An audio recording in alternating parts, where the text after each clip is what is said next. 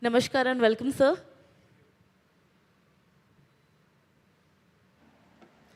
Well, the session will be co-chaired by Sri Patanjali Mishra, Chief Engineer, R&B, Gujarat. Would like to take the honor to request sir to please come on the dais.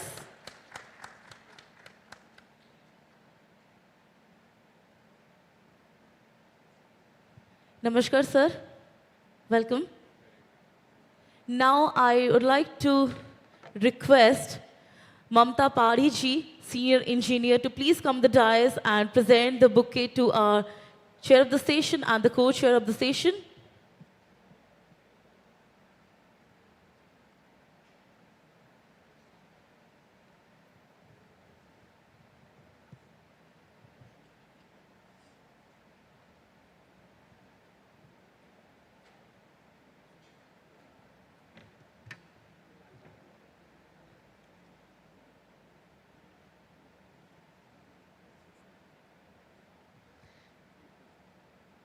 Now I would like to request all our presenter on the session to please come on the dais. Can we have Dr. Nikhil Sahu, Shri Dheeraj Mehta, Shri Avnish Sharma, Shri Ranjit Kumar, IIT Roorkee.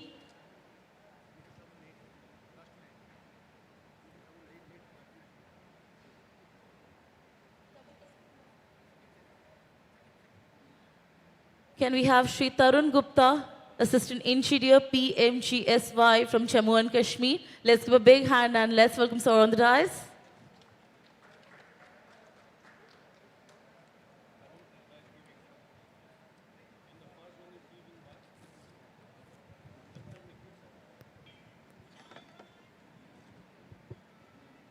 Now I request Shri H. Yoramlian ji to start the session with his opening mic remarks.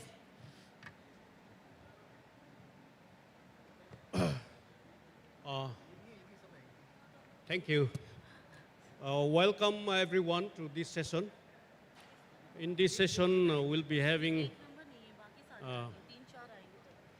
4 presenters on different paper. So we have some more presenters. Sorry for the interruption, sir. Okay. We have some more presenter over there. Can we have Dr. Dulal Chandra Shah, Managing Director, Inspector Design Consultant Private Limited, and Dr. Sanjeevani D. Nigadesha Shah, Executive Engineer, PWD Maharashtra. Namaskar and welcome, sir. Can we have Dr. S.K. Bagu and Ms. Atashi Das, AVP, GR Infra Project Limited?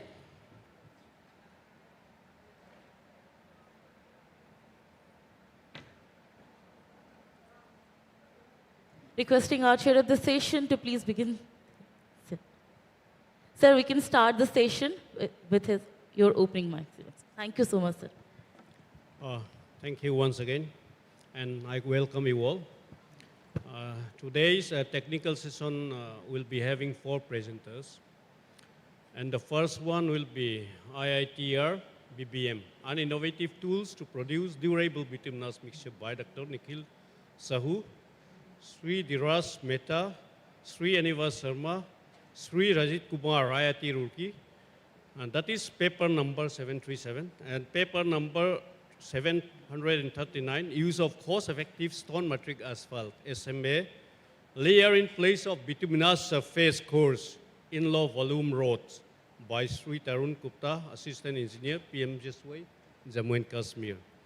And paper number 744, contractual and technical implication of authority, prepare feasibility studies and DPR in EPC HAM road project by Dr. Dwal Chandra. And the last paper, but not the least, paper number 745, case study of falling weight deflectometers and application of machine learning model by Dr. S.K. Bagu and MS Atashidas, AVP GR Infra Project Limited. So each presenter will have 15 minutes, and from floor there can be an intervention of 5 minutes. And I hope everybody will gain some enjoying knowledge out of this, because road construction with bituminous concrete or open graded or bituminous macadam is essential, even though nowadays we have white topping, we call it concrete pavement, PQC. But we cannot afford by everyone. So hope everybody gains some knowledge out of this.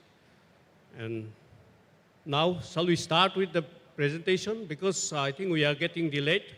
15 minutes, if we take 15 minutes by every presenter, we are going to exceed our time, which may affect the second session. So now I'll call upon, the first paper is available, IIT? Huh? Okay, we'll start with the second paper. Now we'll call upon Tarun Gupta, Sri Tarun Gupta, Assistant Engineer, PMJSY, Jammu and Kashmir. All the best. Thank you.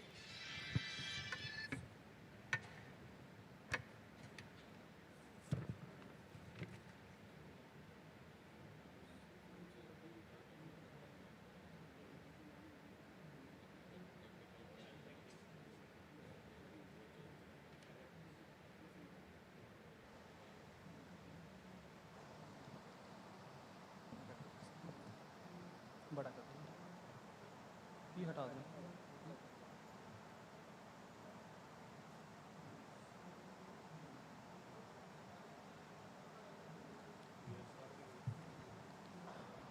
Good morning to all of you. I am Tarun Gupta, currently working as an assistant engineer in PMGSY Jammu.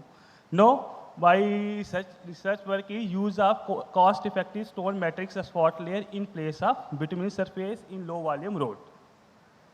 Then this is a whole methodology of that paper. Firstly, as we know that the rural road has been designed as per IRC SP 72 2015.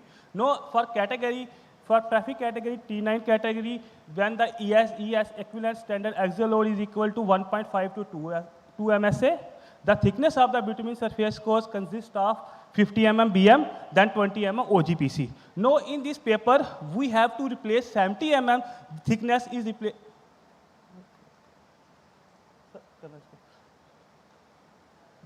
This paper has been detailed in 70 mm thickness is replaced with 40 mm stone matrix asphalt layer.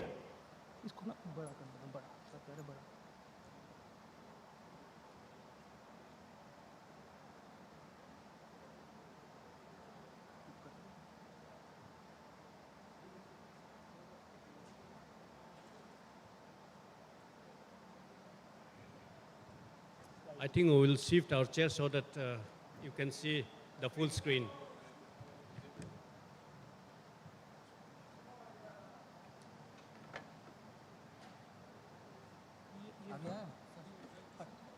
Okay. No, it's okay. Okay.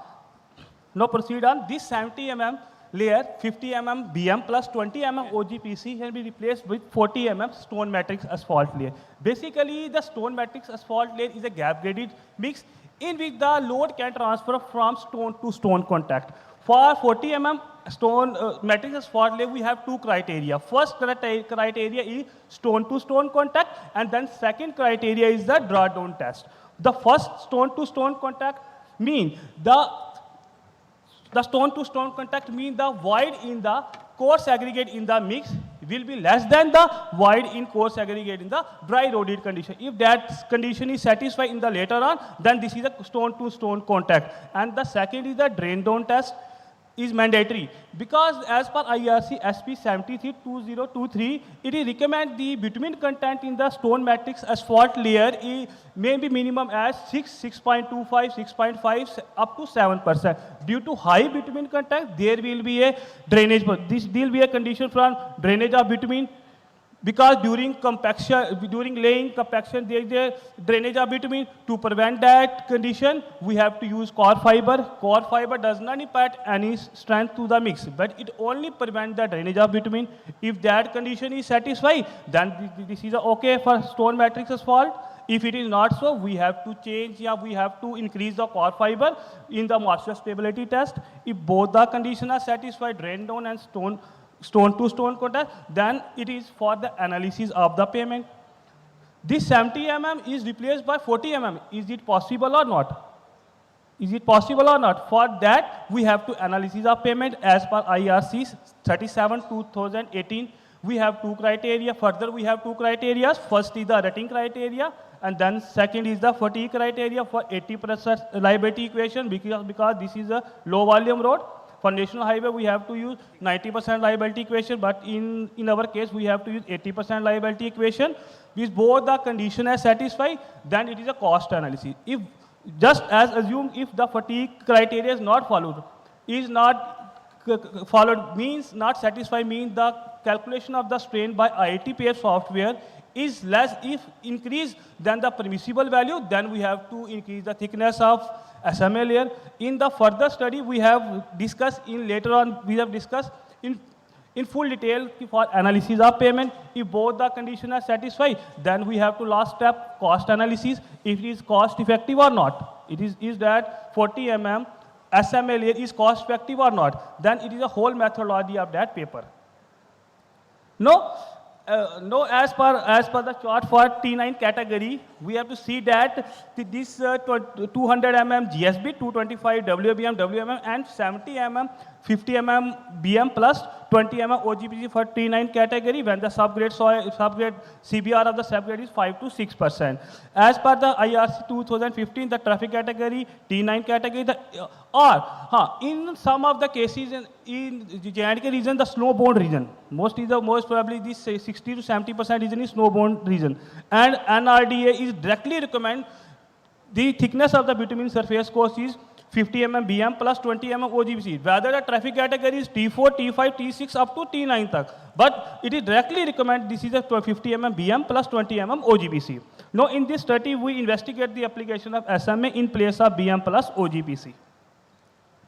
Basically, the stone matrix asphalt is a gap-graded mix, consists of two parts. First is the coarse aggregate, and second is the rich bitumen content. Basically, the gradation of the stone matrix asphalt will be the 90 mm. 90 mm is the upper sieve, and the bottom is 75 mm. But there is a break point sieve that is a 4.75 mm. Means the particle up to the 80% will be retained on 4.75. Because this is a stone-to-stone contact, passes from 19 mm, then retain 80 to 85% should be 4.75 mm sieve. In the condition of the stone-to-stone contact, means the point add with the void in the coarse aggregate in the compacted mix of SMA should be the less than in the dry eroded condition. On the other hand, the bitumen and the filler content in the SMA minimum for IRC SP 73 2023 will be the minimum bitumen content is 6% and 8% for the filler, up to the 8% for the filler content to prevent the binder drainage to bottom in the truck during transportation of the mix. And this is the material use. The aggregate use in the locally material use in the Jammu region. The nominal size of the aggregate is 13 mm was placed in SMA with different bitumen content start from 6%, 6.25, 6.5 up to 7%. And the grade of the bitumen used in the mix is VG30 grade. And the filler material that is used in this mix is the coir fiber, and the dosage is the coir fiber 0.3% by weight of the total mix. And this is an experimental investigation for the gradation of the 40 mm SMA. See the gradation, the 4.75 C is the breakpoint C, in which 20 to 28% should be retained up to 4.75 mm C. And this is the combined gradation from stone matrix asphalt layer for during the gradation by IIT Roorkee software developed by the IIT Roorkee. And the experiment investigation, the moisture stability test is to be carried on with 1200 gram of sample should be taken with addition of 6.255 from the bitumen content, from the bitumen content, and 0.3% by coir fiber is added to the mixture. After the mixing, this is the most important part. After the mixing of mixture, this mixture is placed on the oven 140 to 150 degrees Celsius for short-term aging or conditioning. Because we have to absorb the bitumen on the surface of the aggregate during transportation, yeah, sometimes it also called as the short-term aging, or that is a conditioning of the mixture. After the short term, this mixture is transferred from the mold for moisture stability mode, and the 50 number of, this is the most important part, this is 50 number of blows on each of the face. In DBM, BC we have to use 75, but in SMA we have to use 50 number of blows on each of the side of the face of sample. Then this is a moisture stability test result. In this in this table we have at the 4% air void, their corresponding between content is 6.25, and at the 6.25 between content, and all the properties should be satisfied for VMA, VFA, and the flow value of the mixture. And this is the first, we have two criteria. First is drain down, and second is stone to stone contact. The drain down condition, for then we have to use core fiber. In that we have to take the test ASTM D36390, consists of sample is placed in wire basket. The wire basket is the force for 165 to 170 degrees Celsius. And during the calculation, the drain down value should be equal to, comes to be out 0.4145%. But which is, and as per the IS code, we have recommended the maximum value 0.3%. And the second criteria, that is the stone to stone contact. To satisfy that condition, there will be a volumetric analysis of the mixture. The calculation of the stone volumetric, we have to satisfy that condition. That is the void in the coarse aggregate in the compactive SMA mix should be less than the void in the dry loaded condition. This is the whole calculation in this slide, and the whole calculation is always present in the paper as in journal. And the same as the determination of voids in the dry loading condition. In this condition, we have to satisfy VMA void in mineral aggregate should be greater than 17%, and VC dry should be greater than VC mix. And this is the whole calculation is given in the paper. This is another parameter, that is a bitumen film thickness. This is the most important parameter. For the calculation of the bitumen film thickness is related to the bitumen content absorption characteristic of aggregate, gradation of aggregate. The bitumen film thickness is calculated in the paper, the whole calculation is done in the paper, is equal to, the comes to be 12.59 micron meter at 6.25 bitumen content. But as per the IRC SP 135 2022, the thickness should be at least 6 to 8%. 6 to 8 micron meter is related for the mixture is durable and stable. Basically the thickness, between film thickness, increase between film thickness, reduce the stripping effect. Reducing the stripping effect, that is the breaking of the adhesive bond between the aggregate and bitumen in the presence of moisture, should be reduced during monsoon season. And the other parameter, that is the statistical indirect tensile strength of moisture susceptibility. In the ITS test should be performed in that mixture, and without fiber, we have to calculate, that is 79.16% TSR value. But with the addition of 0.3% of core fiber, that is, then the TSR value should be increased from 79 to 91%. And this is the first part, that is the SMA. The second part, this is conventional method, that is the BM 50 BM plus OGPC. And this is the bitumen macadam with OGPC with seal coat. Basically, the bitumen macadam is open gradient mix and high permeable mix, having the void as high as 20 to 25%. So, and the OGPC, the aggregate is two single size aggregate, 22.4 and retain 11.2 and passes 13.2 and retain 5.5. Moreover, the high void content in the mix, this is a permeable mix. BM, basically this is a permeable mix and causing the stripping of bitumen from aggregate. If there is a patch during running season, in most of the failure of the payment during the monsoon season, if there is a stagnation of water on the surface of the road, there will be stripping of the bitumen is caused. To optimum bitumen content in BM is 3.5% by beta total as per IRC. We have to calculate in the paper 27 2009. And this is the whole calculation for the whole calculation of both the layers for OGPC plus seal coat. The total combined bitumen content is 4.14%. Then we have to replace 70 with 40 Is it possible or not? For that we have to analysis of design. This is analysis done with the help of the code IRC 37 2018. And this is a mechanical empirical method performance based on the parameter stress and deflection calculated by linear elastic theory. We have the two criteria. First is the vertical strain at the top of the subgrade soil, and the second is the horizontal strain at the bottom of the between surface cores.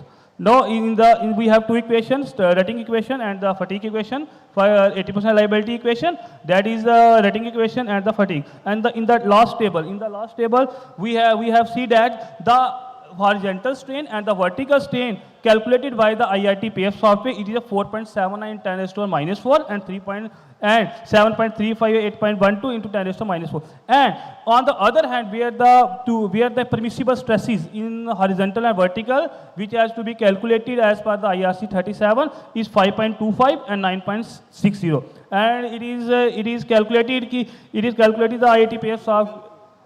It is calculated that the strain calculation during IITPF is less than the permissible values.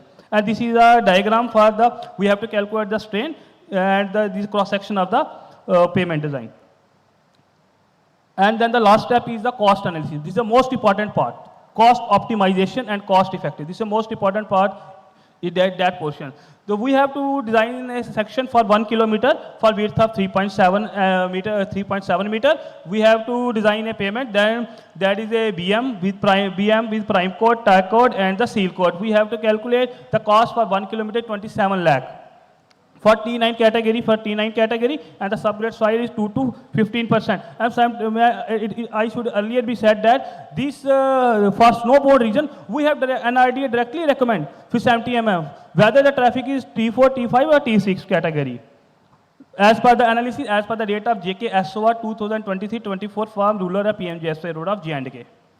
And on the other hand, the estimate for stone matrix asphalt for section length of 1 kilometer and the width is 3.75. On the other hand, we have to calculate this is the cost is 19.61 lakh. This is in the observe that there is a saving of material. There is a saving of material and saving of cost optimized 7.39 lakh per kilometer at the rate 27.37% per kilometer only in the bituminous curves.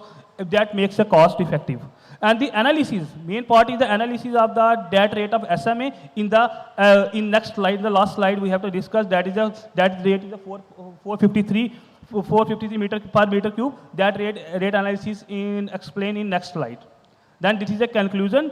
The whole conclusion, the calculated master stability value 13,1395 kg at the air wide content 4% and optimum bitumen content is 6.25. That makes a mixture high density and more strength, high performance than their conventional mix. This high bitumen content contribute to longevity of the payment. And the most important part is over the 90% of the SMA project, as per the NOPA condition as a National Asphalt Payment Association, it will publish that 90% of the SMA project have rating measurement less than 4 mm and 25% of the project that could not measurable rating, that has no measurable rating, and SMA has 3 to 5% greater resistance to fatigue cracking as compared to the dense graded hot mixed asphalt just as a DBM and BC. So then as per IRC 135 2023, I also calculated the bitumen film thickness of BC is less than the that is the SMA layer. Then due to the high bitumen content in SMA, the thick between film layer around the aggregate, that reducing the stripping effect, that is a adhesive bond between the breaking of adhesive bond between the aggregate and bitumen in the presence of moisture and reducing its durability, and it also increases their durability. And this is the most important part in PMGSY, Pradhan Mantri Gram Sadak Yojana. SMA layer may also be used as a renewable code overlay payment.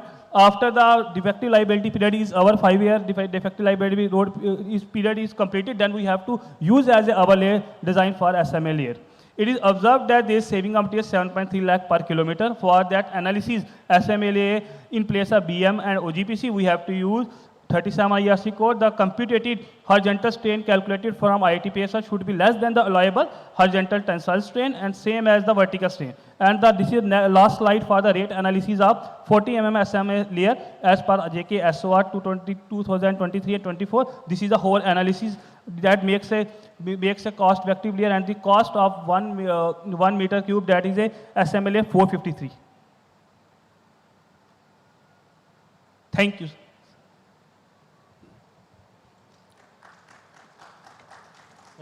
Thank you, Sri Tarun Gupta, giving us a new idea for PMSS way road pavement, and it is quite inspirational. Now we'll call upon Mr. Dr. Dulal Chandra Saha to give a contractual and technical implication of authority, prepare feasibility study and DPR in EPC Ham Road project. Welcome.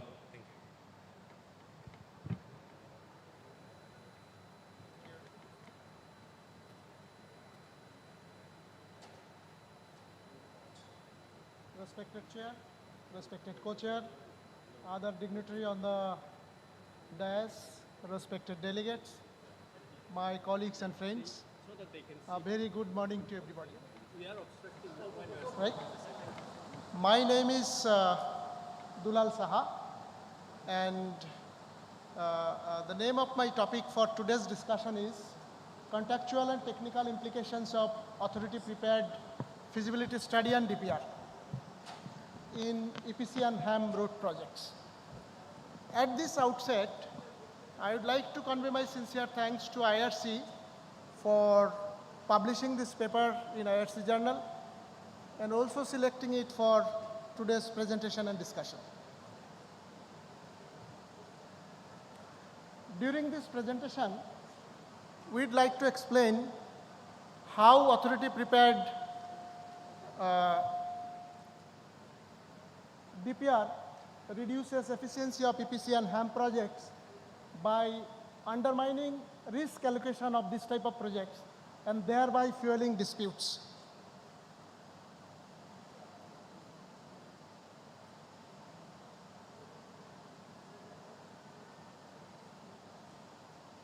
Okay. The sequence of my presentation is actually in two parts. In first part, in one single slide, I'd like to give the summary of the total presentation and subsequently a little brief.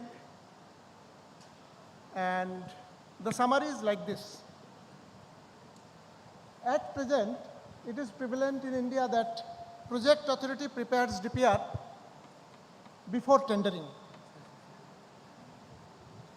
Project authority prepares DPR before tendering, and the supervising agency, that is authority engineer and IE, enforces the DPR detail during implementation. Whereas as we know that for EPC and HAM project, design responsibility completely lies with the execution agency, that is the EPC contractor or the concessionaire. And here lies the fundamental risk-sharing disturbance of authority prepared DPR. And the consequence of this creates severe contractual ambiguities, design conflicts, time and cost overrun, and it also restrains innovation. As an evidence, this analysis will be supported by various contractual clauses of NHI and HAM, NHI and MORTS, EPC and HAM projects, and some real-life case studies. As a solution to this paper, some actionable mitigation strategies, including some model contractual clauses, will be presented. Now, as I said, the detailed part is this. The first one is the ideal model versus Indian reality. The ideal model of EPC and HAM projects is this. The authority needs to prepare an accurate DPR based on correct investigation data. The objective of the DPR feasibility study is to define the projects very clearly. There should not be any ambiguity in the scope.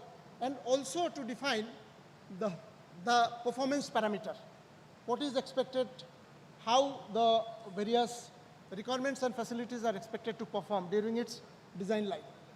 And the contractors accordingly will carry out the detailed design, prepare the working drawing in compliance with Schedule D. The single point responsibility of design incorporating value engineering site and site constraint will actually lie on the contractor. This is the actually ideal model.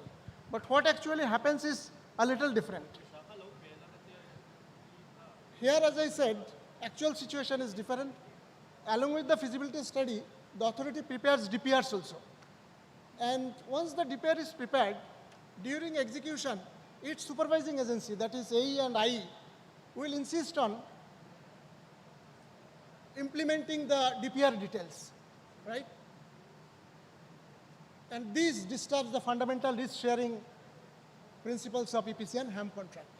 This creates parallel design narratives and a fundamental conflict from the day one. Contractors' mandate to innovate clashes with authorities' rigid and preconceived solution. I mean, the objective was, in risk-sharing objective was to give the contractor for design flexibility, but in this, if the DPR is prepared, it actually restrains that.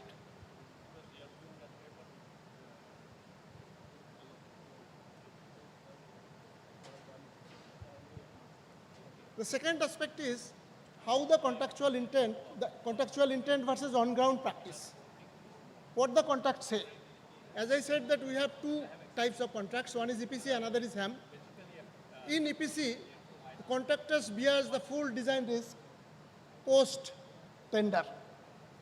And it is defined by the key clauses like, no review or observation by authorities engineer shall relieve the contractor of its obligation.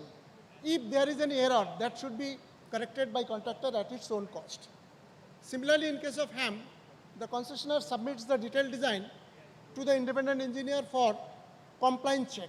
I am stressing on the word compliance check with respect to the Schedule D, not approval actually. And here the key clause is, the concessionaire remains fully liable for its design obligation, irrespective of IE's review. Say for example, IE has reviewed and did not give any adverse effect, but the design does not work. So here IE is not responsible. Responsibility lies with the HAM concessionaire. So from both these things, what we see is the design responsibility purely lies with the contract agency. Whereas if the DPR is prepared, then and IE and AE insist on implementing the DPR details, then actually it is a conflict. That is my main point. So on ground, what is happening? And what is happening is actually the deviation. Authorities, having invested so much of money in DPR preparation, naturally insist on its enforcement. And its agencies like IE and authority engineer rejects concessionaire's design or contractor's design if there is any deviation from the DPR, even though it satisfies the Schedule D, that is performance parameter. This undermines the contractual risk allocation. So this is actually the conflict, and that is why, as per my understanding, authorities should not prepare DPR before tendering. They should restrict themselves to prepare the feasibility study only based on detailed and accurate site investigation. And there are some key complications because of this thing. The first key complication is deemed approval trap. In the contract, we have seen that IE or AE needs to review the design within 15 days or 30 days of submission of design. And if they fail to do that, then the design should be deemed to be approved. All of we know that this does not happen. So it is actually a trap. As a case study, I'll mention that in one project in Rajasthan, the contractor proposed cost-effective and eco-friendly fly ash stabilizer as per Schedule D provision. The IE has rejected it, mentioning that in DPR something else is there. Though the contractor's provision was in full compliance of Schedule D, but as it is deviated from the authority's pre-tender DPR, it was rejected. Not only it was rejected, it was kept on pending for a very long period of time. Forget about 15 days or 30 days express contract. And that is why I am saying that this is a conflict. And the second complication I would say is again as per FIDIC clause. I mean, FIDIC is the mother document from which the DPC and HAM contract provisions has been taken care of. Here the employers provide site data, all site data, be it geotechnical engineering, utility surveys, and utility relocation plan thereby, land acquisition and all other things. They should give the data, and the contractor should rely on that data, and their job will only be interpret that and submit their bid accordingly. Now what we see is that the basic data many times are at fault. Geotechnical investigation, we see a lot of mistakes are there based on which contractor has prepared his bid. Then when execution they found after detailed site investigation that it is completely mismatching. So I am saying here the conflict is authority probably instead of spending time and money in preparing DPR, they should probably spend money and time more on preparing the correct feasibility and also taking responsibility of their investigation data, which are the basic data for preparing the bid.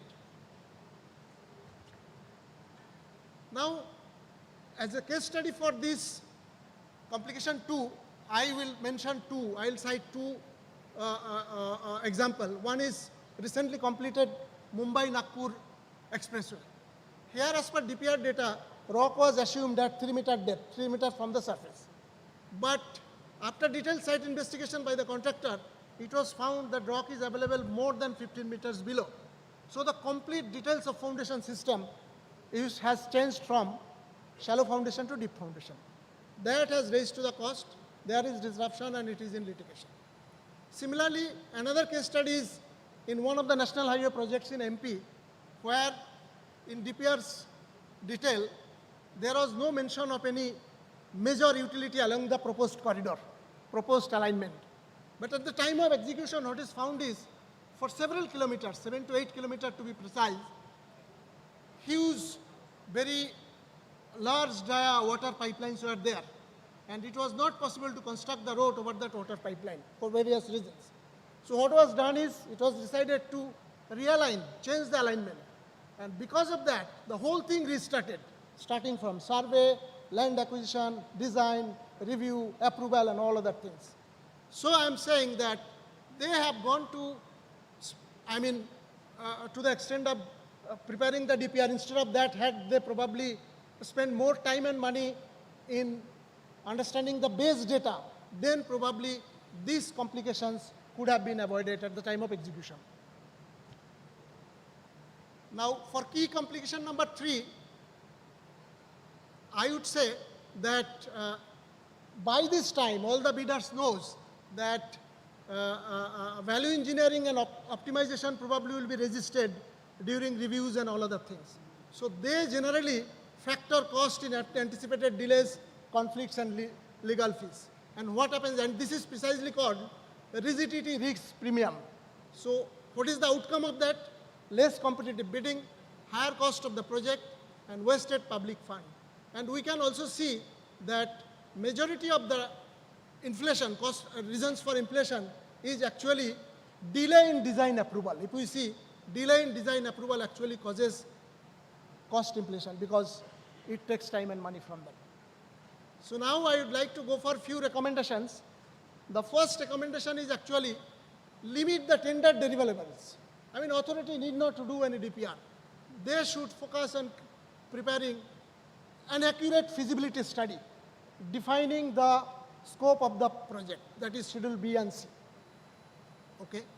And invest a little more time and money for establishing baseline, accurate, and if possible, independently audited geotechnical and all other surveys, topographic survey, utility surveys, and all other things during the feasibility phase itself, so that the post-award surprises can be reduced.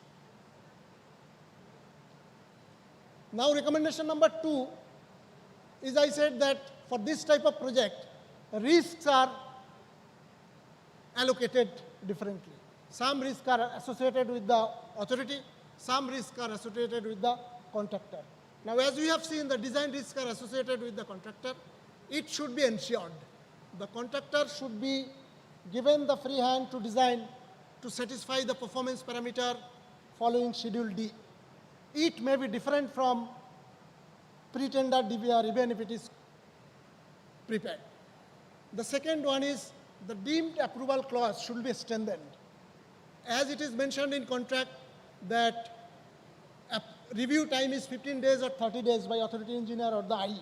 So if there is any delay, the contractor probably should get automatic time extension and cost compensation to compensate this idle charge for delay. And recommendation number 3 is, there are 3. Dispute review board shall be constituted from the very beginning so that any dispute can be taken up and quickly addressed to. And there should be some specific mechanism for rapid resolution of design conflicts. As I said, that you submit something, neither it is approved nor it is disallowed, it keeps on pending for perpetual time. So it affects the whole thing. That's why there should be some specific mechanism so that it can be addressed in time-bound matter. And then the third one probably is a little complex, but it should be there. DBR, Dispute Review Board, for the determination of any dispute, shall rely solely on contractual provision, that is Schedule D. And they should not rely on authority-prepared DPR because it is non-contractual actually. Now, as conclusion, I would say that current practice of authority-prepared DPR and its enforcement, automatically it is enforced by either authority or its supervising agency, is a major contractual flow for undermining, and that undermines the core benefits of EPC&M project. It creates an adversarial environment, fuels dispute, discourages innovation, inflates cost and time, and that leads to the inefficiencies of this type of contract. And the solution should be a collective shift. And what are those shifts? Authority should focus on preparing output-oriented and collect feasibility study. Contractor should focus on using its complete expertise to create efficient, economical DPR, satisfying the performance parameter as specified in Schedule D. And the contract must include clear clauses to protect the intended risk allocation. And this alignment of global practice is an operational economic necessity for achieving India's ambitious infrastructure goal. Thank you very much. Thank you very much. And if there is any question, probably we can address that.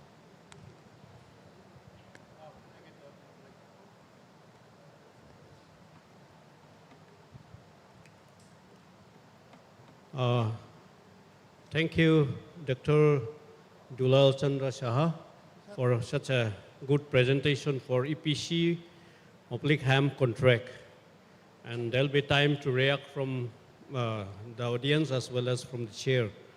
Now, if the presenter is available for the next paper, paper number 737, IIT Rookie BBM. Sure. Yeah, we can call upon him. Okay, so one more presenter, Ms. Dr. Nikhil Sabu has Okay, just Dr. arrived. Nikhil Sahu. And we have to go a little fast, I request. Okay, thank you so much. Thank you very much.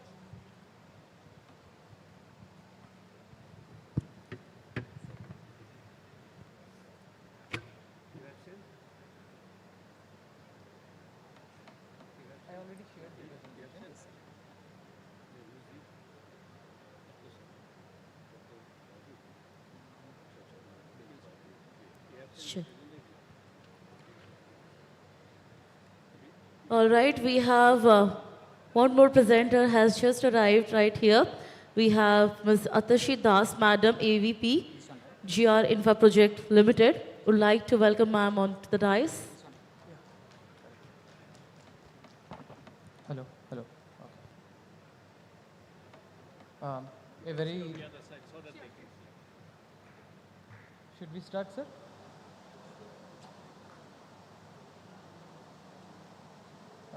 Should we start, sir? Okay. A very good morning to all of you. Yeah. So, very sorry for the late arrival. I request the chair and co-chair not to cut our marks for the same.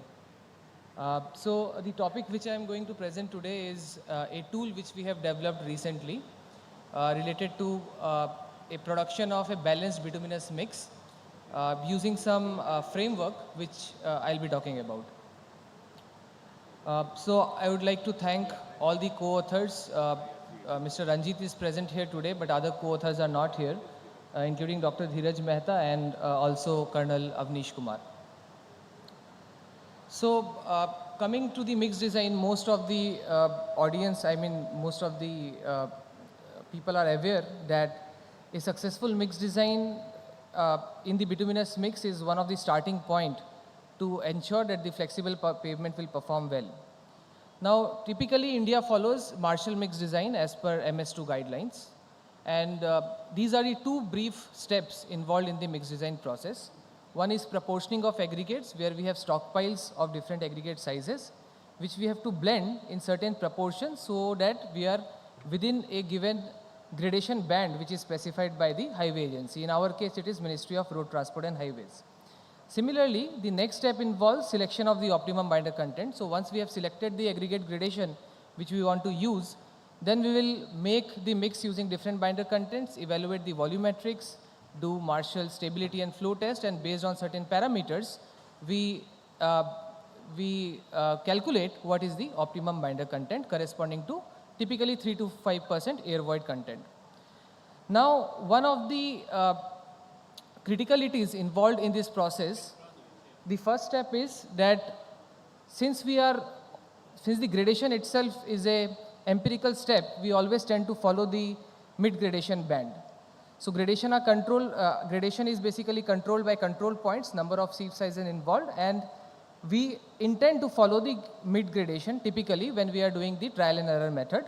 However, a lot of studies, in fact our laboratory studies have also proved that mid gradation may not be the best gradation for the considered aggregate stockpile. So this is one problem statement which remains unanswered. Similarly, a lot of variability is observed typically when we look at the volumetrics in the mix design. If you measure the theoretical maximum specific gravity, the bulk density of the mix, a lot of variability is involved. That creates a lot of variability in the air voids, in mineral aggregates, voids filled with bitumen, and therefore the entire mix design. So, and we also have to see that does this use of the standard volumetrics, are they actually linked with the performance in the bituminous mix? So worldwide, people are slowly shifting towards something which is called as balanced mix design approach, or we also call as performance mix design approach. So our problem statement started when we started to exercise that what we desire in a mix. If you look at the mix, mineral aggregates, they form about 80 to 85% of the total volume of the mix. And for a given set of stockpiles, multiple solutions can be there when we talk about proportioning. So let us look at this example. Let us say you have 3 stockpiles, S1, S2, S3, and you are trying to produce a bituminous concrete 1 gradation or mix out of this using these stockpiles.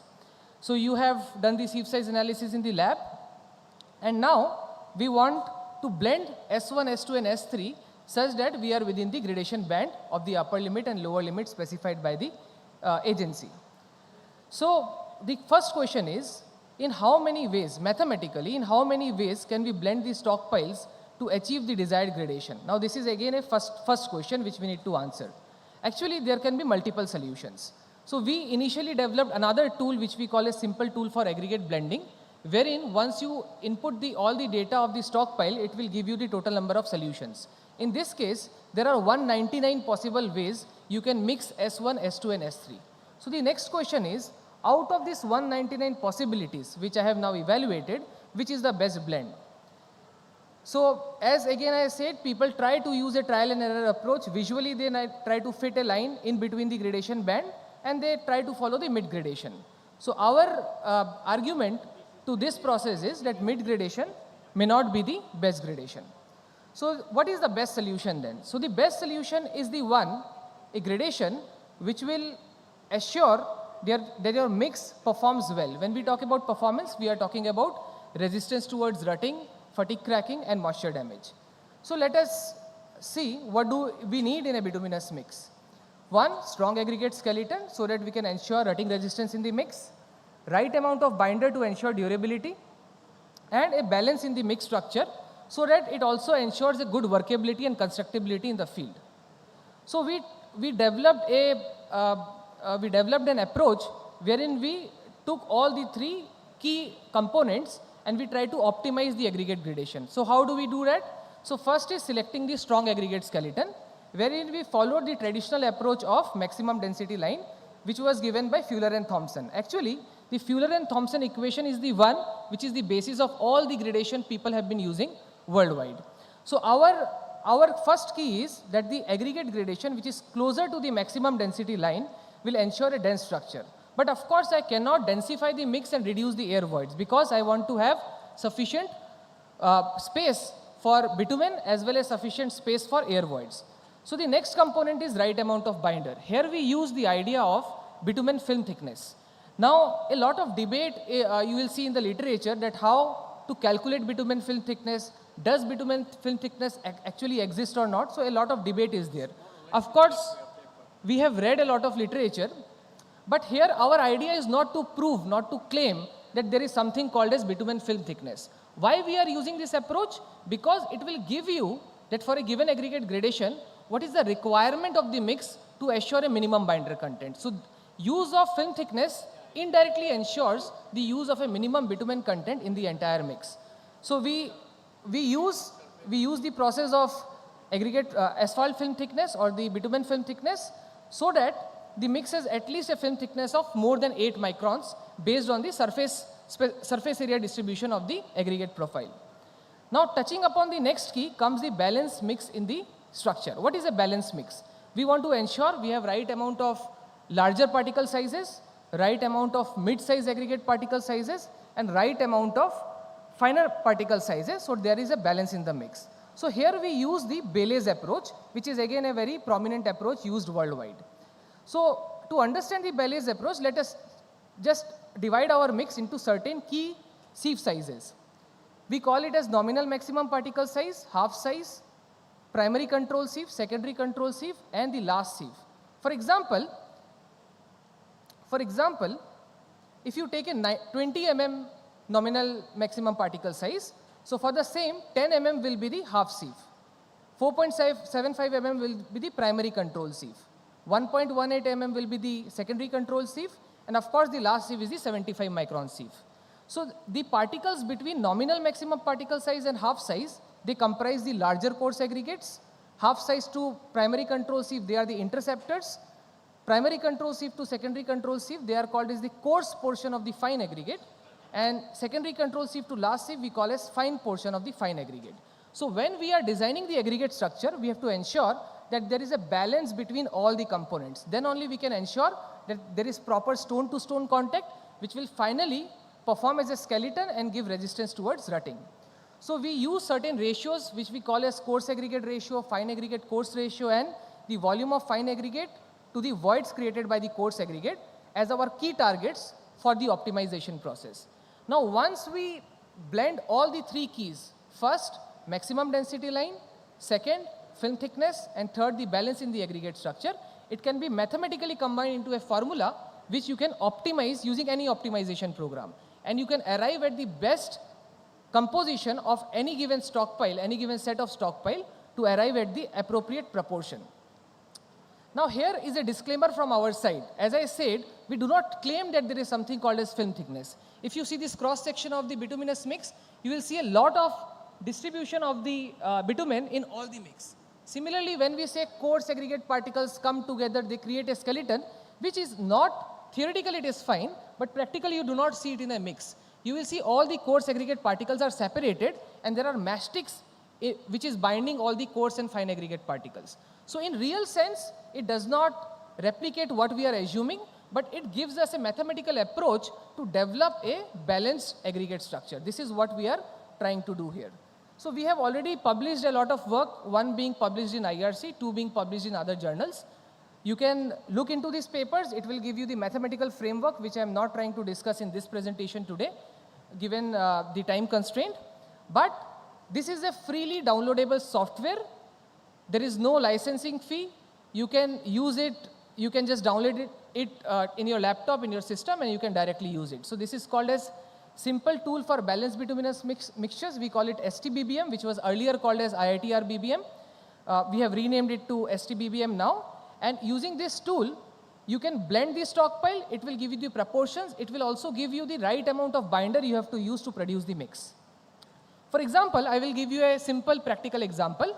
This is based on a real project which was executed in the field. we had 4 stockpiles. We wanted to produce a bituminous concrete 1 mix using these 4 stockpiles. So based on the results of the simple tool for aggregate blending, we evaluated that these aggregates S1, S2 and S3, there are 922 possible ways of blending them so that you arrive at the bituminous concrete 1 gradation. So again my question is, out of these 922 possibilities, which is the best? So if you look at the mid gradation, if you try to follow the mid gradation, it will tell you, you use 40% of S1, 17% S2, 41% S3, 2% S4. So if you use this proportion, it will give you a gradation which is closest to the mid gradation. Now let us look whether this mid gradation is actually a desirable gradation ensuring the performance of the mix or not. So an important question, as I said, which remains unanswered is that out of the 922 possible solution, which gives me the best performance. So this is the result of the mid gradation, closest to the mid gradation. So here we found that the coarse aggregate ratio is not within the desirable range, which means if you target the mid gradation, it may not give you a desirable blend, at least for the aggregates which we used in our study.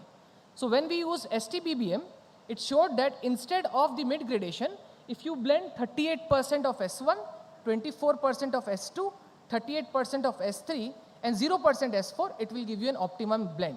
And the tool also told us that for the mix, you use a binder content of 5.4%. This will ensure an average film thickness of around 9.5 micron in the mix. So when we tested the same mix, our laboratory results were very successful. It showed that in comparison to the conventional traditional approach, if we use STBBM as a tool, our performance get enhanced because there is more balance in the mix and the right amount of binder has been incorporated. So this data is available in the paper which we have just published in IRC. We have evaluated the volumetric parameters, including air voids, VMA and VFB.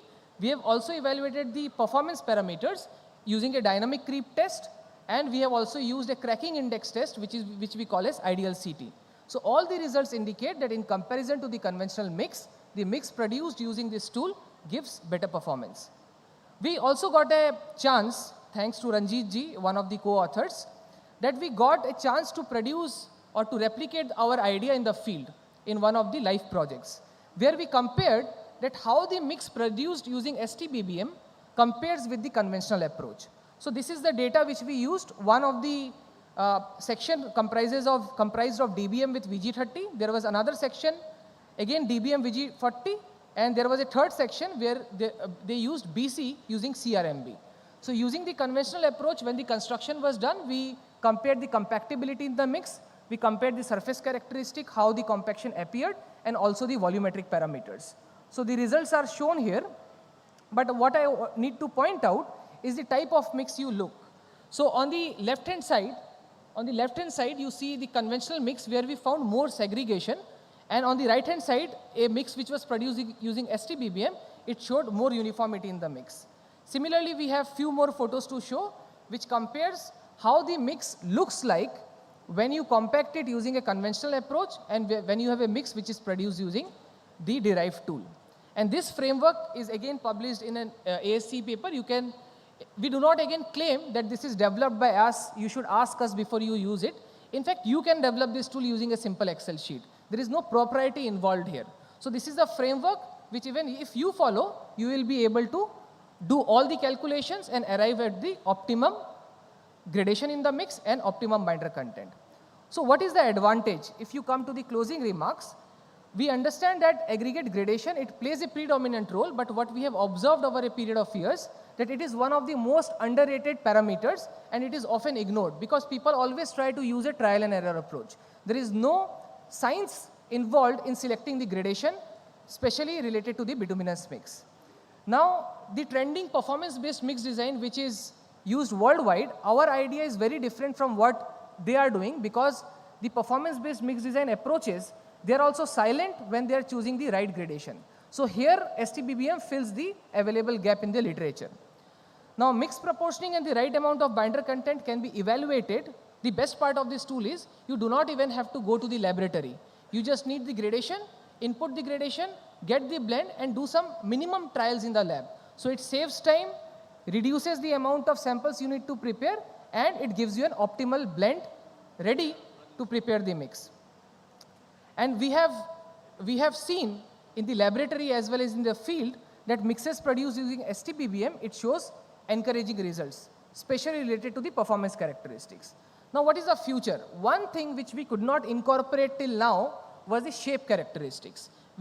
Our tool is still silent when it comes to shape, which is again a variable. So we are presently working on linking shape characteristics within the present framework, so that tomorrow, using your flakiness and elongation index for the coarse aggregate and fine aggregate angularity for the fine aggregate, you can further optimize the mix characteristics, which will include the shape parameters in the given framework. So with this, I would like to conclude. I hope I am on time. Thank you. Thank you, Dr. Nikhil Sabu. Now we'll call upon paper number 745, Ms. Atashi Das from GR Infra Project Limited to give a presentation.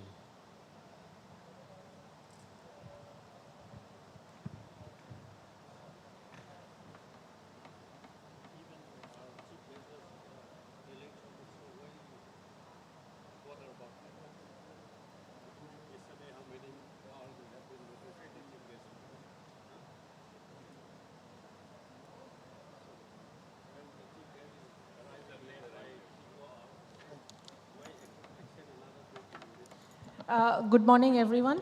The paper is on case study of falling weight deflectometer and application of machine learning models, and it has been published in the IRC Indian Highways in this October. The latest issue, October issue, it has already been published. And well, we are like, as we heard our Minister Saab yesterday, that we are building like kilometers and thousands, millions of kilometers of roadways. And what it mandates that we have to collect, the FWD data from all these project corridors like every 6 months. And it's huge. I mean, it builds up the data like hugely. I mean, what to do with the data? Can we use it to like use for our predicting purpose? Like what predicting model, like how our roads will behave in the future? Can we build up something with that FWD data? That is the paper about. And also, there are so many types of pavement that we are having in India, the flexible pavement, composite pavement, combination of rigid, flexible.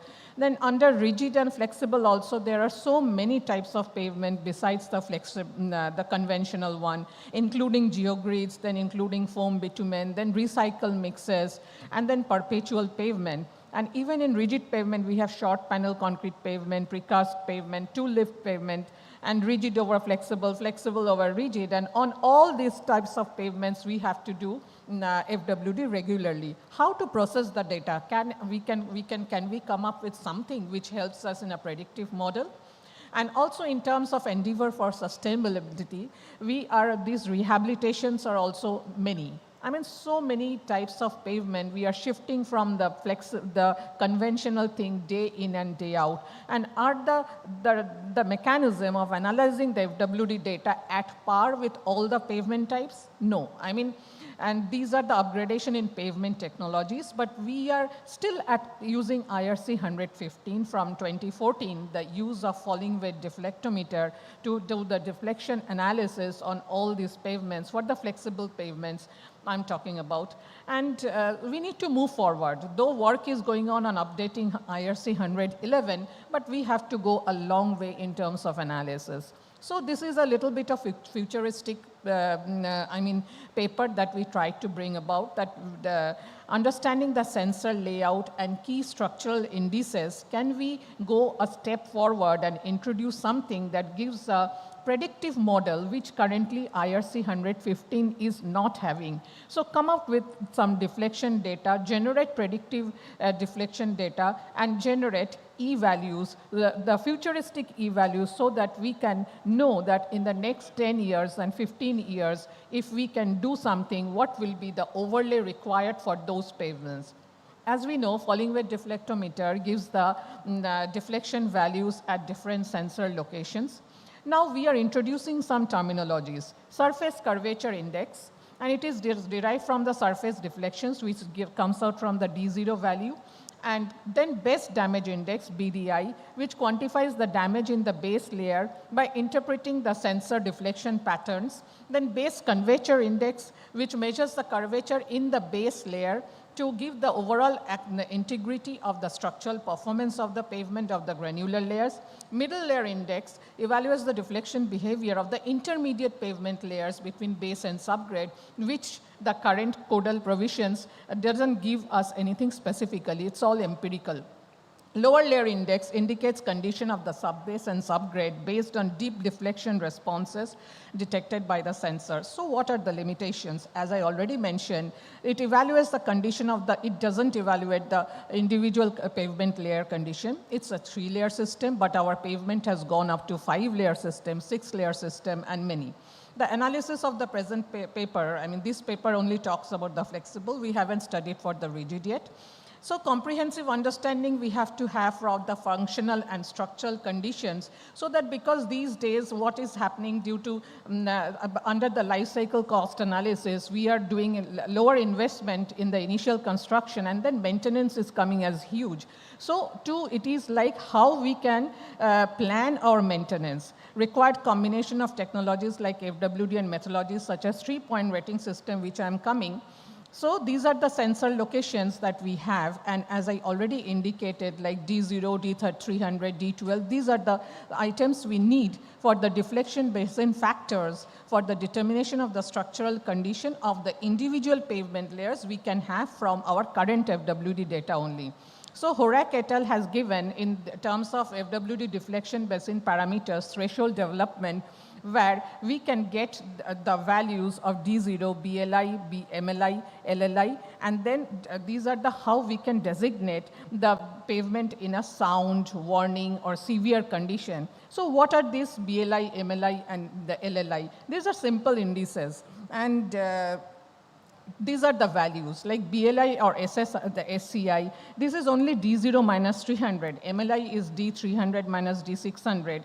And LLI is D600 minus D900. Now coming back to the classifications and the threshold parameters given by Horak et al.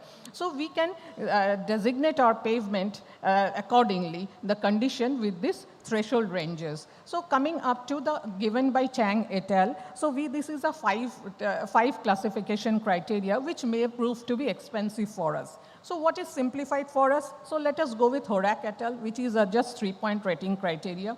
So we are going with the 3-point rating criteria instead of the 5-point rating criteria given by Chang et al. So and these are these indices that we are taking. So now let us introduce the machine learning in pavement engineering, how we can process the FWD data so that the prediction is beyond the traditional FWD testing.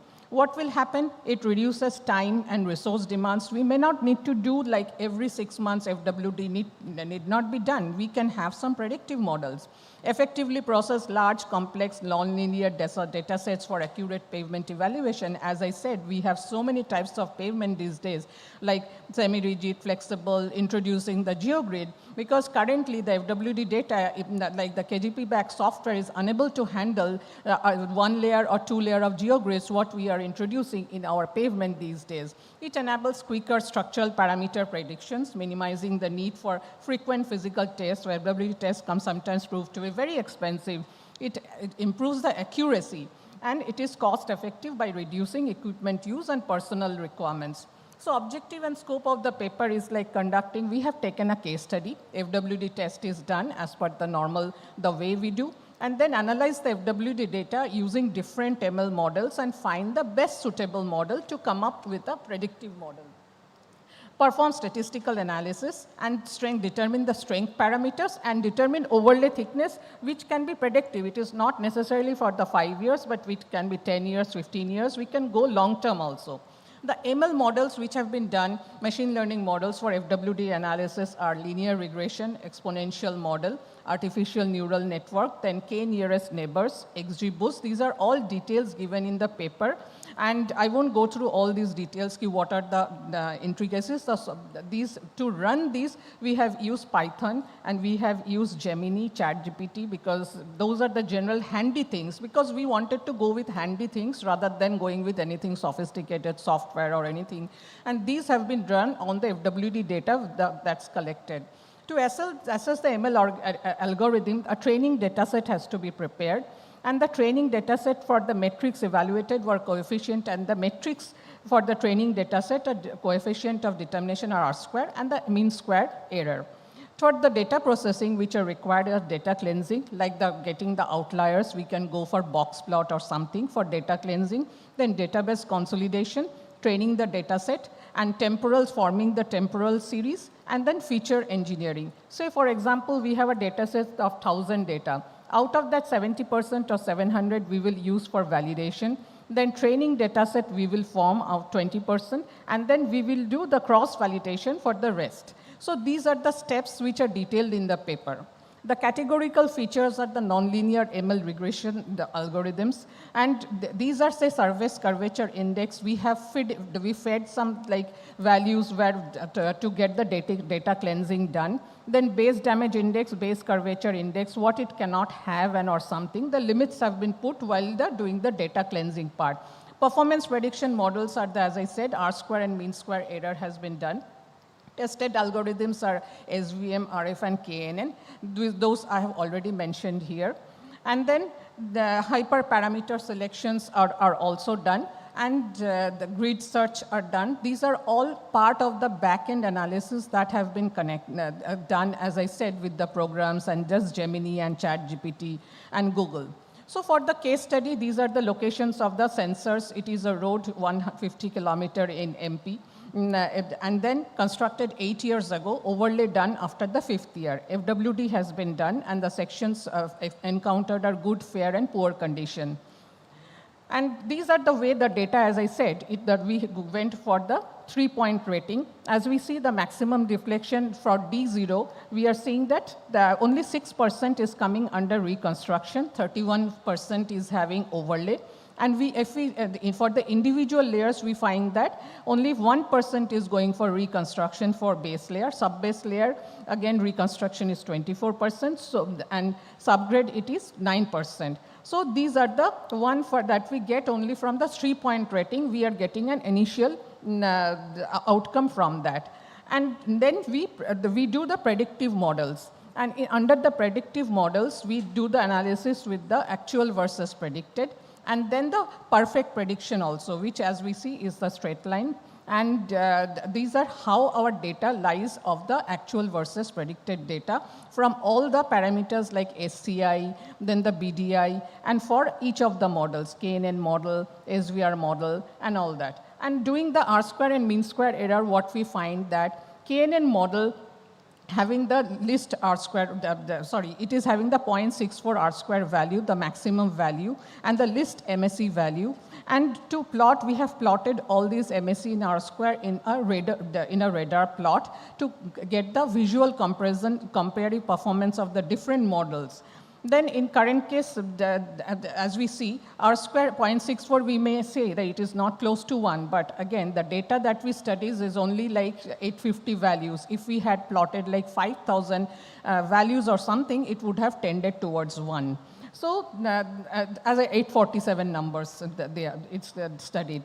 FWD is conducted once here, like as I mentioned, during the DLP period. So time series of FWD data may be conducted, and future prediction of FWD analysis can be carried out to trigger the overlay when we get the overlay.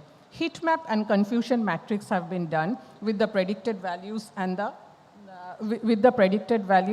actual values. As we see the color shift of the orange and red, I mean, that is the best correlation we get from the predicted values and the actual values. As we shift towards the blue value, there we get the list correlation. So it gives a visual idea that how our predicted values and actual values are behaving. And so D0 to D01 to D04 are having the best correlation, and towards the D6 and D7, the correlations are reducing. And we get a confusion matrix also, which is similar to like the OD metrics and all. Same thing, we are getting the things done for BCI. Here we have done the individual sensor locations heat map, and the confusion matrix is done for the parameters of the BCI, SCI, BDI, our parameters of interest of D0 minus D300, D300 minus D600. Analysis and strength prediction.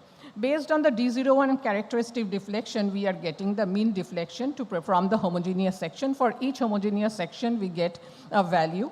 And then this value has to be, because what we are doing these days, I mean, we can have the, as per Osterode, it is given that we should aim for the 85 percentile deflections of all sensors for the analysis, instead of the 15% E value that is given, evaluation given for the in IRC 115. But we should give the percentile selection for the deflection values instead of the E value. So how to determine? It is E value is determined based on the 85 percentile deflection value, and it is giving the surface deflection of the sensor location. So we feed in that data using in the IIT Pay for a single wheel load, and from there we try to do the deflection bowl matching. The deflection bowl matching, and then we come up with the E value, and using the E value, which gives the sum of R-square values, least value, we go back and select the deflection value. It is back and forth method for iterative method that can be done easily. Deflections at centers at D01 to D04 or D07 has been found to match exactly with the FWD field deflections when we do this concept of deflection matching. And then clustering, we have introduced clustering also, how the unsupervised learning method is assigning observations into different groups or clusters, that whatever predictive values are done, can we cluster them into something. Goal is to attribute multidimensional observations to different clusters such that the points with the cluster are similar or differ from points in the different clusters. And for the clustering method, some of the common distance measures are the Euclidean distance, Manhattan distance, and Hamming distance. Some of these have been introduced, but these programs have not been done by us. Software engineers have helped us. So I won't be able to give much details about this because the Python running and all has been done by the software engineers. In current case, D01 values measured for very poor to excellent road conditions. It has been found a wide variation. Hence, D01 values divided in 5 clusters, similar to the 1 to 5 rating system. As I said, 2 rating systems are there, 3-point rating system or 5-point rating system. We have to select what is suitable for us. So these are some of the cluster plots for SC, the I and D01, and we have done the box plots also to see the outliers also, and some methods that are used for comparison are the elbow method for optimal K for SCI and all. Various methods under the machine learning process, deep learning method have been used to come up with the data, but these are all back-end analyses done instead of going to the field every time. The correlation factors are found, mean and coefficient of variation for SCI and mean and coefficient variation for D01 have been found, which is found less than 0.25, and it's very satisfactory for the 5 clusters that we have divided our data into. The elbow method is, as I said, it's a K-means clustering. Optimal number of clustering comes from this method. And because we need to know how many clusters also we should come out of it. And it is a valuable tool for determining the optimal number of clusters and in terms of K-means clustering, and gives a good balance. And then coming to the actual versus the actual corrected E versus predicted E value, we form a regression equation and compare these, that whatever we have predicted through the machine learning and deep learning processes, how is it? The R-square value that came up is 0.987, and the same methodology has been used for for 10 projects, and the values are very close. Now coming how we can evaluate this to determine our overlay and all.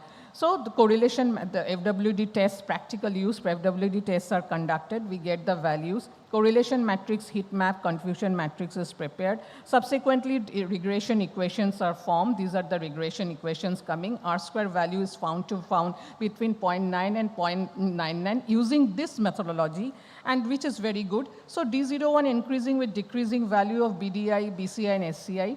So increasing D01 implies the deterioration of the pavement. As we know, the surface deflection, the increases means it needs overlay thickness or reconstruction. So these Again, if we go with the OS roads, it is saying that now we need to know what is the futuristic E, because we are talking about futuristic. Say after without doing any studies, like after 5 years or 10 years, of how much our E will be, that we can determine, that we can be determined also. E-value is, it reduces suitably with time, though it reduces to half in about 10 years due to pavement distresses like rut, crack, gravel, as given in the ORIDE guideline of 201. And from there, we have the equation given is E1 into M log x plus C. We can have the M and C parameters when we run E1 in the lab from the different, we can determine develop this curve ourselves by running in the laboratory tests. Now for different cycles, we compared the E-value and then run the regression equation to get the MC parameters, and then we can be predictive, we can predict our E-value, where will it be in the future.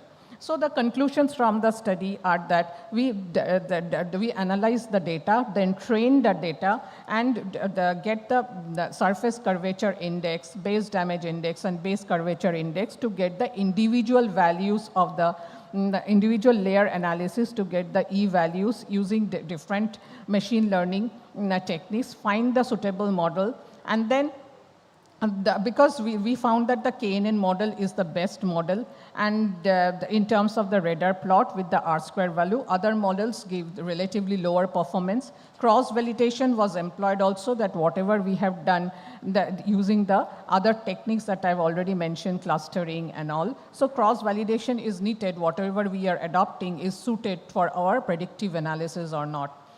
So the regression equations are developed to predict the E-value also, the futuristic E-value. So the method is proposed here to determine the E-value of asphalt mix, which may be useful to determine the choosing the E-value for stage analysis, as I said, in the next overlay E-value, whether it will be in the next 5 years. Then integration of artificial intelligence and machine learning with the falling wedge deflectometer technology. So it will help us, if we have 5-6 years of historical data, it represents a transformative advancement over the conventional methods outlined in IRC 115. And this current guideline provides this methodology provides a robust framework for structural evaluation. So we are pretty confident the methodology, the step-by-step analysis should be there. I know it's missing in this current presentation, but we are coming out with more papers, more technical papers, where each of these step-by-step calculations will be implemented, what has been presented in this paper.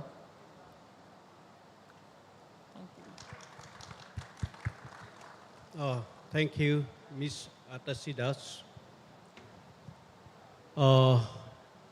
Now we'll invite floor intervention, and it is being given 5 minutes.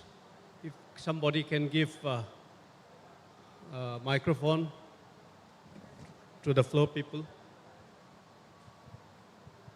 I request the persons raising their hands to come forward so that the mic can be transferred easily. And our request is we have to brief because we have started late and The we have seats are vacant in the already front exceeded seat. our time. Please come over. Okay. Hello. My question is to the first presenter on stone matrix asphalt. Whether any test reach has been executed, just I wanted to know in Jammu and Kashmir. Can And you also- speak a little closer? Just I wanted to know, you have explained about the benefit of using SMA for low volume roads also. Just I wanted to know whether any test reach has been executed in Jammu and Kashmir. If yes, and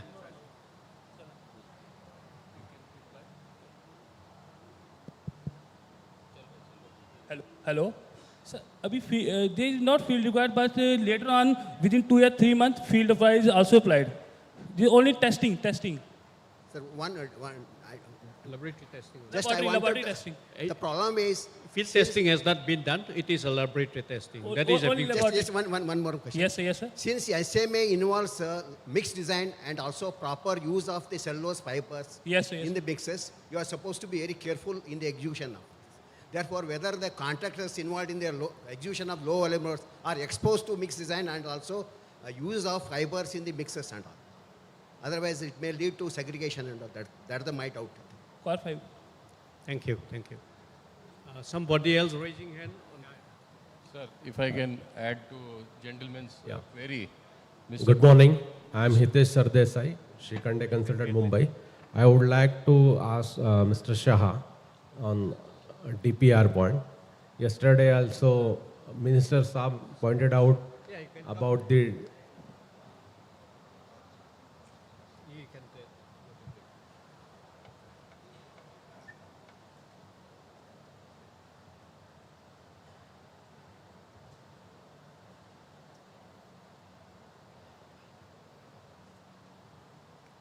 Can I ask? Yeah. Yes, please. Yesterday also Minister Saab pointed out the COS, DPR deficiencies, all these things. What is your point of view if you allot the more time to the EPC contractor, since the EPC contractor he is responsible for engineering, procurement and execution part. So if you allow more time to the contractor, can this problem can be solved as the COS and all these things? That is my question. Thank you. Thank you. Sir, this contract, EPC and HAM, as we know that it has come from FIDIC. And in this FIDIC, the risks are allotted amongst different parties. A risk is allocated amongst different parties. Now, say for example, I say two parties. One is the authority, another is the execution agency. Now, for your case, if it is EPC contract, now the question is, if we allow so much of flexibility with the EPC contractor, what is going to happen? Now, say for example, we do not do that. I go do it on the other way around. Where are we going back? Are we going back to the DPR procurement model, where we do everything, prepare the drawing and give it for execution? Here the objective was to get the complete expertise of both the parties. Like for there can be two reasons why we do not want to give so much of flexibility to the agency. One might be we do not have trust about their technical credibility. The second one might be, I would say that procedural inertia, because earlier the authority used to check and the other party used to follow. Here it is not the case. There are certain things where authority is the authority. There are certain cases where the execution agency is the authority.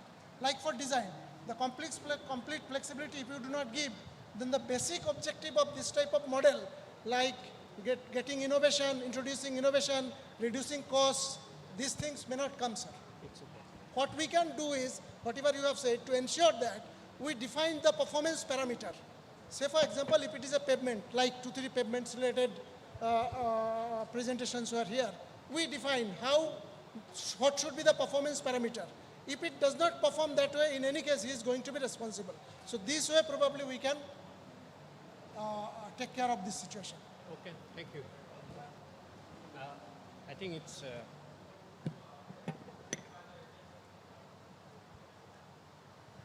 Hello.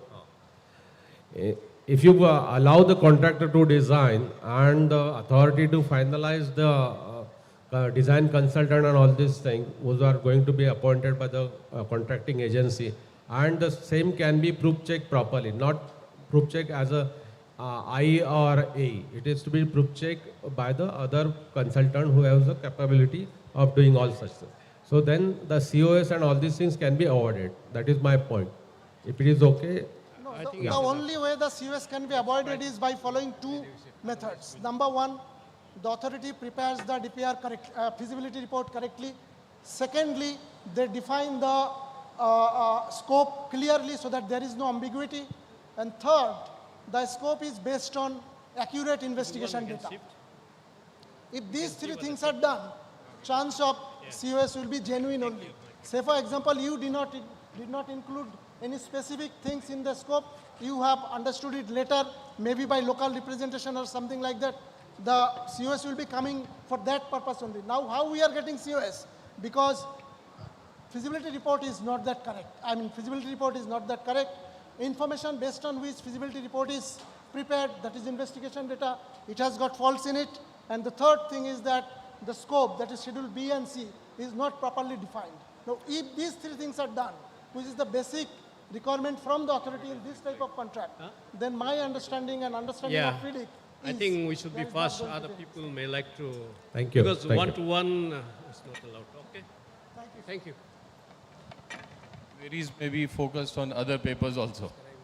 So my question is Mr. Tarun Gupta regarding Yes, using sir. SMA layer for optimizing the cost in low volume road. Yes, sir.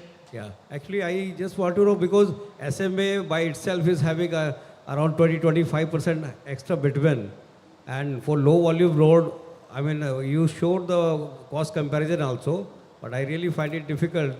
I mean having some thickness less and how it is more economical compared to that. That is one part. Second aspect, with PMGSY work, even for national highway work, which is high value, high volume, high quantity, large contractors are there. They struggle to get the good quality for SMA work. So we have a lot of failure in NH also. For SMA, which are very low value, smaller contractor comparatively, it will be really challenge for anybody to get the quality. So this is my view. Maybe you can explain. Sir, for PMJS road, firstly thickness that is a 70 mm for BM plus OGPC. It should be reduced by 40 mm. The thickness should be reduced. And aggregate, the testing that we in the Jammu, the aggregate will be available locally available. For available that 19 mm to 4.75 is easily available for that. We have to take the rate analysis. Finally, like you said, for BC with VG40 is 8,000. You Sir, can say. VG40, there will be two criteria. That is the bitumen film thickness for the SML is more than the BC layer. And IRC also recommended when the traffic category 20-30 ms, we have to use SMA. So that is SMA should be used in the BC also used. लेकिन वही बात आ गई कि bitumen film thickness की बात आ गई कि और फिलर टू बाइडर कंटेंट की भी बात आ गई कि बीसी में काम है तो इस बीसी में जो है ये सेटिस्फाई कर रहा है सर एज पर IRC 135 2022 में sir. Fine. Thank you. And my another, I want to congratulate Dr. please Nikhil brief. Sabu. Nikhil Sabu for very practical solution to grading of bitumen, which is for the practicing engineers a big challenge. So I have no question. Just I want to say thank you. And also Miss Atashi Das, she did a practical problem for all the practicing engineers. That's going to be, maybe it is just learning, maybe we can utilize further to make it better and better. Thank you. Thanks. One more interaction from the floor will be taken.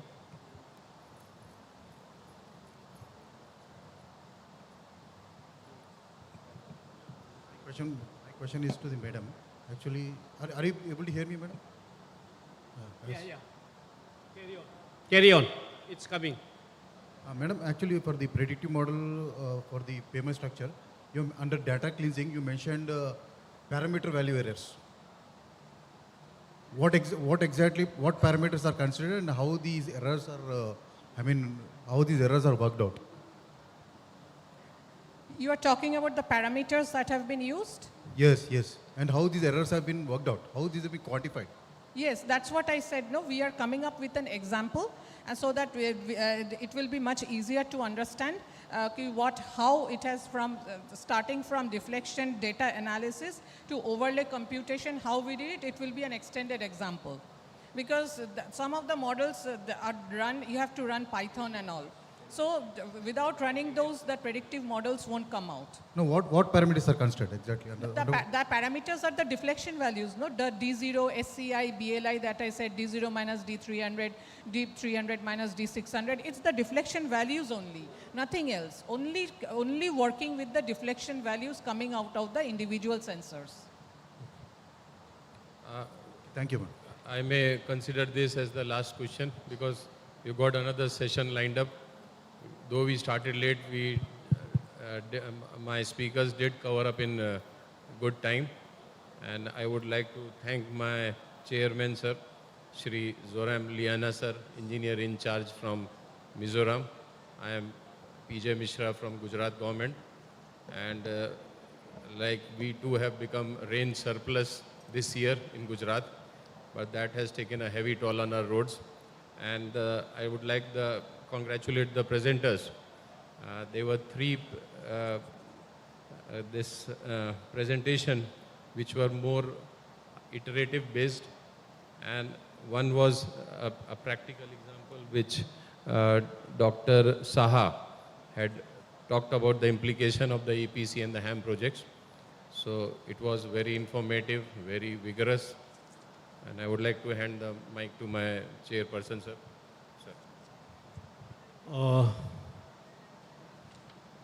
Thank you to all the presenters. I will not mention their names because we have been mentioning. And it was quite an interesting presentations like IIT R and BBM innovative tools produce durable bituminous mixture. You know, bituminous mix has been very complicated, time dependent, temperature dependent, and environmental dependent. So all these things, weather also, and the same thing, this stone matrix asphalt, they are more or less similar in a way. And I can see that they are going on a coarser and better coating of bituminous surface. I have been experienced and I have been working on this bituminous concrete for quite a long time. I have developed bituminous arithmetical method of bituminous mix design, computer program as well for my own use. So I found these two papers very interesting because when you use a coarser aggregate, bituminous coating is better. And bituminous contents depend on your water absorption because if it is a coal mix, there's a little absorption by the aggregate. If it is a hot mix, being bituminous thinner, aggregate absorbs, so it requires more bitumen. So in this case, they are working on a coarser aggregate, and which reduces the surface area of the mix. So bituminous is more economically or efficiently used to coat. And for low volume traffic, in fact, damage of road occurs due to rain, due to temperature, due to oxidation. So all these things are avoided and it lasts longer, in fact.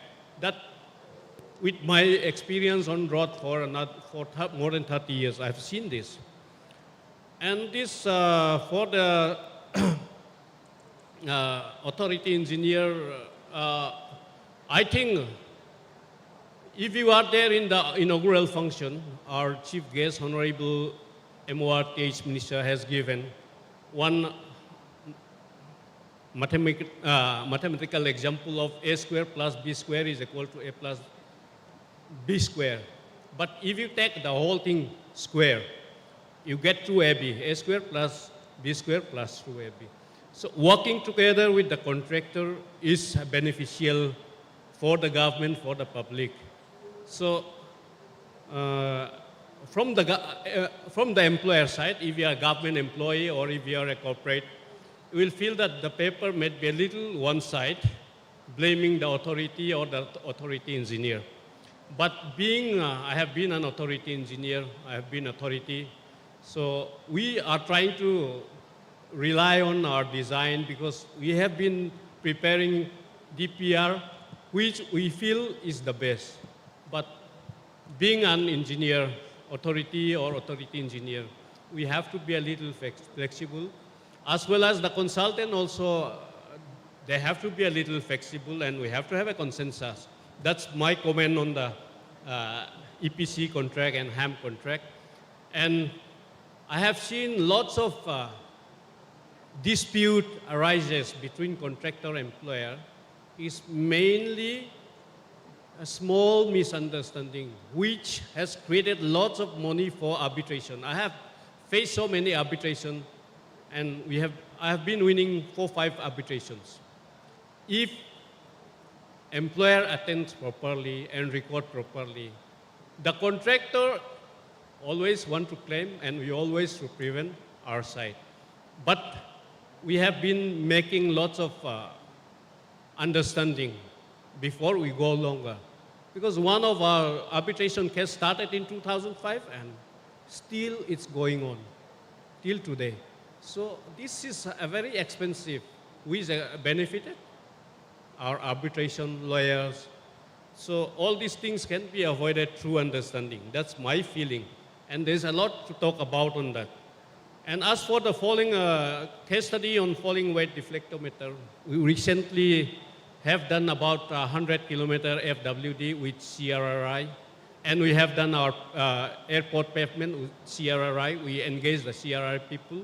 I have seen this FWD has been a useful tool, and the work of Ms. Atashida's GR Infra project is appreciable, and it's a very interesting present. And with that, I will conclude our concluding remark from the chair and co-chairman, and I would like to thank all the presenters and co-chairman, Mr. Mishra. We have been knowing each other. And today, luckily, we sit together on this stage. This is a very fortunate for us, and we also thanks to the IRC officials for giving us this chance. And thank you to all of you. Sure. Thank you so much, sir. Requesting everyone to please stay back with us for a few more minutes. Now I request Chair of the Station, Shri H. Juramyalan ji, to give a moment to Dr. Nikhil Sabu, Shri Dheeraj Mehta, Shri Avnish Sharma, Shri Ranjit Kumar from IIT Roorkee, requesting Dr. Nikhil Sabu to please step forward.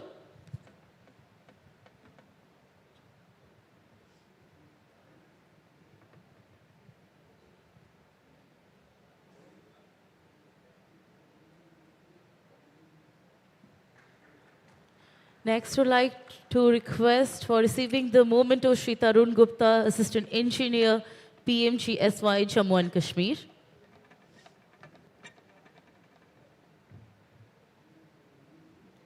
Now, I request co-chair of the session, Shri Patanjali Mishra ji, to give memento to Dr. Dulal Chandra Shah, Managing Director, Infrastructure Design Consultant Private Limited, and Dr. Sanjeevani D. Nigadesha, Executive Engineer, PWD Maharashtra.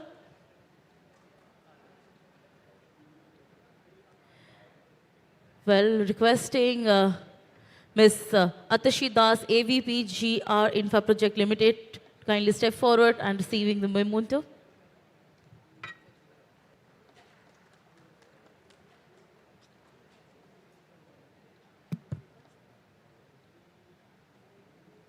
And now, last but not the least, most important, would like to request Shri Narendra Kumar Ghadaichi, Superintending Engineer, Work Department, Government of Odisha, to please come on the dais and felicitate the chairman of the station and the co-chairman of the station.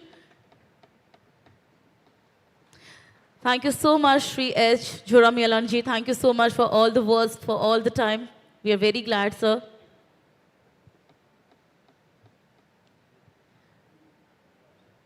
Thank you so much, the co-chair of the session, Shri Patanjali Mishra ji, for your valuable time.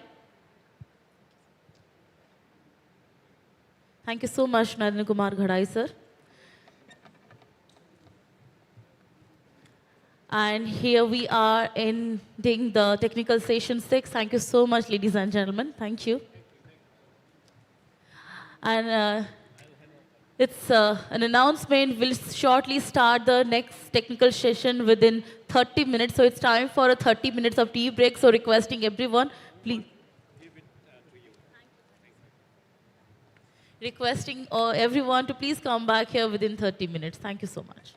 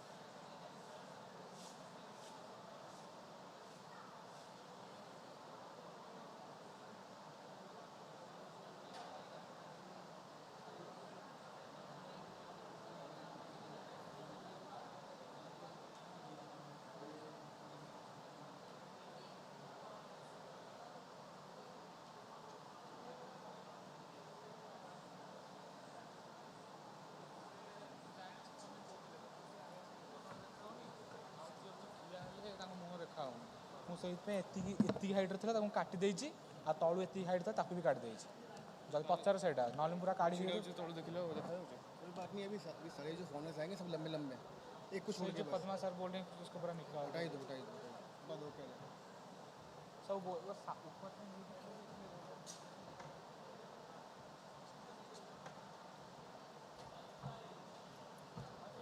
ठीक है सुनो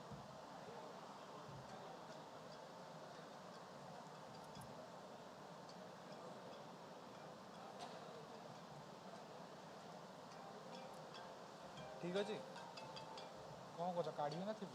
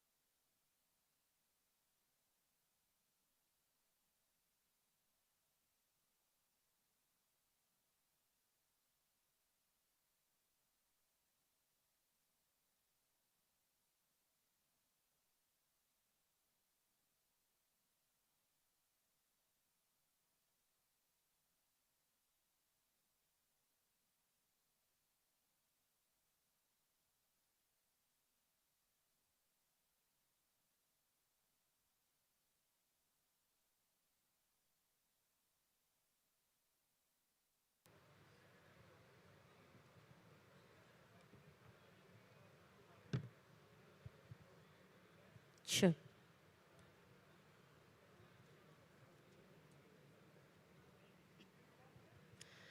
Namaskar, everyone. Welcome to the technical session 8, presentation by international organization and multilateral agencies. So requesting everyone before we begin, kindly sit down, kindly settle down. It's a kind request to everybody. And now let me take the honor and welcome and introduce the chairman of the session, Shri Jitendra Prasad, ADGBR, Eastern Sector BRO. Let's give a big hand and let's welcome Shri Jitendra Prasad, sir, on the dais.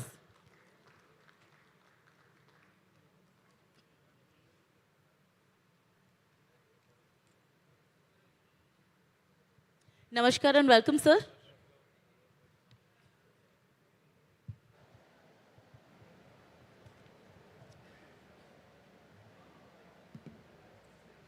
And now, let me welcome the co-chair of the session to the dais, Sri Ravindra Kumar, Chief Scientist, CRRI. Let's give a big hand and let's welcome our respected co-chair to the dais. Namaskar and welcome, sir.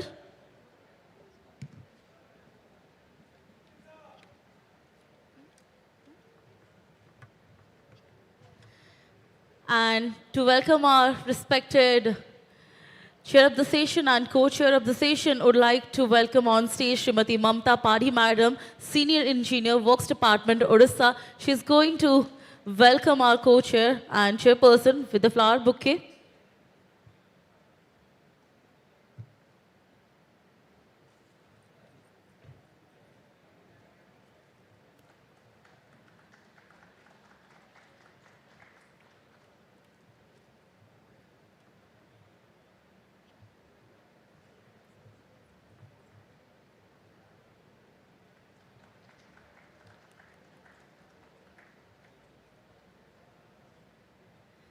Thank you so much, Mamta Padhi Madam. Thank you.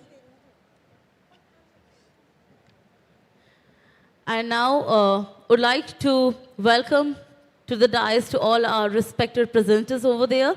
So first of all, let me welcome Miss Cecilia Fabian Cadeja, Transport Specialist and currently serving on the IRC H7 committee. Let's welcome her to the dais with a big round of applause.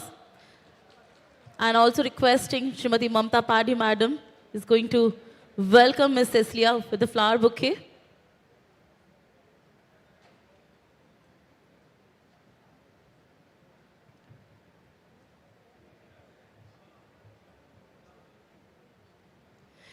Can we have our next presenter, Mr. Junmo Seong, KEC long-term expert to NHAI, Korea Express Corporation, KEC. Let's give a big hand and let's welcome sir to the dais.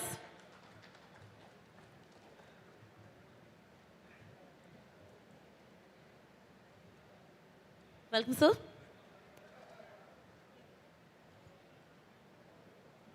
Also requesting Mamta Padhi Madam is going to give a bouquet and welcome Mr. Junmo Seong. Next presenter, I would like to welcome Mr. Michiya Kitayama, Director Representative in India, Enexo India Private Limited. Let's give a big hand and let's welcome him.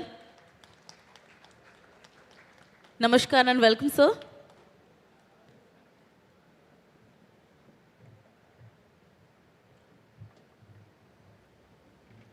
Our next presenter, would like to welcome him, Mr. Richard Wex, National Technical Leader, Infrastructure Measurement, NTRO. Namaskar and welcome, sir.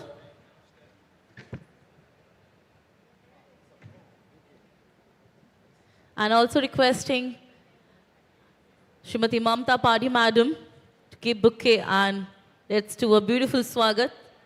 Our next presenter I would like to call on the dais Dr. John Lauren from Canada. Let's give a big hand and let's welcome him.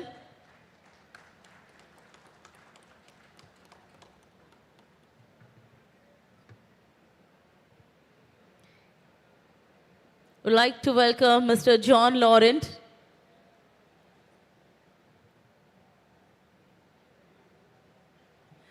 All right, now I request our chairman of the session, Sri Jitendra Prasad sir, to start the session with his open mic remix.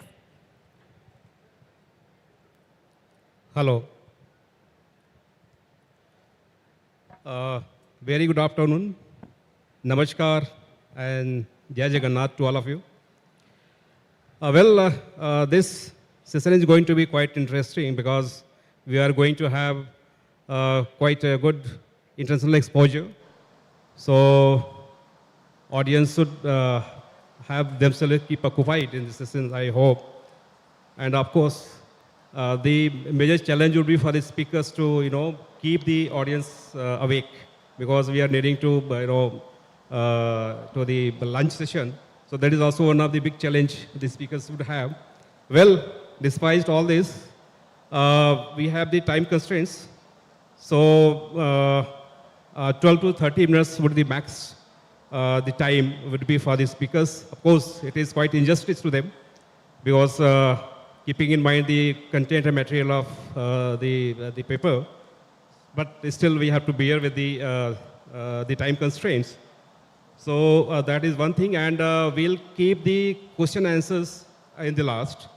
And so without wasting time, let me give the first exposure to the topic, that is World Bank's engagement in India, road safety initiatives and success stories by Ms. Cecilia Fabian Careja, transport specialist and currently serving on the IRC S7 committee.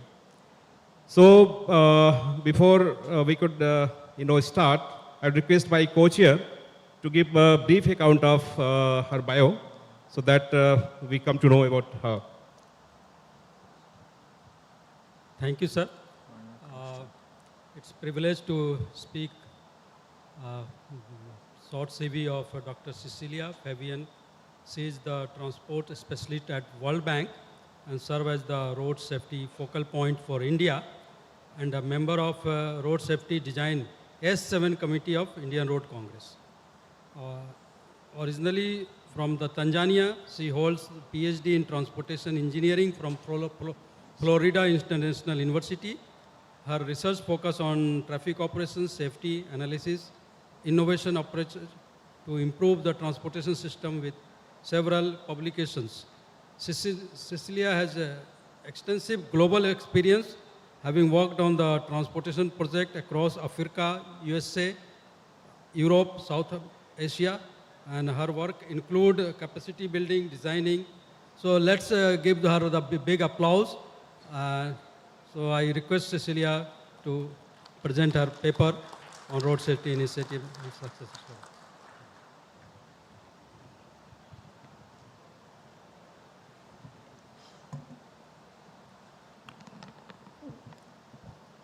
Good afternoon, everyone. I'm honored to be here and I represent the World Bank.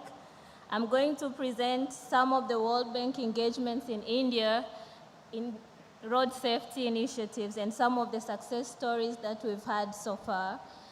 The World Bank, through our IBRD and IDA arms, has played a significant role in advancing road safety in India. And some of the work that we do are collaborative efforts between government agencies and private sector, and we've worked with a number of people, including our co-chair today. We've worked with him in several projects at the World Bank. So since 2001, the World Bank has been actively engaged in road safety in India, and we've supported development with upwards of 250 million on road safety in a big portfolio of upwards of 1 billion investments in India. And the engagements have evolved from pure infrastructure to more holistic road safety initiatives, including campaigns, capacity building, and emphasizing on network level safety, and also prioritizing construction safety as well, because a lot of our projects involve construction of infrastructure in the country. So at a national level, we have, I think, yeah. So I'm displaying a number of projects that are either in a pipeline or ongoing or recently completed projects. We've covered a wide range of states. I'm very much involved in the northeast part of Assam and Meghalaya. We have 2 projects in the pipeline, and also we have 2 projects that are under implementation right now in the region. And all our projects have a component of road safety. So we have either an infrastructure improvement component, capacity building or management, or strengthening the institutional capacity of the clients in these different states. So at a national level, we also have the Green National Highway Project, which is almost ending now, and it has a lot of components in road safety auditing, and also speed management. So a big portion of our effort in road safety are first covered under projects, and second under technical advisory through different mediums. Just to summarize, at the country level, we've been involved in advocating towards the National Road Safety Policy and Vision. We are also looking at the road safety action plans for nationwide. At state level, we improved the overall policy institution and monitoring the financial framework and integrating road safety standards in our projects. So from the project inception design, from during the construction period and after construction, to involve all aspects of road safety, and also multi-sectoral road safety demonstration. For example, corridor approach, we have had projects, for example, in Rajasthan, we recently developed a road safety action plan, which is now being implemented, and we are looking at other states. For example, in Assam, we have a road safety action plan, and it's going to be implemented. In other states like Meghalaya, also they are developing a road safety action plan, and so these are some of the things that will be implemented for it, not just the road action plan for documentation, but also to follow up through implementation and improve road safety in these states. But we also collaborate with other partners. For example, the Bloomberg Initiative, we've done some city-level projects. For example, in Mumbai, we improved about 200 kilometers of roads. In Chennai, and we also provide technical and support capacity building at city levels. So just to summarize on what areas of engagement that the World Bank is involved at a national level, at a very high level in policy. So you look at governance schemes, policies, management capacity, and also capacity building at management level. Our global unit provides training for road safety management at high levels of government, for example, with the national, the MOTH, and other private sectors. Also at legislation, for example, the Motor Vehicle Act that was enacted. Also vision and accountability for the legislation also supports. And institutional capacity has been an integral part of our engagement. For example, we've done at different level, national level, state level, and city level to improve the institutional capacity on different areas of road safety. Another area is codes, guideline, and research. So funding for research work, research audit, road safety audit and accreditation, and I see that the IRC has provided a curriculum for 15 days of training for these auditors, which will be offered by different institutions.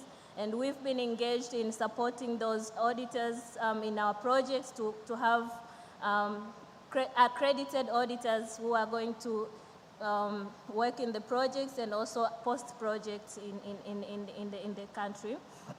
Also in updating the enforcement and codes. Currently we have one, we are updating the IRC SP 41. That is, I believe it's with the committee in revision, and that will be adopted for intersection safety, but we also collaborate with research institutions and academia. We've worked with IIT, Delhi, Guwahati, and other institutions to deliver either capacity building or to improve guidelines, research work, and we work also with CRI to develop different guidelines in climate, resilience, road safety, and improvement of capacity building for different institutions. In operations, which is mainly where most of our fundings go, we work with, during construction phase, to ensure that our projects are built according to the standards. So for example, work zone following the IRC SP 55, and also to have the contractors be responsible for following the codes. Enhancement of contractual conditions, for example, what are the penalties if the contractors fail to implement certain measures in our operations, and also to implement work zone safety or labor safety in the projects. Another area where we we are exploring and we are going to focus more is the private sector engagement. So working with concessionaires who are on our highway projects, or private sectors who are monitoring and operating our roadways, and to just impose different KPIs that will improve safety and resilience of the roadways. So this is the guideline for design of at-grade intersections in rural and urban areas, IRC SP 41, which is under revision, and it was supported by the World Bank. But we've done a number of capacity building initiatives. For example, last year in Assam, we delivered training to more than 1,000 government and police officers who were trained on post-crash care. We were trained on investigation of crashes, and also in work zone safety. And this has been done in Assam, but in also other states under the Green National Highway Project.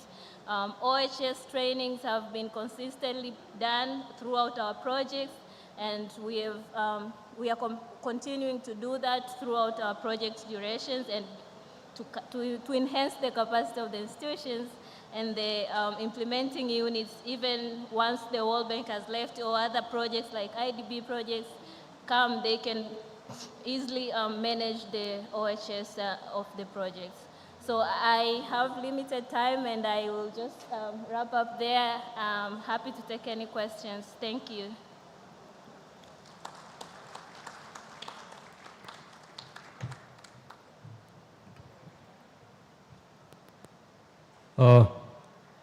Thank you, Cecilia, firstly, because you finished well in time.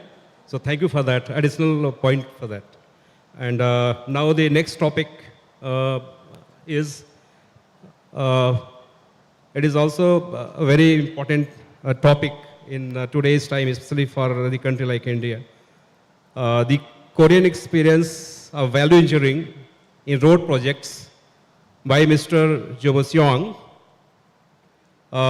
He is a KAC long-term expert to NHI, and also is part of Korea Expressway Corporation. So now I'll request my co-chair, Dr. Ravindra Kumar, to give a brief. Thank you, sir.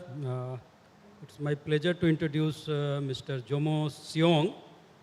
He's a highway and transport expert, currently serving at National Highway Authority of India in New Delhi, under official collaboration between NHI and Korean Expressway Corporation, KEC.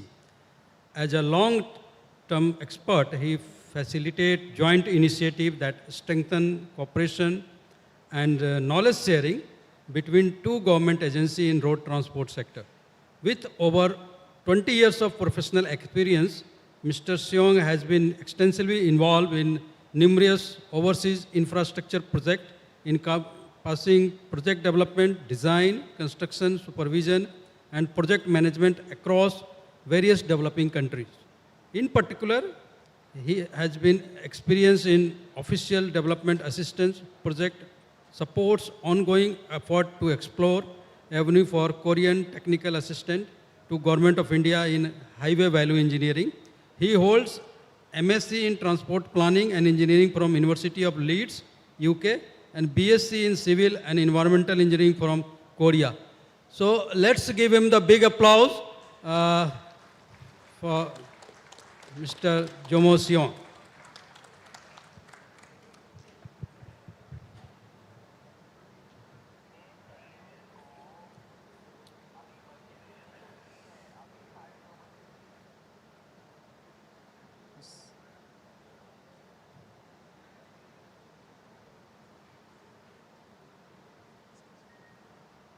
Hala.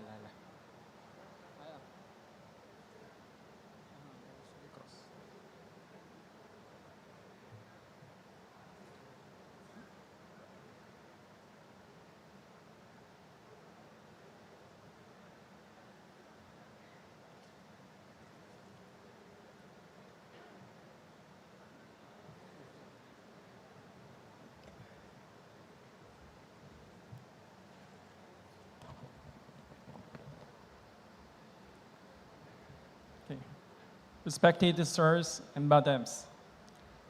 Namaste. Namaste.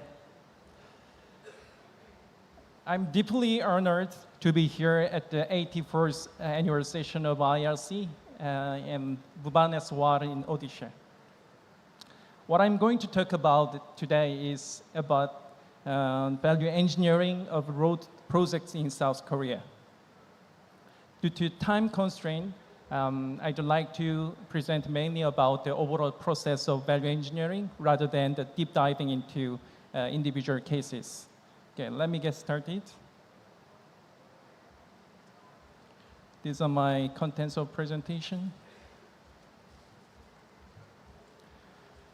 Before we touch today's topic, let me briefly introduce Korea Expressway Corporation.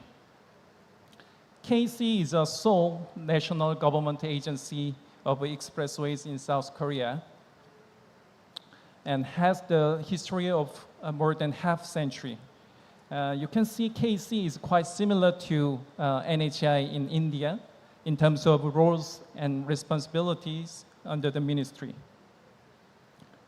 South Korea has about 5,000 kilometer expressway network across the country, and out of that, the KC is covering 4,300 kilometers expressway network except PPP-based expressways.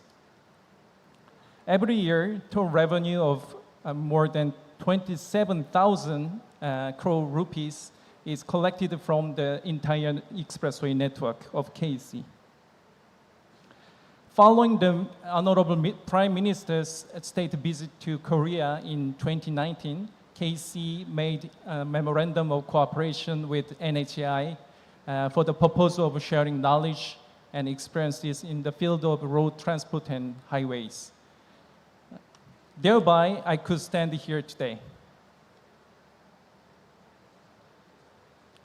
Okay, let me get into the value engineering. Value engineering is a systematic approach to literally improve the value of goods, services, or projects by enhancing their functionality as well as minimizing the life cycle costs. It can be carried out throughout the whole life of expressway projects from planning to maintenance stage. The value is the ratio of function to cost. There are 4 types of value increases cases, as shown in the screen. However, the last one, the function emphasis case, is hardly acceptable from an employer's perspective. This is because as an employer, it's quite difficult to accept the cost increase in the project. As you can see from the graph on the right-hand side, the impact of value engineering is the greatest at the early stage of design. This is because a variety of design alternatives can be drawn at the beginning of the design stage, but as time goes on, there will be very limited options to choose at the end of design.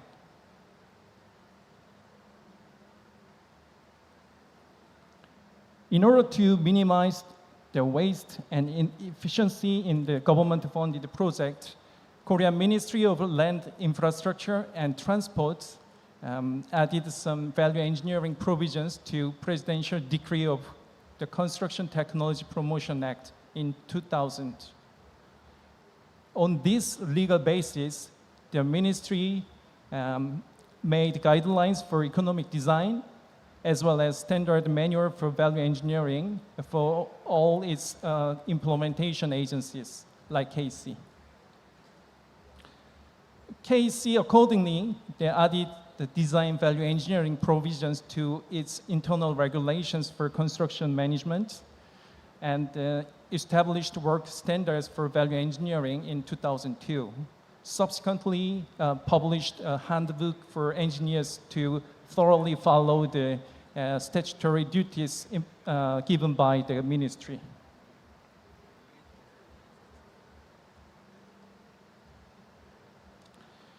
let's take a look at which kind of projects are supposed to go through the value engineering process.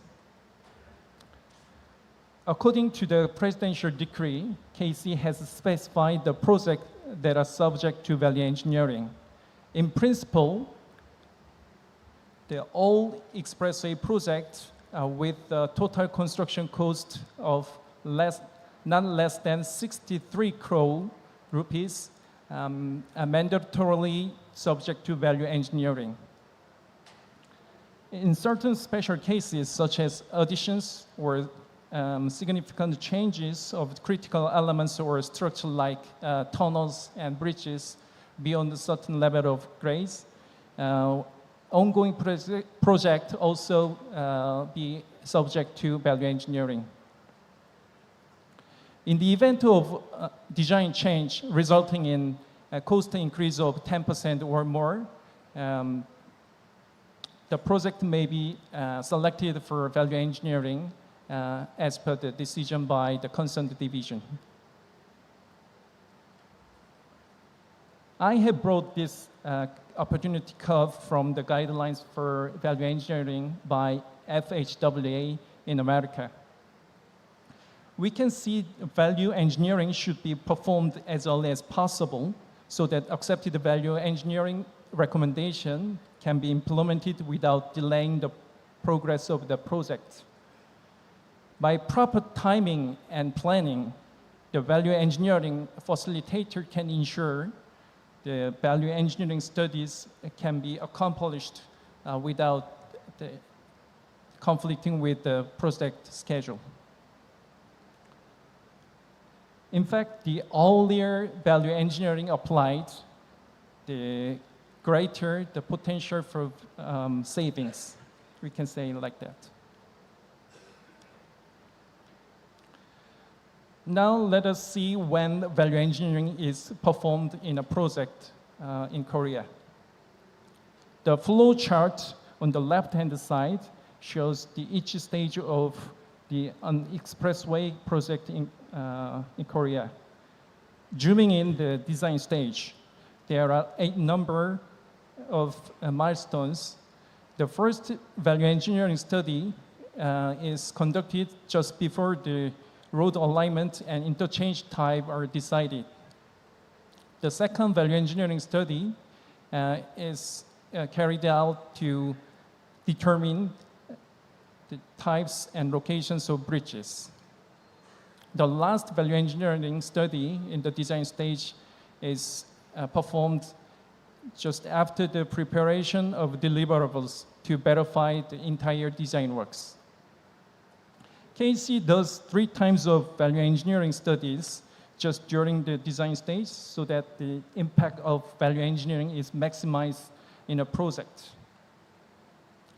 During the construction stage, we do encourage the contractors to propose as many proposals as possible in the form of VECP, Value Engineering Change Proposal, by allowing them to get incentives of 70% of the savings from value engineering.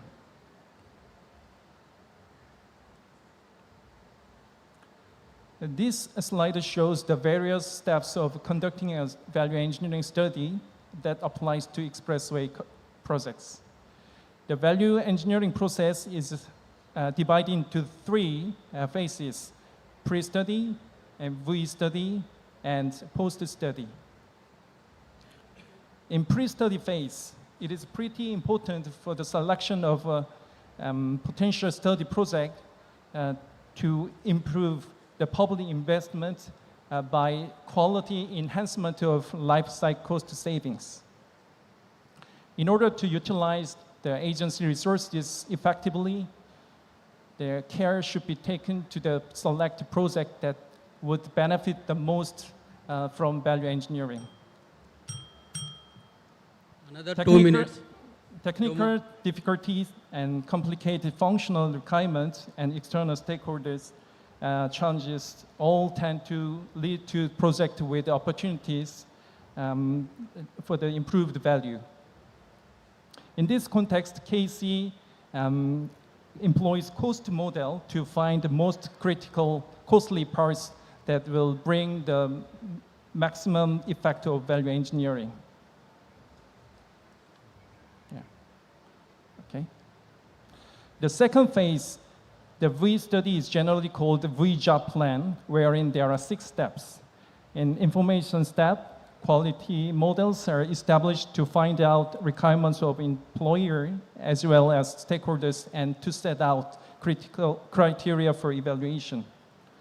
In this step, analytic hierarchy process, AHP, is adopted to obtain the weights of performance items, which will later be used in the performance evaluation. This is a matrix of AHP, which is multi-criteria decision-making method. AHP uses pairwise comparisons to evaluate how important different criteria relate relative to each other and how well the alternatives meet those criteria. By doing this, we can obtain weights to be used in the performance evaluation step. Okay. In function analysis step, the V team identifies the elements with the greatest potential for improvement in function by 4-step activities.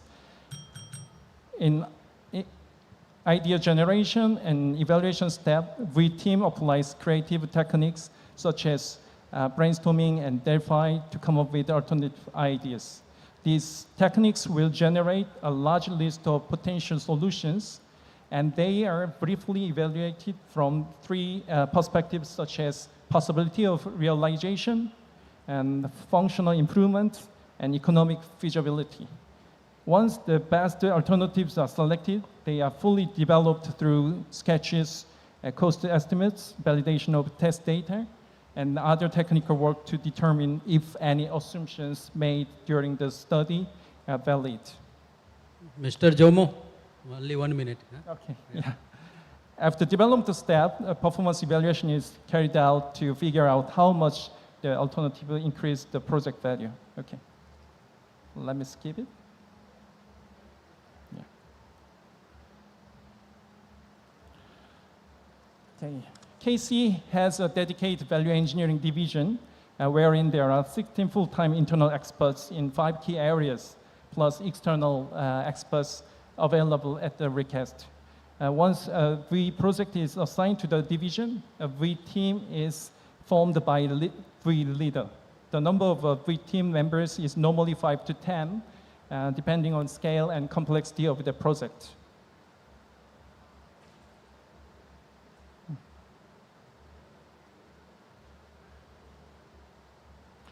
Okay, KC annually hosts the construction value engineering competition to encourage contractors to propose the innovative V ideas that contribute to the cost reduction. Okay. The last slide. To share the value engineering ideas, the entire construction industry, the ministry established the online platform where everyone can access the information and data of value engineering. Okay. This is all for my presentation. Thank you. Thank you. Hello. Thank you, Mr. Jimo, for giving great insight into the value engineering. In fact, your topic has added great value to this session. Thank you very much.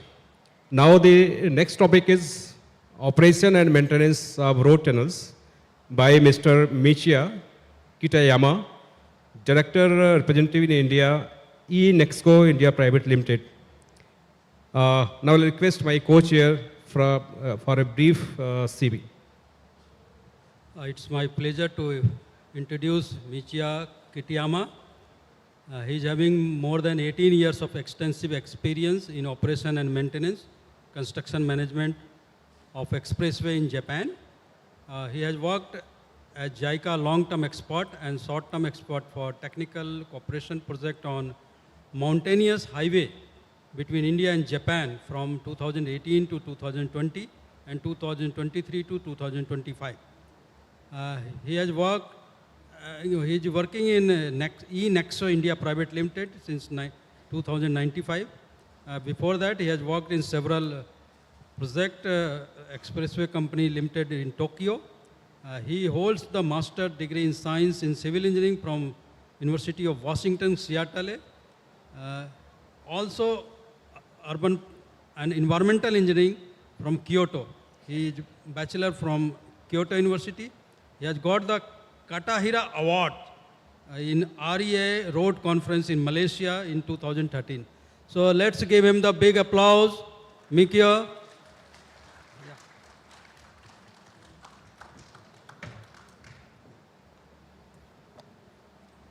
Thank you, Chairman. My name is Kitayama. I'm working for eNexco India as a director. Today, I would like to talk about operation and maintenance of road tunnel, especially focusing on tunnel inspection and also rehabilitation against the deformation caused by landslide. So firstly, I would like to talk about my parent company of East Nippon Expressway Company, eNexco India, eNexco Japan. eNexco Japan operates about 3,900 kilometers of expressways in eastern part of Japan, including Tokyo. Our network extends from mountain to marine and rural to urban area. We conduct a variety of operation maintenance to secure safe, reliable, and comfortable expressway service 24/7. This is just an overview of my eNexco India based in Gurgaon, and we provide technical service and engineering service to Indian companies. So let me move on to the introduction part. Japan is located in the South Pacific Ring of Fire, so about 70% of Japan is covered by mountain and forests. In the process of expressway development has started from late 1950s, and in the process of expressway development, we constructed many mountain tunnels. Blue bar chart shows a number of mountain tunnels constructed by years from late 1950s to 2020. Now we operate and manages about more than 500 mountainous expressway tunnels. This is just example of our longest expressway tunnels called Kanes Tunnel, and the length is more than about 11 kilometers. So let me move to the first topic of tunnel inspection. This slide shows a variety of tunnel inspections conducted our company. A detailed inspection in the bottom of this slide shows is a core part of inspection. Detailed inspection we conduct by manually and by moving NSV vehicle. This is just a principle of the tunnel inspection using NSV vehicle. And from the running vehicle, we capture the image of the tunnel lining surface by high-resolution color line sensor camera. And then we capture images of tunnel concrete. From this image, we develop a crack diagram to analyze the deformation caused by several factors. This is just example of the crack diagram we prepared based by the captured image. The reason why we prepare this kind of crack diagram is to understand or analyze what is the what is the factor of the tunnel deformation?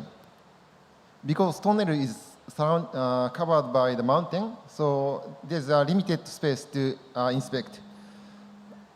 Based on our experience, based on the pattern or location or thickness of the crack, there are several possible reasons or factors to cause such damages. This slide shows just an example of the deformation caused by the cavity of the cavity behind the tunnel lining. In this case, there might be critical risk which the tunnel lining collapse and may pose a severe risk to the tunnel users.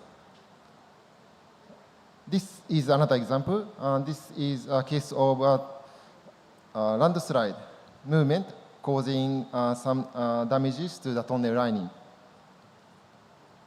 So based on Japanese experience, there are several challenging ground conditions. And second topic, I would like to talk about the example or case which slope failure cause severe or critical damage to the tunnel concrete lining. So this is a case of Fumiozan Tunnel in northern Japan on Yamagata Expressway. This tunnel was constructed from 1995 to 1997 and opened to the public 1999, about 25 years ago. Before the DPR stage, we conducted intensive survey and investigations. And left-hand side figure shows the plan view of the expressway. And expressway ran along the water reservoir. And across the expressway, we identified the severe landslide block identified. So based on the survey conducted, we conducted countermeasure work against the landslide block, including deep foundation pile, steel tube pile, and groundwater removal work. Even though in operation maintenance stage, later after the opening to the public, in 2014, we identified severe displacement occurred inside the tunnel. As you can see, right-hand side and upper part of the picture, there is a severe movement of the tunnel lining. So we conducted additional survey and investigation, and also conducted monitoring, continuous monitoring throughout the years. Based on this investigation, we identified an additional landslide block behind the firstly identified landslide block. In the construction stage in late 1990s, we identified the blue dot dash lined landslide, but in late 2010, during operation and maintenance stage, we identified additional landslide block colored in red line. Based on this information, we also conducted intensive geological geotechnical survey and identify the location and situation of the landslide block. So based on this investigation, we conducted additional countermeasures, including drainage well, horizontal and also horizontal drainage boring. Now, we are monitoring the effectiveness of this countermeasure work, and after confirming these countermeasures is effective and displacement is settled, we will conduct the tunnel repair and strengthening work in the near future. This is the end of my presentation, and thank you very much for your kind attention.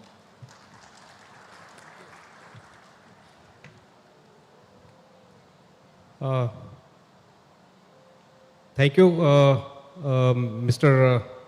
Michiya Kitayama.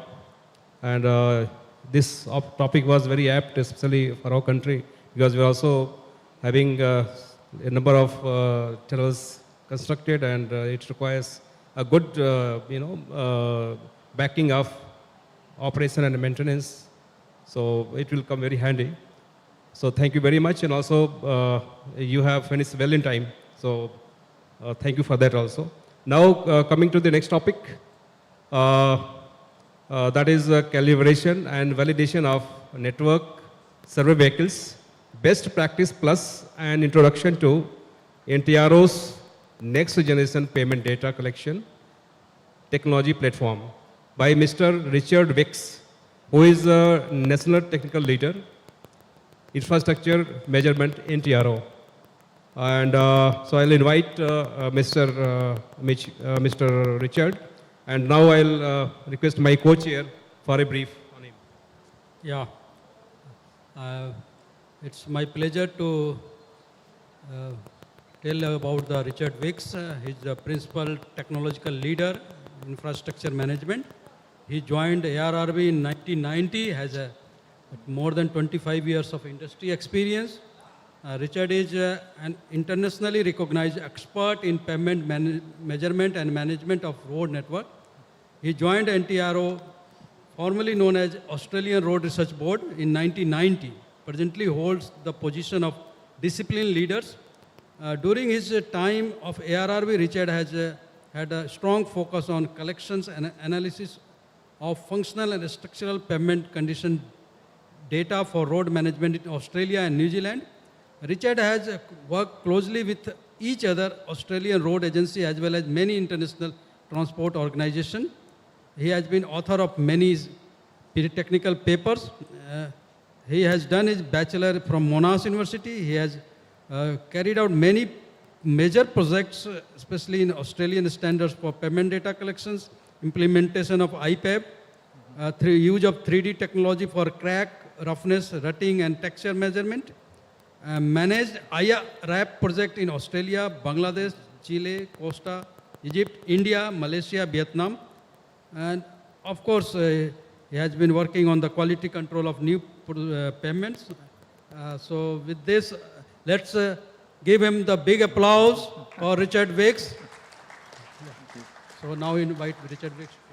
Thank you, Mr. Prasad, Mr. Kumar, and fellow presenters and everyone in the audience today. It's nice to be here in Bhubaneswar in Odisha. A big highlight for me. So I had a really long title for my talk. I've broken it down a little bit. We'll talk about NSV, Network Survey Vehicle Validation, and a bit on data reform and some of the work we're doing.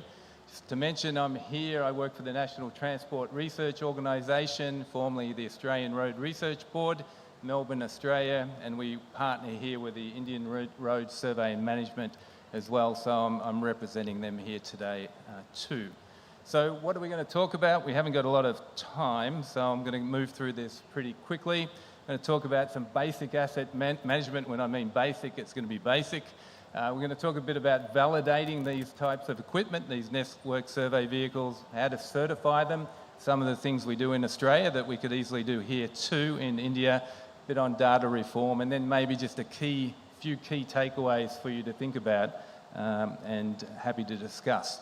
So this is your typical asset management cycle. There's so many different portions to it. We're looking at this flashing one here, the collection of data.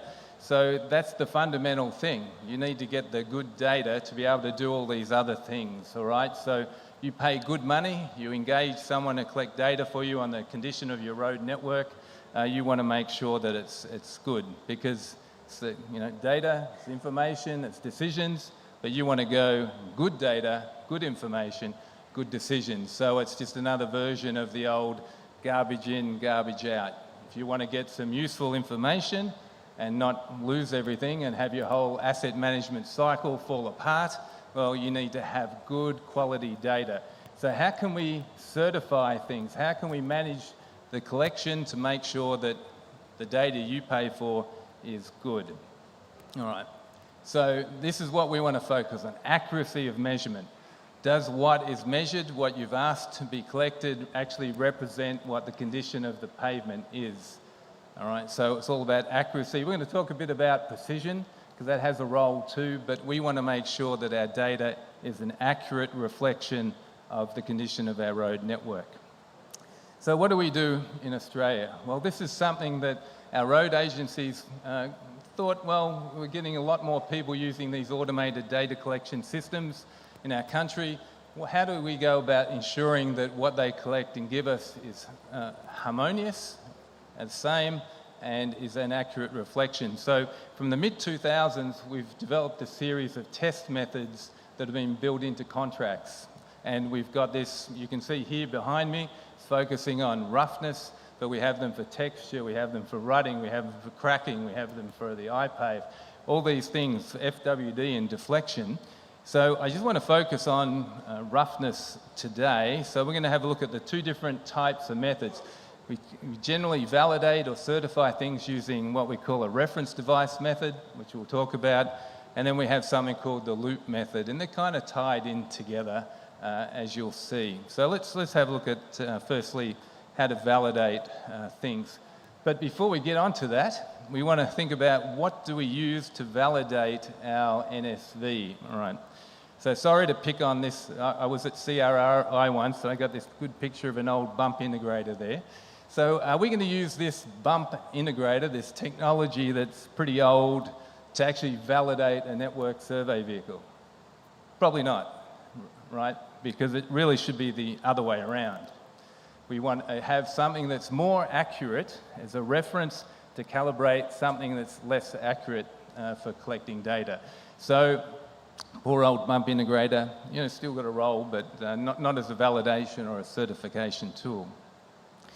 So what our test method HAZUS does is go out and find some sites, and then we use a reference device, and you see here it's the ARB Systems walking profiler that we use, and we go and select sites that have certain parameters, and you're not going to be able to read this, but it just goes to show we've got 5 sites. They need to be at least 500 metres long, and they have to represent different levels of roughness. So we get a whole range of roughness that you would expect to see on your road network, so we can make sure that when we run our NSV over it, that it's collecting data and being assessed on the type of levels or the level of roughness that you would expect on your network. Now, one thing I'll say about that, this is an expensive process. You know, for each 5 sites, probably takes a week to collect manually. You've got to shut down the road, you've got to collect the data, you've got to run your other vehicles over it. So it's very good, but expensive. And one of the biggest challenges is finding the sites that actually match what the standards tell you to do in the range of roughness or texture or rutting, whatever it is. But at the end of it, you've got your ground truth measurement measured by your reference device, this walking profiler in this case. Then we've run our vehicles over it, and look at that. We get a nice correlation. So we've got this NSV now becomes like a golden vehicle for measuring road roughness for us, for the IRI. So we can have great faith in the results from that device that it's actually measuring the right roughness conditions on the road. So once we've got this vehicle referenced, that's traceable to this standard, well, then what we can do is we can use that device to go out and collect data on other sites. And so as a national organisation, we have numerous test sites or validation loops, we call them, around the country. Here's one that we have in Brisbane, just north of the, in southeast Queensland. Now it's a loop, but it's just both sides of the road. So, you know, we go up one way, cut out the bit where we turn around and come back. So we can survey that with our golden device, and then we can run all our other equipment. Now we've got, you know, 3, 4 iPaves and numerous multi-layer NSVs and the like. So we run it and we can compare them, and we can have some sense of surety that the outputs from them are representative of the road because they agree with each other. So there's our golden vehicle there again.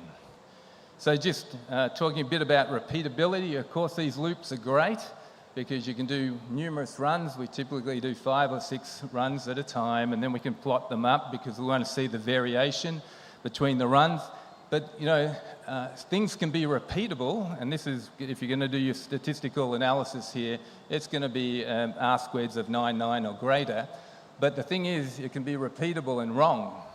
So we need to focus on that reproducibility too. So we need to see how a different device really relates with our golden device as well to see if it makes the grade. So this is some data from our IPAVE or a TSD. You can see here SCI 200. Again, that's repeatable. So we can use these sites, like I said, for a variety of different parameters that we're measuring. Now, this is the one I was thinking of. So reproducibility, this is 2 separate devices. This is an NSV versus an IPAVE. Just measuring roughness, average roughness on that test site. And you can see pretty much, there's a little bit of variation here and there. But again, statistically, that's pretty good. It meets all the test method specifications for us. So we can be sure that if we've got the IPAVE doing work, or we've got our NSV collecting that data, that what they're reporting is accurate and is the same, and we've got the uniformity of measurement across the state. So what that means, what we also do is we actually certify profilers in Australia, so the state road agency have us as a government body, or semi-government body, in New South Wales and Queensland to set up certification sites, and people actually come to run their profilers against the results from our golden vehicle, and then they get certified for being able to collect data elsewhere in the country. And that's a paid-for service. So it's not much. I think it's a couple of $1,000, $3,000, and you can get your vehicle certified, so you actually have a certificate to say, hey, I passed this test. The data I collect should be okay. And that's all in line with this loop method in this case. So each person who gets certified or vehicle gets a certificate, and you can see the statistical relationship there too.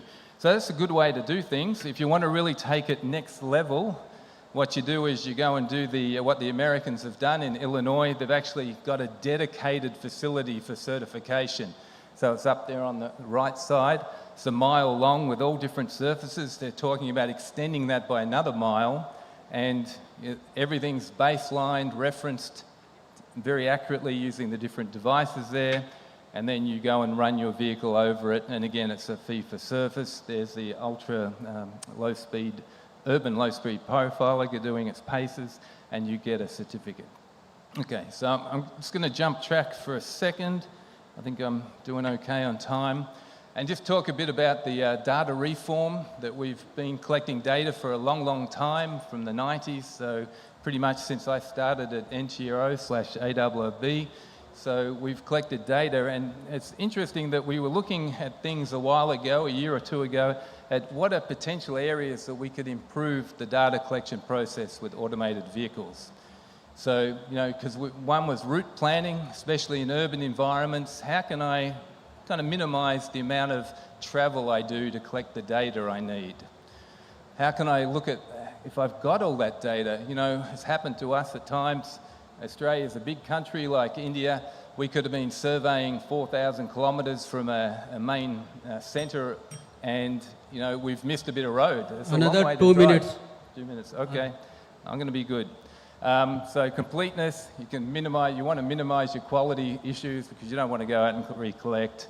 And then, of course, it's great to get the results quicker than maybe usually. You might have to wait a couple of weeks or more for them.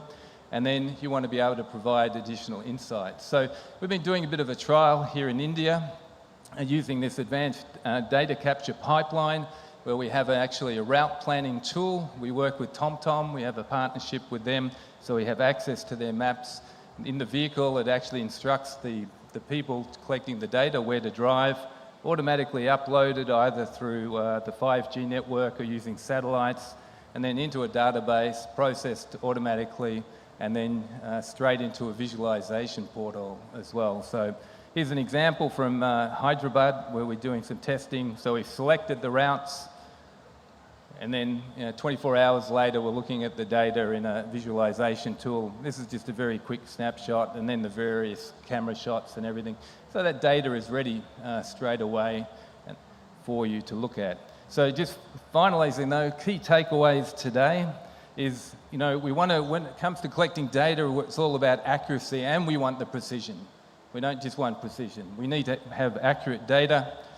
We've got to think about what we use to validate things. I'm jumping here, but what about validating an IPAVE? Do we use the FWD? Well, you can, but you've got to remember that the results are going to be a little bit different because they don't measure things exactly the same way. And then finally, so here, this sums it all up. So I've got a cricket bat. We all have a cricket bat. How well do we use that cricket bat? If I'm Virat Kohli or a Harmanpreet, and congratulations to the Indians women's cricket team for world champions there, imagine how they would use that bat compared to you and I. And the same thing is this man behind me is going to talk about this. Just because I've got a pair of PaveMetrics LCMS 2 sensors, does that mean I'm going to generate exactly the same results as the next person who has a system like that? So that's something to think about. Maybe, John, you can answer that question.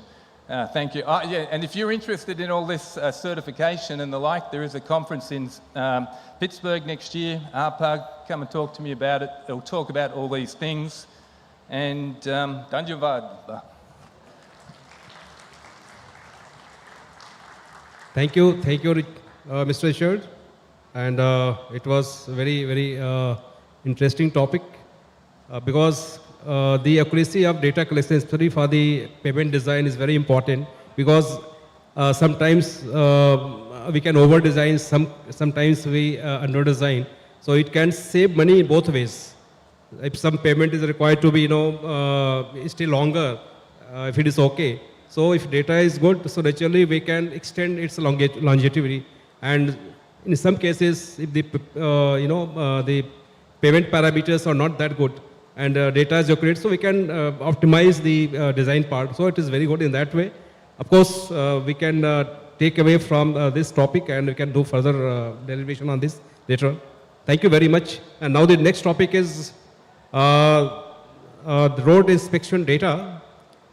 The importance of data quality and repeatability for assist management by Dr. John Lauren, Canada. This is the last topic, and it is again on the data collection. So now I'll request my co-chair, Dr. Ravindra Kumar, to highlight his CV. Thank you. Hello. Richard's presentation kind of covered everything I wanted to say. So, John, yeah, you can I will introduce you a little bit, and then you can detail about it. I will introduce you to the audience. Okay. Yeah. So John Laurent is the co-founder of VP Business Development and Technology, PaveMetrics. And PaveMetrics specializes in 3D vision system for automated inspection of transport infrastructures. And it has been used in more than 50 countries around the world to automatically inspect the roads, runways, railways, and tunnels. So with this, I give him a big applause of the round from the audience. And now I request Dr. John to carry over his presentation. okay, so we don't have a lot of time, so you have my email. If you send me an email, I'll give you a copy of the presentation because there's a lot of details that I won't have time to cover. I'm very happy to be here. We sold the first system to India about 20 years ago, CRRI, an LRMS system. And I think now there's over 20 systems in operation in India for this. Okay, so what I really want to cover is, you see this curve, everybody knows it's the asset management curve. When you build a road, you design it to last, say, 20 years. And as soon as you open the road, it starts to degrade, okay? And it degrades according to this curve. And where you see the point up there, after, say, in this case, 9 years, then you want to rehabilitate the road to make it last longer. You want to avoid getting into the steep part of the curve. But that's the theory.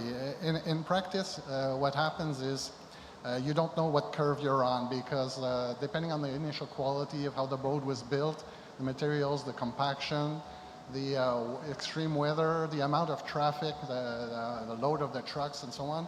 So the road will degrade faster or slower than what you expect. So this is why you do inspections, because you don't know which road, which curve you're following when you start. So say you do an inspection, okay? Well, the inspection will tell you which curve you're on, but if the inspection system itself has variability or inaccuracies in it, then you still have a range of possible solutions that you're not sure which ones you're going on. So this is why you would like to have the most accurate and the most repeatable system to know where you are on the degradation curve and know exactly when you need to rehabilitate your pavement to save it. So pavements are worth billions of dollars for the whole network, so it's important to have the most accurate data in order to maintain it. The solution we developed and that's used widely already in India is a LCMS system. It's two sensors that scan the road in 3D, and so you need very accurate 3D at 100 kilometers per hour. It's millimeter accuracy, sub-millimeter. But after that, you have to process all the data. So from this data, you measure rutting, cracking, roughness, potholes, and seal cracks, geometry, patches, curbs and drop-offs, bleeding, manholes, raveling. Concrete systems, we have detect the joints, the faulting, the misalignments, and so on. So all this information can come out of the system.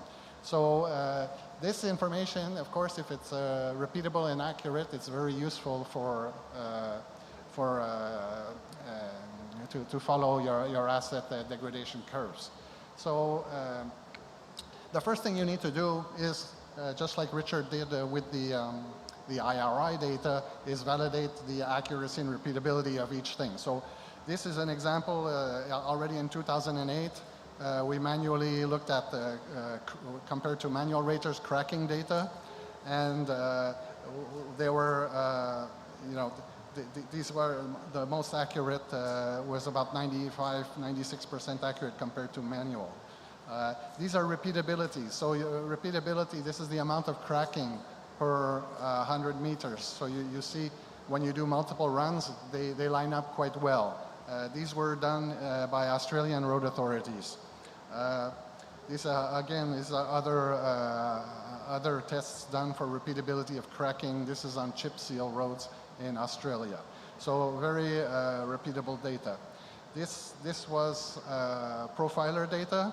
These were Massachusetts DOT. They compared LCMS to two other systems, and you see the accuracy and the repeatability of the data is similar. This is a manual rutting compared to over 58 different sections. The average manual rutting data compared to the automatic system. You do several, each time you do 2-3 runs, you compare to a manual, and if all the, like here, if all the lines follow the same graph, then you're repeatable and you're accurate. This was for texture. So this was the ground truth system to measure texture. And when you compare the LCMS to texture, these were done in New Zealand. You see they repeat and they compare perfectly well.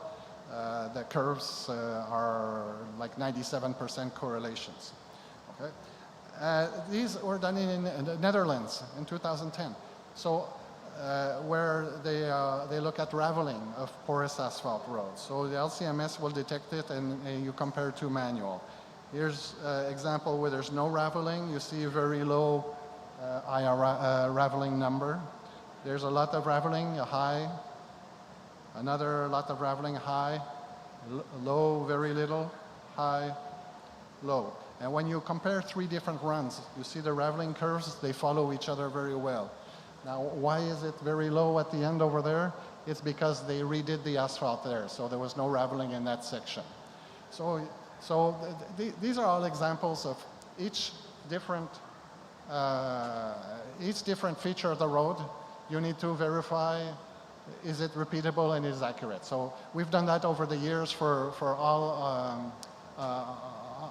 all the defects that, that the system can detect.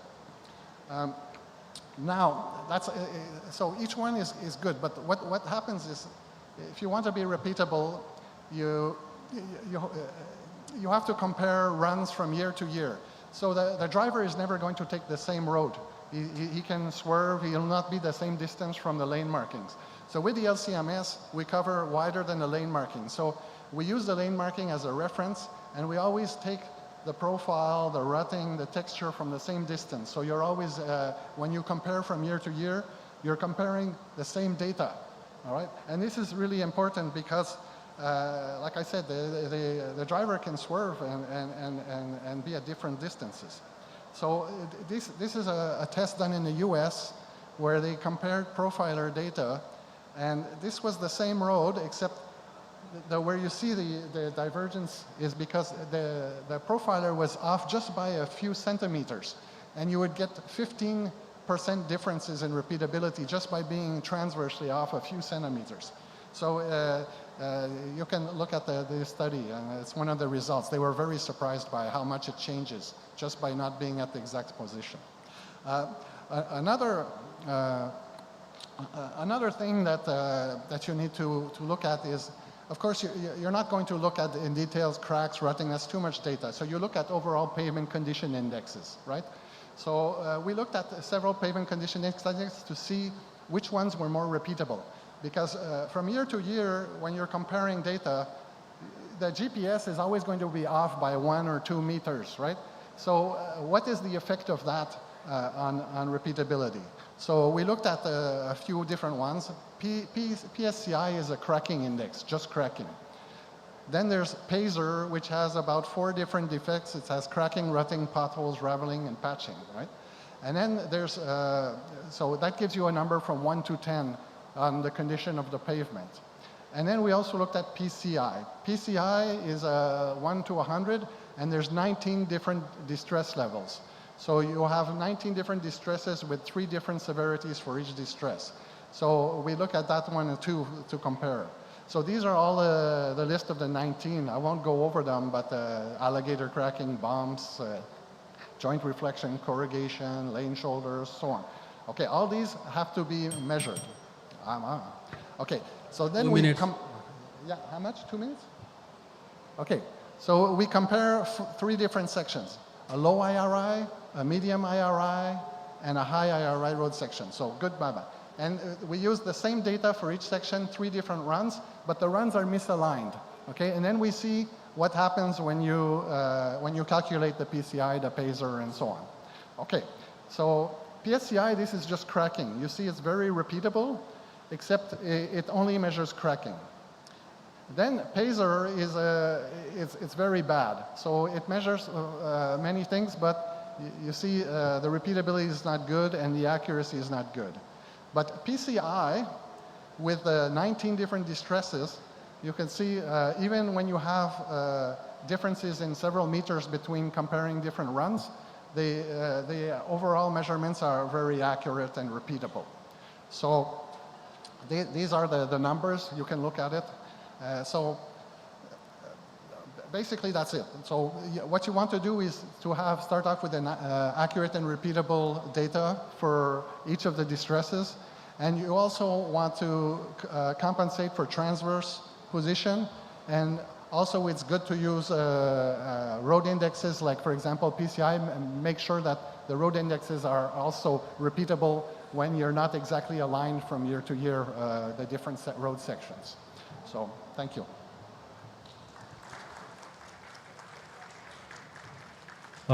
Thank you, Dr. John, for giving a great insight into the quality of data.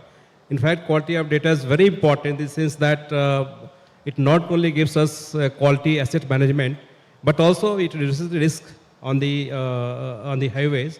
So in that way, this will give a lot of insight and a lot of takeaways from your topic. And so thank you for that. And this was the last sessions. So now we'll take on the Q&A, and I'll request the audience, please be precise, and I will start with the first topic with the Cecilia. So if anyone have any question, from the first speaker, Cecilia. So you can speak on and you can ask the question from her. You can raise your hand if somebody wants to speak any question.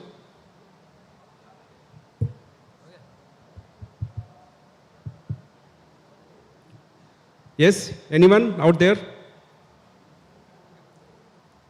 So I think mostly people are satisfied.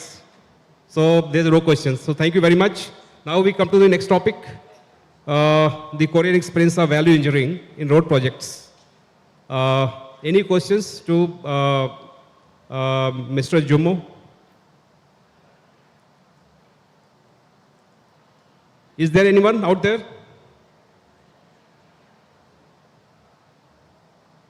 Okay. So I don't think any questions, so they are satisfied.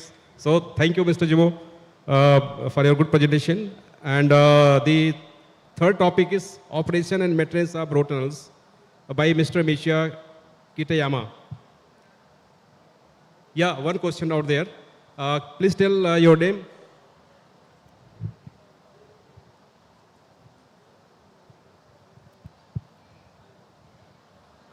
Myself, Sangram Kesari Das. I am a consultant, design consultant. So I want to know how you manage the cracks. Like it's a safety concern, major safety concern. So how we can manage it and control it?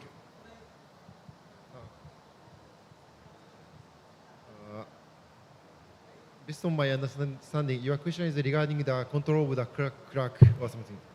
So it's based on my experience, it's difficult to control cracks. So if there is some severe condition based on the crack, we just hammer to remove such portion of the crack. That's the first countermeasures to provide. If the crack develops so severe, we remove some portion of that location, and then we put rebar, and then totally put the concrete on such portion. Am I answering your question? Hope this satisfies your question. Okay, thank you. Next question, please. Anyone? So thank you. Now coming to the fourth topic, calibration and validation of network survey vehicles to Mr. Richard. Any questions out there? Okay. Good afternoon, everyone. My name is Amit Munjal. I'm from NHAI. My question to Mr. Richard is, you have talked about validation of IRI, different methods used in Australia. We have also done something similar in India. The IRI in India is matching with different machines, but the real challenge comes in other distresses like cracking, raveling, and some in rutting. So similar to this validation of IRI, do we have same validation of these other distresses in Australia? We have documents, such documents?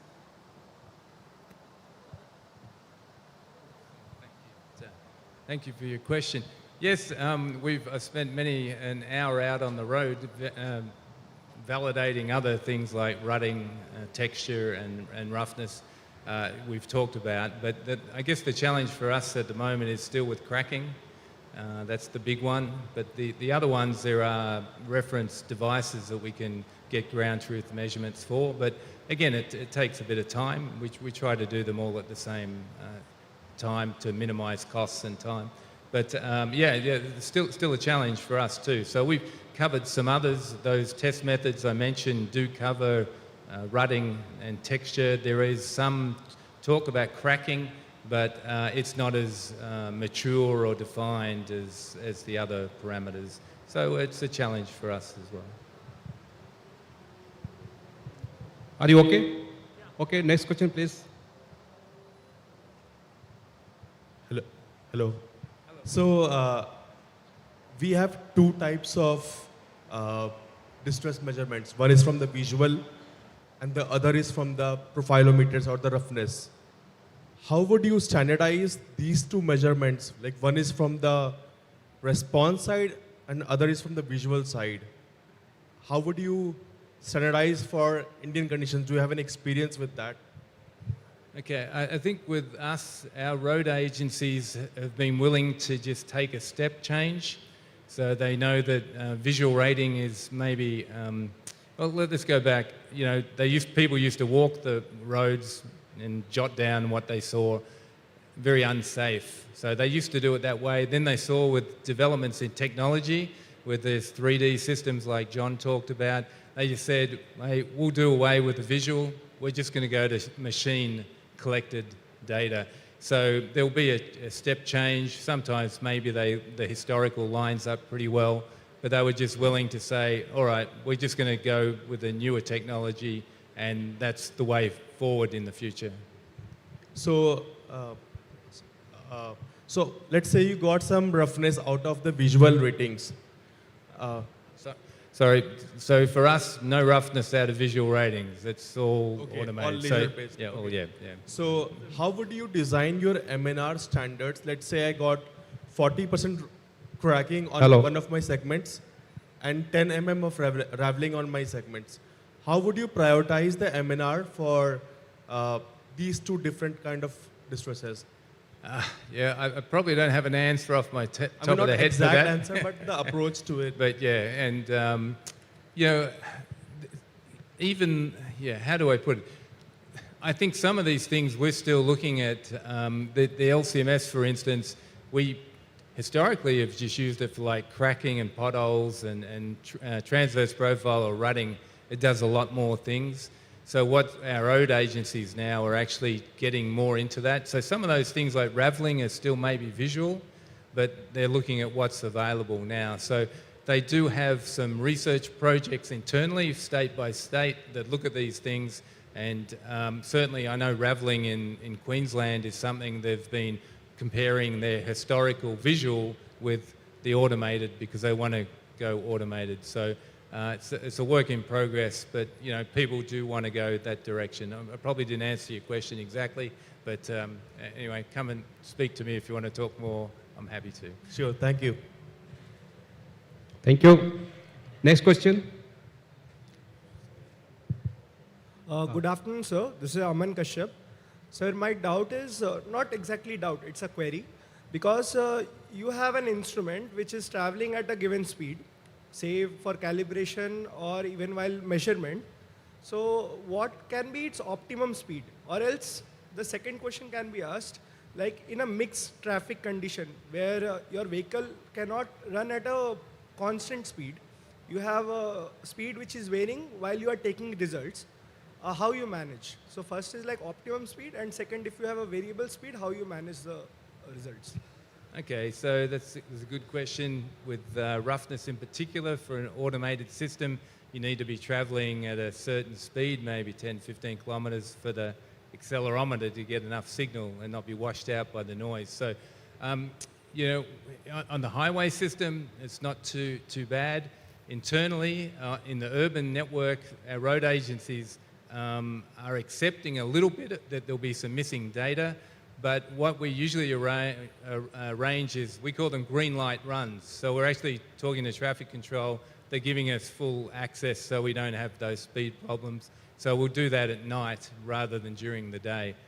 You know, I notice it's very different here with the traffic flow from what I've seen in India. So maybe more of a challenge than for us as well.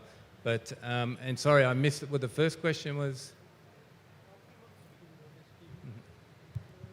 The optimum speed for measurement means what speed of measurement. Oh, sorry. Or recommended speed.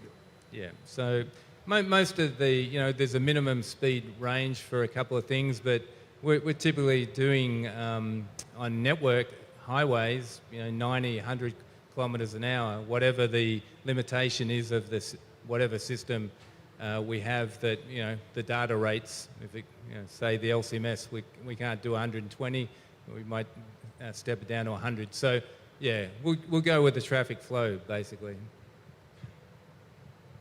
Thank you. Now we come to the last topic, that is road inspection data. The importance of data quality and repeatability for asset management by Dr. John Lauren. Okay, please give the mic there. आप वहाँ mic दीजिए वहाँ पे।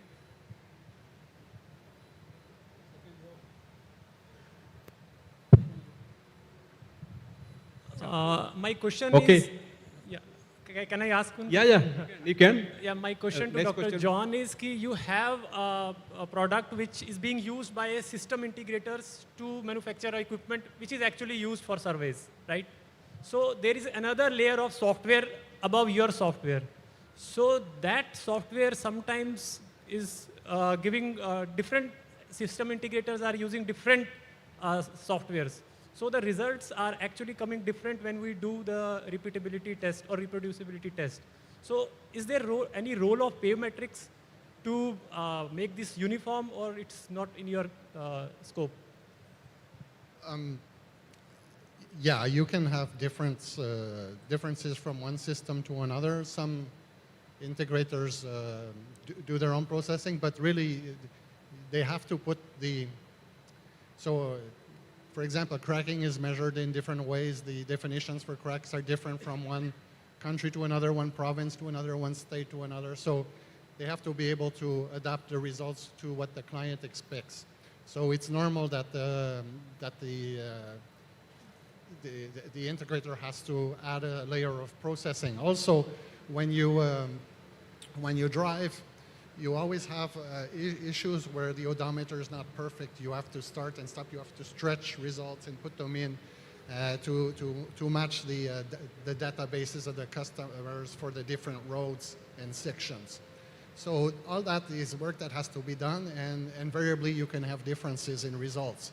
Also, the algorithms that we provide, there's parameters to them. So they will usually adapt some of the parameters to the conditions of the roads that they're the best to get the best results. So if someone doesn't know how to adjust parameters correctly, they can maybe not get as good results as someone who has a lot of experience in choosing proper parameters. So all these things will influence.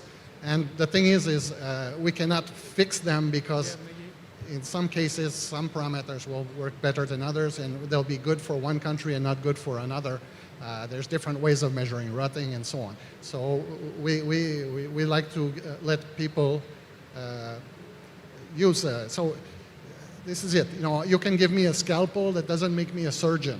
So we give them an instrument, but these people, they are experts, and if they know how to use it and use it well, they will get good results. If they don't, they will get less good results. Yeah. Next speaker.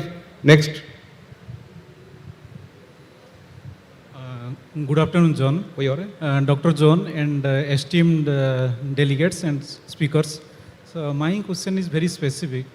Whether raveling index is generally pavement condition assessment, my question is whether there is any new initiatives related, there is some use of artificial intelligence in raveling index across the globe. Yeah. We use AI for several different distresses. We use it to detect sealed cracking, to detect man-made objects like gutters, storm drains, manholes, also patching and pumping when there's sand coming out. So typically it's used when for certain of the distresses, not all of them, but for some of them, yes, it's useful. Yeah. Thank you so much. Yes, the last question. There are two more. Yeah, we can agree to. One, Diji.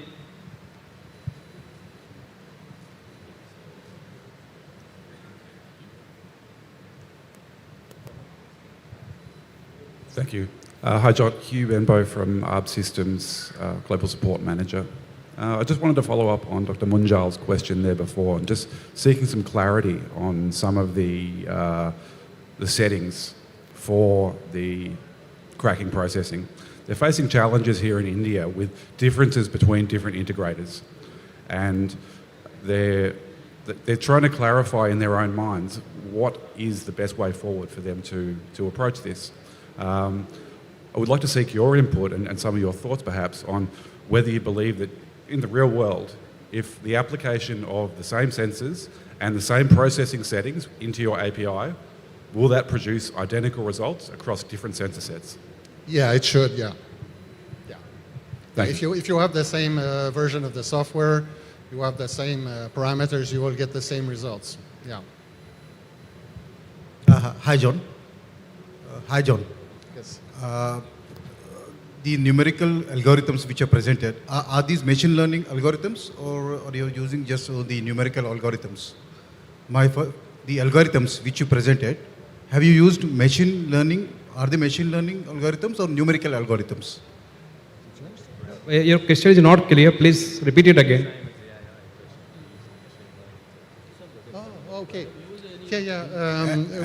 My second question is, Yeah, what are the constraints? What are the constraints and assumptions made in the predictive models that we presented? For machine learning, you said what we use? The first question is regarding the algorithms which you have used. Are these numerical algorithms or machine learning based algorithms? Actually, he's talking about numerical algorithm or the machine algorithm, AI system. So yeah, okay. I thought you were talking about AI. So I actually made a presentation just on that subject at the ERPUG meeting. If you look at the ERPUG website, you will see there's a presentation on the use of AI with the LCMS. But I will answer the question. We use it for like for patching, for seal cracking, for pumping where sand comes from inside the cracks. There's also for things like man-made objects, which is like storm drains and also manholes and things like that. So, of course, you don't want to use AI for cracking because cracking is something you need to measure with accuracy. And AI doesn't give you very accurate measurements. Rutting also is not a good... So have you used regression models? Have you used regression models for the numerical? Oh, regression models. No, it's typically neural networks. Okay. I don't know which model we use, but my second question is. So you can. I'll request that you can interact in the lunch session if you're available for the lunch. So you can interact there in person, and whatever the doubts are there, he'll be able to clarify there. So I think this was the last question. We are running out of time. So thank you. Thank you. Would you like? Okay, that was the last question. Okay. Please give the mic there.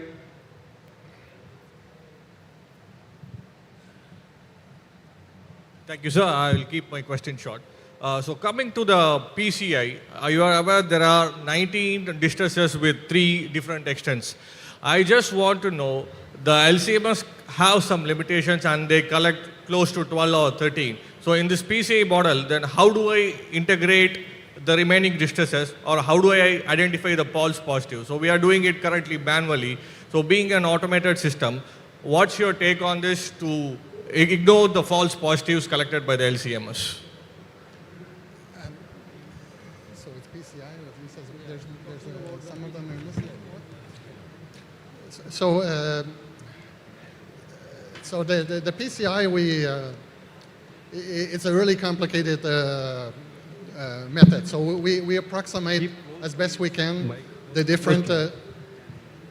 We approximate as best we can the different levels of severity. We ask different people what they think about this level because there's no precise definition of what the different severity levels are. And some of those 19 are don't influence much the results. So like weathering and things like that. So we focus on the most important ones and trying to get the severity levels as consistent as possible with different people. And the results actually are pretty good in terms of the classification and repeatability of this. So, but it's a relatively new feature, so I don't have a lot of examples from people outside who have been doing testing with this. But hopefully it will help. Okay, thank you. So this is the last question. Thank you very much. Now we are coming to the last segment of this session. That is the concluding part. So I'll start with the first topic, World Bank's engagement in India, road safety initiatives and success stories by Cecilia. So as far as the road safety is concerned, gentlemen and ladies, we must understand the very fact that our country accounts almost 30% of the fatality globally. And this is our country is the highest. So this really raises a lot of concern about the road safety in our country. And this point was also echoed by the Honourable Minister yesterday. And we need to do something seriously. And as the topic was discussed very aptly in very deliberate manner, of course, there was time constraints. But still, there were a lot of constraints. And I must acknowledge the very fact of the World Bank. World Bank is engaged in a big way in our country, right from the construction and everything, then also into the road safety. So they are also, collaborating with the national government, this central government, and in various other civil societies. So this is quite interesting. That World Bank is showing a lot of interest in road safety as well. And so it is our also responsibility at every level with all the stakeholders that we should consider this aspect very seriously. And in fact, the most important thing along with the policy interventions, legislations, capacity building, data management, collaboration with various stakeholders, codal guidelines.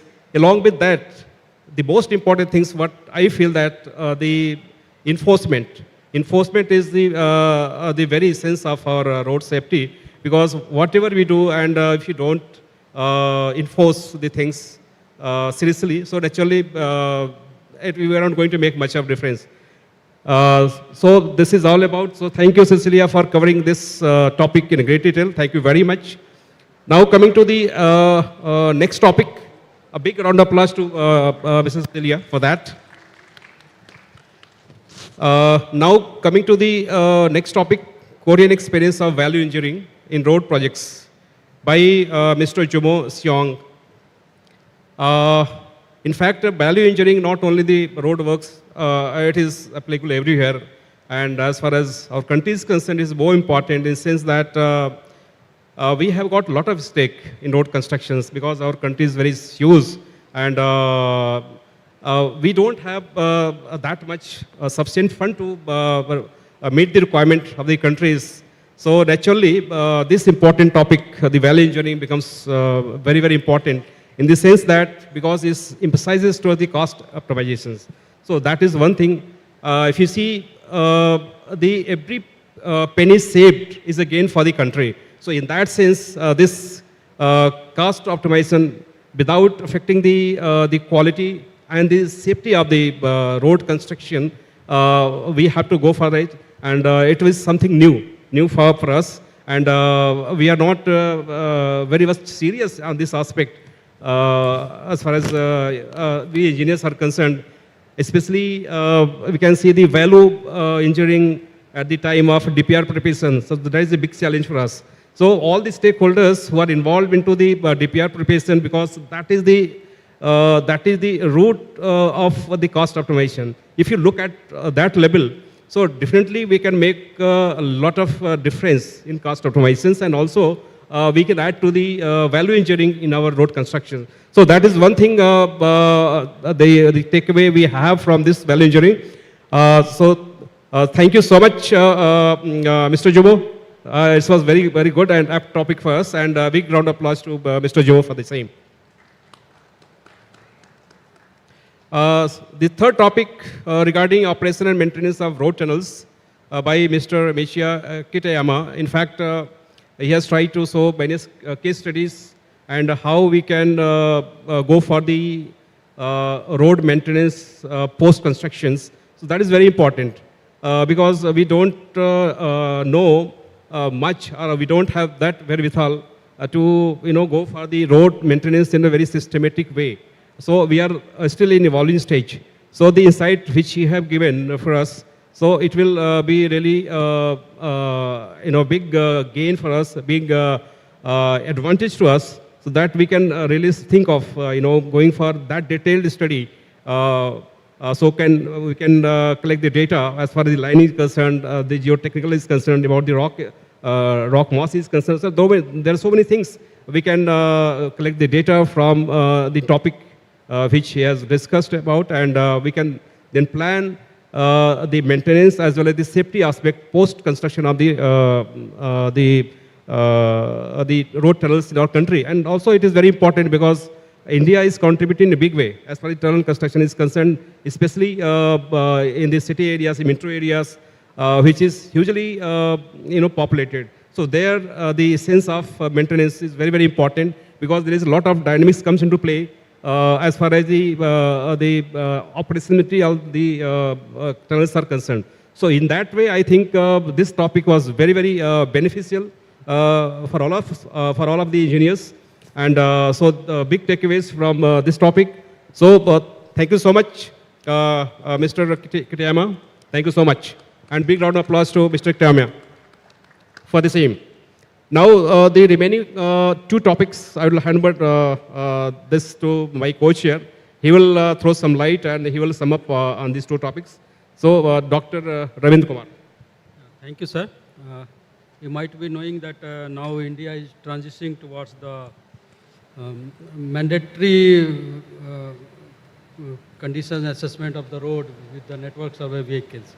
And in that context, calibration and validations is important practice. And of course, it's ARRB and NTRO is going to the next generation payment data collection technology. So that's going to be very useful, pragmatic shift from the basic road asset management and the Australian experience with IRA validation with reference to data, references, devices, repeatability and validation. That is the key for the accuracy level. And of course, we keep on interacting with NTRO. Recently, we have, being in the CSIR, we have signed the agreement with the NTRO. So we'll keep in touch with the NTRO to access the data sets, what they are having, and we'll try to get some lesson learned from them. And of course, that will be going to helpful how best we are going to do the calibration and validation. That is more important for the network survey vehicles. So thank you, Mr. Richard, for giving the insight and giving us the best practices platform for the Australian perspective. And of course, the accuracy with high precision is the key. So advanced data collection with the high precisions will be coming feature of the India road network assessment. So thank you. Give him the big applause. Now coming to the road inspection data for the repeatability of the road asset management by the Dr. John Laurent. He has given the insight about the minimum serviceability levels, how it, once we give the maintenance aspect, then how we increase the life of the payment. It increased from the 15 years to 30 years. So important of LCMS, that is important, especially now we are going for the major data collection to the AI-based data support system. So your data and accuracy, how best already many of the speakers, many of the audience also asked about the questions about the authenticity of the data, numerical validations or machine learning models.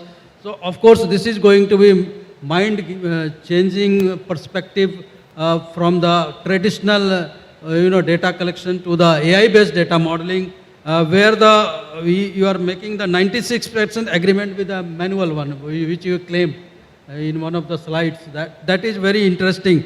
And you have developed the raveling index, roughness index, and of course NCHRP report 914. So that all gives the idea how we are going to take the India most forward with your experiences with the LCMS techniques and with your experiences in the AI and AI-based data processing. So thank you for giving us insight. So let's give him the big applause. So thank you very much. So I hope we should close this. Now this session is coming to close, and it was very exciting session because it gave a lot of exposure to international practices. So in that way, it was quite exciting and interesting. Thank you very much to all my presenters and co-chairs and lastly the audience. They kept a lot of interest in this, and thank you so much for giving a very patient hearing. Thank you so much. Thank you. Thank you so much. Requesting everybody to please stay back with us for a few more minutes. And thank you so much, the chairman of the session, Shri Jitendra Prasad ji, and the co-chair of the session, Shri Ravindra Kumar ji. Thank you so much. Now, would like to request the chair of the session, Shri Jitendra Prasad ji, is going to felicitate our presenter. So, requesting Ms. Cecilia Fabian Kadeha, transport specialist and currently serving on the ICRH7 committee, to please come forward and receive the memento.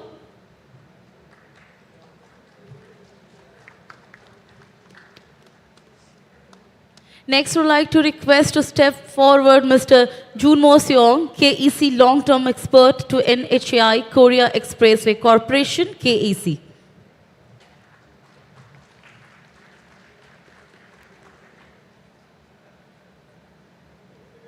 Next, would like to request to step forward Mr. Michiya Kitayama, Director Representative in India, Inexco India Private Limited.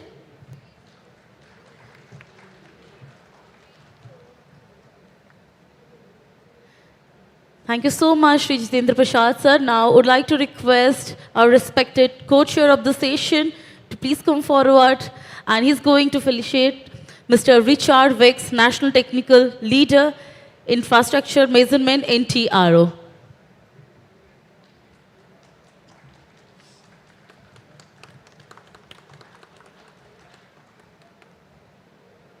Next, I'd like to request Dr. John Laurent from Canada to please step ahead.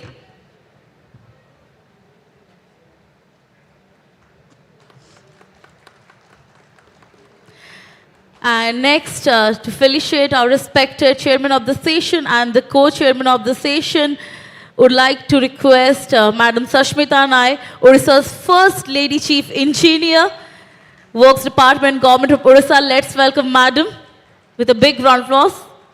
And requesting our respected chairman of the session, Shri Jitendra Prasad, sir. Sir, thank you so much for all your time, all your valuable words.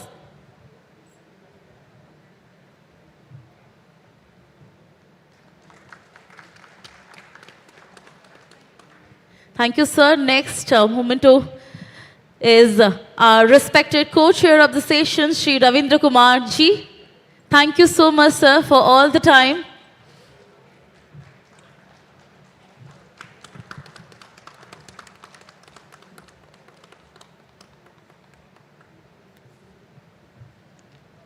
Thank you so much, Sashmita Naik, madam. And once again, thank you so much, Chairman of the session, Shri Jitendra Prasad ji, co-chair of the session, Shri Ravindra Kumar ji, along with all our respected international presenters. Thank you so much. So we are winding up the session 8 here. And the next session is technical session number 10, and which will be going to happen around 2:45. So requesting everyone, it's time for the lunch break. Go and have lunch, and please come back by 2:45. Thank you.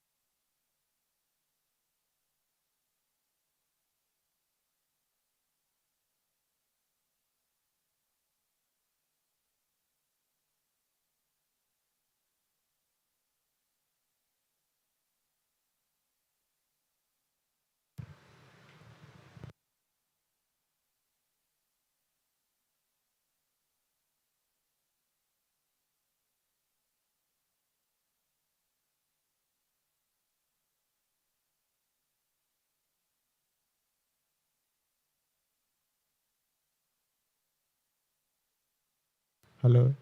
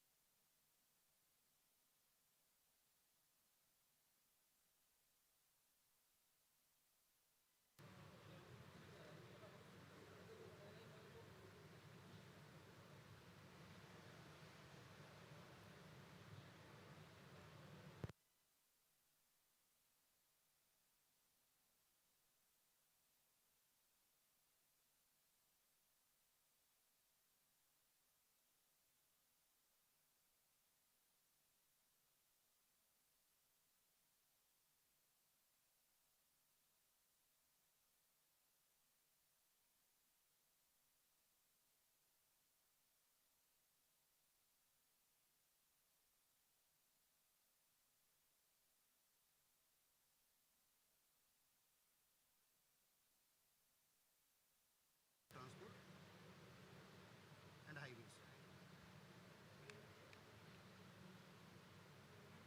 Additional Director General. Additional Director General.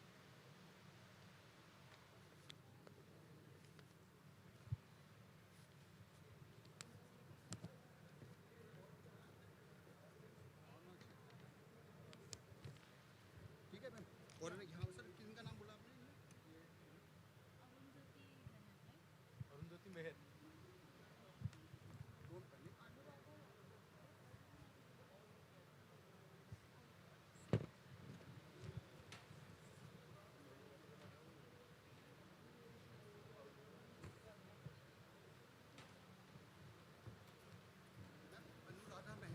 Anuradha मेहर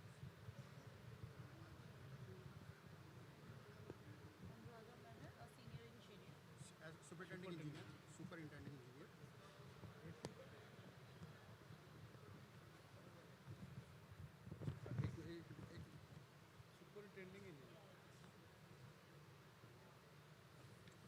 क्या है बोलिए क्या change करना है ma'am इसे ना presenters के नाम आपको यहाँ से दिए गए Harish Bahuguna now I invite all presenters of session to come on the stage Harish Bahuguna ma'am इसको बस ये उस सेशन इसमें हरीश बहुगुणा ठीक है श्वेताब सिंह अच्छा वो मैंने देख लिया मैंने कल बोल दिया था संदीप सिंह हाँ को कन्वेंट जी कमेटी श्री संदीप सिंह हाँ Shri Lalmani Singh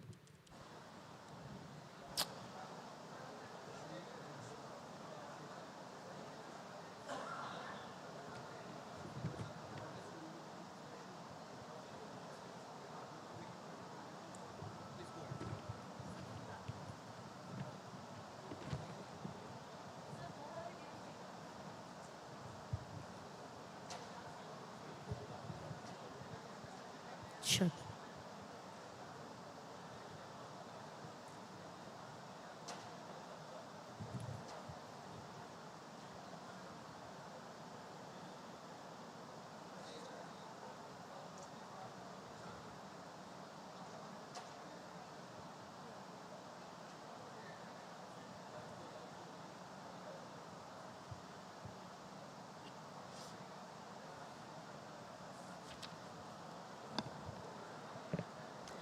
Sure. Very good afternoon to all the ladies and gentlemen. Once again, welcome back. And here we are going to begin with technical session 10. That is for presentation on road, tunnel and underground structures in highway. So first of all, let me take the honor and let me welcome the chairman of the session, Shri R.P. Indoria ji, former Director General, Road Development in Special Service, Ministry of Road, Transport and Highway. Let's give a big hand and let's welcome the chairman of the session, Shri R.P. Indoria ji.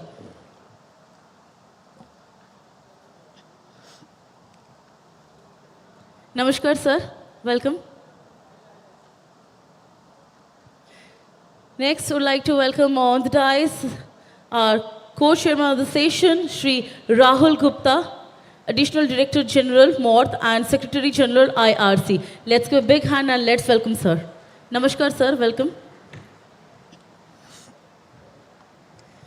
Now, I'd like to welcome on stage to welcome our chairman and co-chairman, Superintending Engineer, Mrs. Anuradha Meherji. Let's welcome her.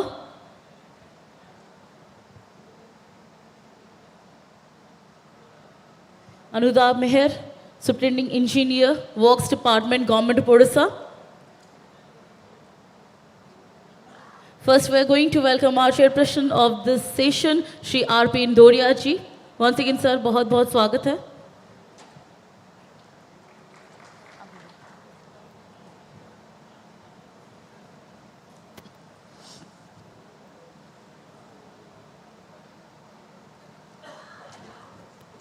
Thank you so much, ma'am. Now, I would like to call all our respected presenters to the dais. So, first of all, let's welcome on the dais Dr. Harish Wagunia, Director General, Geological Survey of India. Let's give a big hand and let's welcome sir on stage. Once again, requesting Anuradha Meher, madam.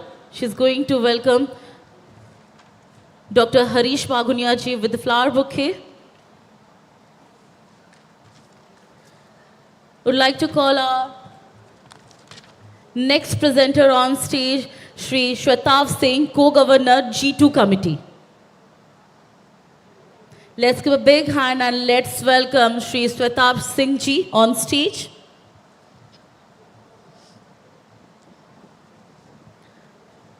Can we have on stage our next presenter, Shri Sandeep Singh, Head Strategic Business and Tunnel Infra, JSL.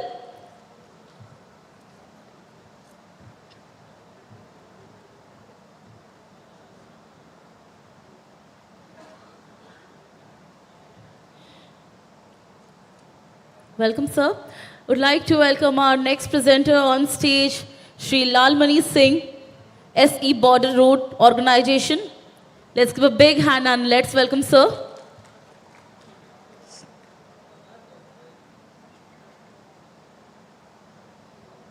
Welcome, sir.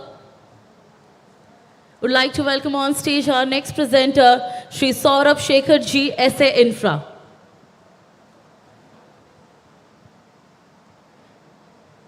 Can we have our next presenter, Shri Saurabh Shekhar ji from SA Infra? All right, would like to welcome our next presenter on stage. So he is going to join us online. So he is Professor Arnoldix, past President ITA, AITES. So would like to welcome him online also.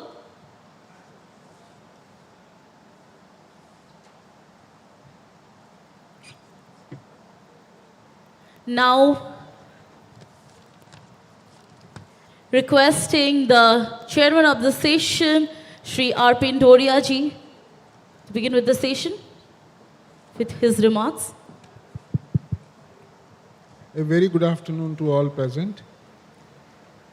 This is a very, very important session, and this is for the first time IRC has taken an initiative to have discussions and deliberations on a very sensitive subject like this.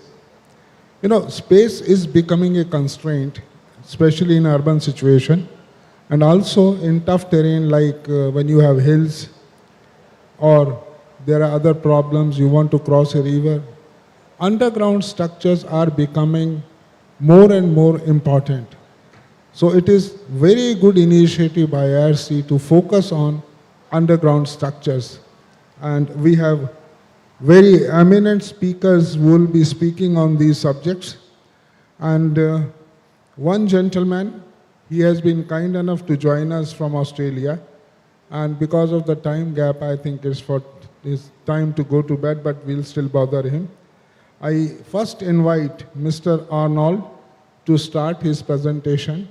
And Mr. Alden will request him to finish it in 10 minutes. Mr. Arnold, please welcome him.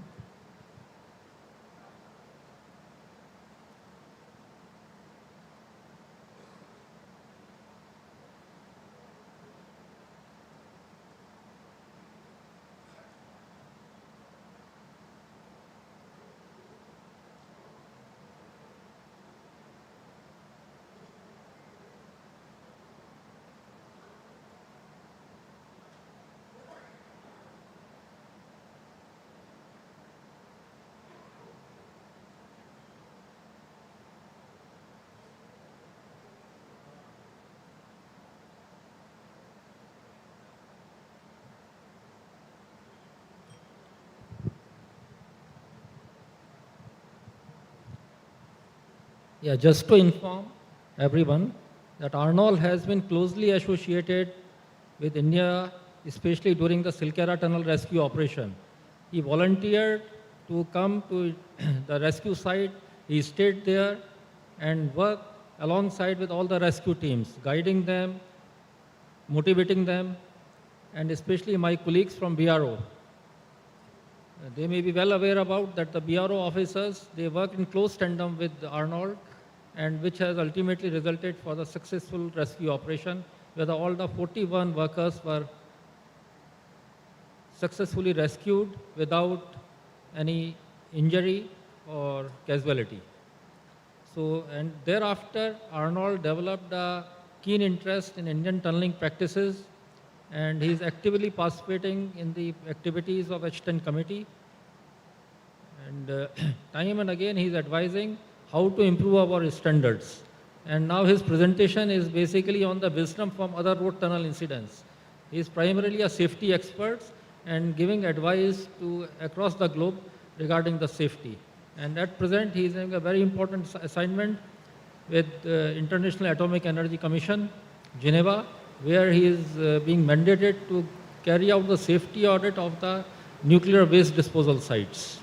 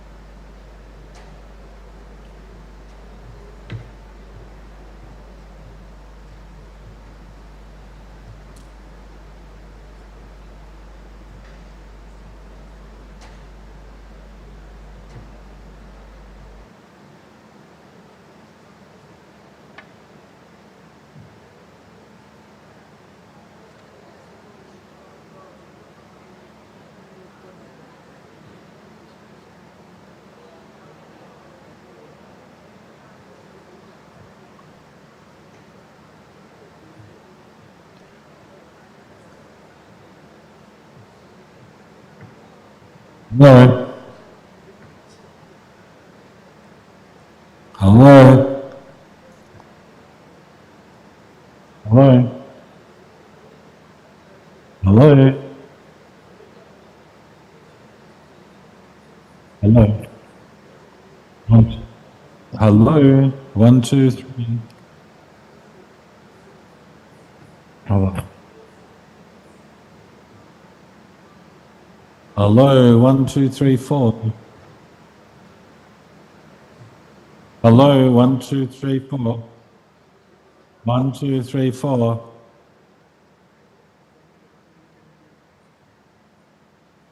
Hello. Hi, Rahul. Yeah. Things have been sorted out. Just have a patient for it. Your voice has started coming in. And now the things are. Yeah. Okay. I think within 1 minute or 2 minutes maximum. Yep. Okay. And sorry for keeping you waiting. No, I'm sorry I'm not there. You know I wanted to be. So, yeah. Okay, no problem. Okay, now you are. Yeah, sure.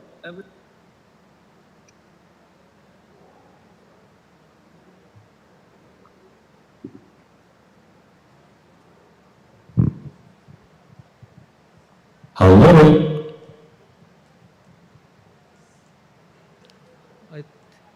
Hello. Hello. 1, 2, 3, 4. Hello. Who's doing the podcast? Hello. 1, 2, 3, 4, 5.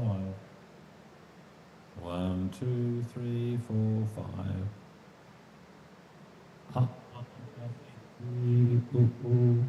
Hello. Hello. Hello. My voice is clear. Okay, so you can hear me now. So if you can hear me, can someone do the slides for me and we don't have to worry about the video then? Is that possible?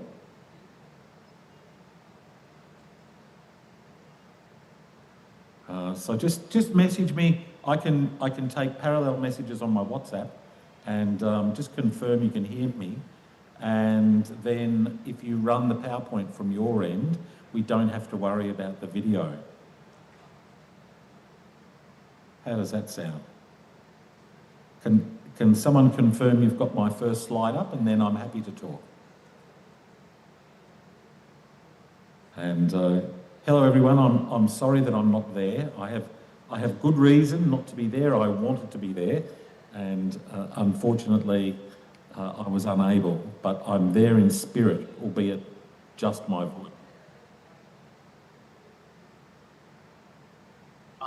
Look, presentation, I'm being told presentation is being displayed, so can someone confirm I can just start doing my presentation?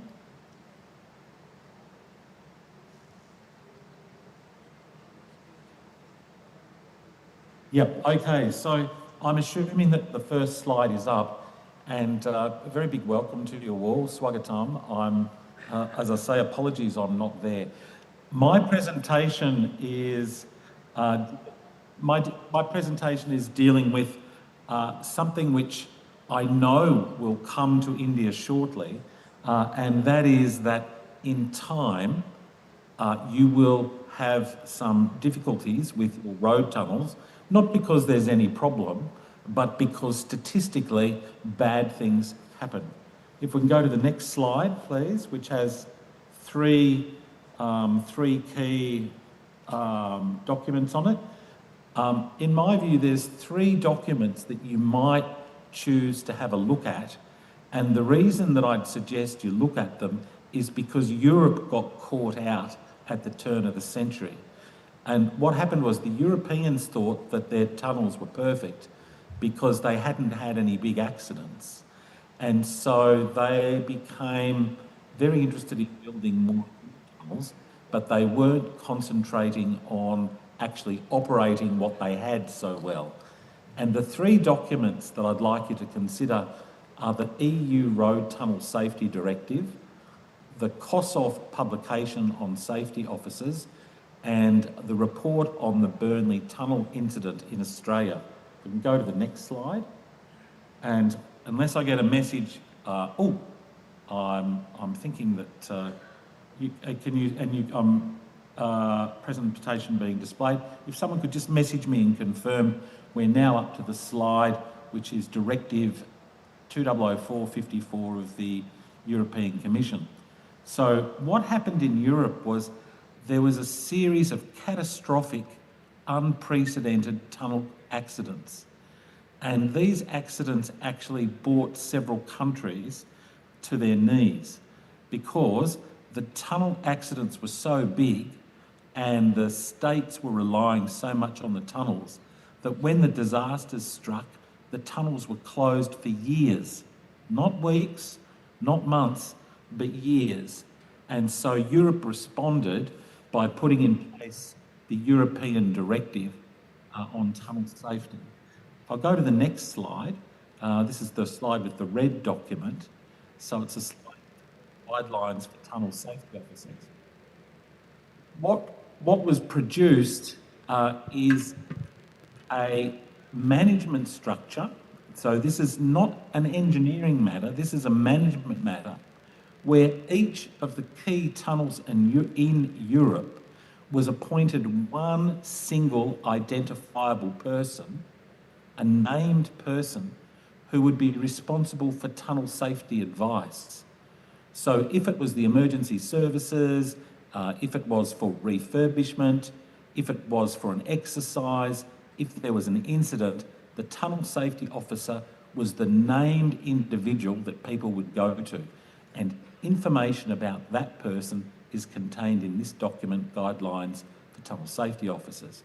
If I go to the next slide, which is entitled Expert Report, the Fatal Burnley Tunnel Crash, the reason I'm referring to this is because it's the only document available publicly in the world. So the only document available publicly in the world, and I think we're on slide 4 at the moment, entitled Expert Report. It's the white slide. This report that I wrote, this is the only report that you'll be able to find in the public domain that goes through second by second, literally second by second, what occurs in a tunnel disaster and how the operators of the tunnel have to respond and how human beings respond in a disaster. We'll just go, and so you can find that easily on the internet or contact me and I can send you a copy. Next slide. So as I said, Europe suffered terribly at the turn of the century. Next slide. The next slide. What happened was there was a crash in the Mont Blanc Tunnel, in the Town Tunnel, and in the Gotthard Tunnel in the space of just a few months. So up until the turn of the century, the European and the European road authorities were busy telling everybody in the world how clever they were because they hadn't been having any big crashes. And then all of a sudden, they had 3. And for those of you who practice advanced mathematics and are used to dealing with non-normal distribution events, so rare high consequence events, what we find in maths is that there are clusters of events. Bad things happen in groups. And so this is what Europe saw at the turn of the century. I'll go to the next slide. So in the next slide, I've just highlighted an article that appeared in Roots Road, again, available publicly. And what this article did was compare each of the 3 tunnels in terms of their features, like how long they were, how many tunnels they had, what sort of emergency features they had, and the number of deaths that occurred in the catastrophic incidences. So you can find that on the internet. Now, what we discovered at the turn of the century in Europe was that although they had a lot of good features in the tunnels, they were consistently, if we can go just two more slides ahead. So 1 slide and then 2 slides, so click. I'm just looking, go next slide. Yep, and next slide. Yeah. So what we saw in Europe was that everything was running really well, as I said, until suddenly it wasn't. So this is real footage from the turn of the century. You see single tube, bidirectional traffic similar to what we see in many parts of India now. And the tunnel has good lighting, it has cross passages, and the Europeans were saying how wonderful it was. And it was working very well. That's a picture just showing you how it is, some areas you can pull off. But then, when disaster struck, what was discovered, and this is the Gotthard tunnel fire, what was discovered was that the smoke wasn't controlled properly. What was discovered was that the people didn't evacuate how they were thought they would evacuate. What was discovered was the control rooms didn't work the way they were meant to work. And in fact, the Europeans at the turn of the century discovered, despite the beautiful words and the fact that nothing had gone wrong, they were having disasters. And the disasters like this, where you see the buses burnt out, there's been the fires, you see the smoke, but the main thing that they discovered was how fragile human beings were and how quickly they were killed. And so in this video, in a moment, you'll see the bodies of people. This is just walking along. There's a body on the left. You'll see there, another body on the right, just there.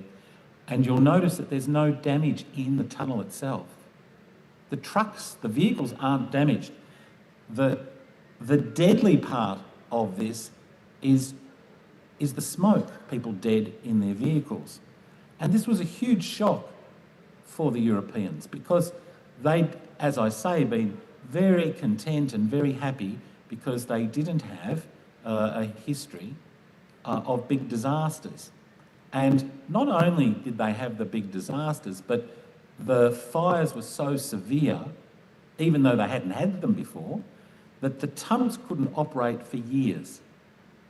And that's why they introduced the European directive. We go to the next slide, please. Next slide. And next slide.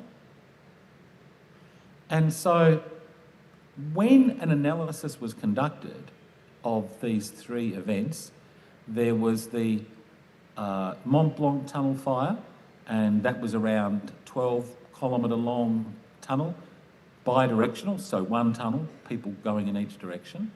It used quite a sophisticated ventilation system, and actually 303 vehicles, including nearly 160 trucks, were involved in this disaster. Next slide.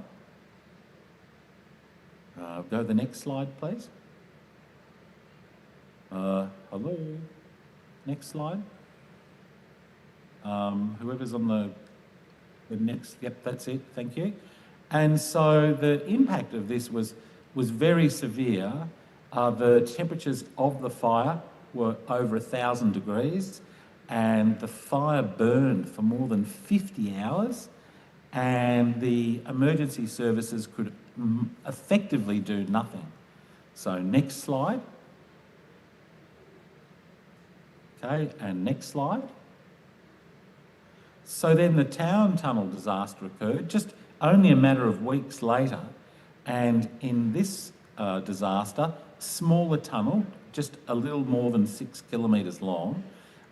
It was a mixture of trucks and normal cars, and there was a queue inside, so the traffic was stopped, there was some works being done, and then one vehicle crashed into another, and again, major catastrophic fire. Next slide, please.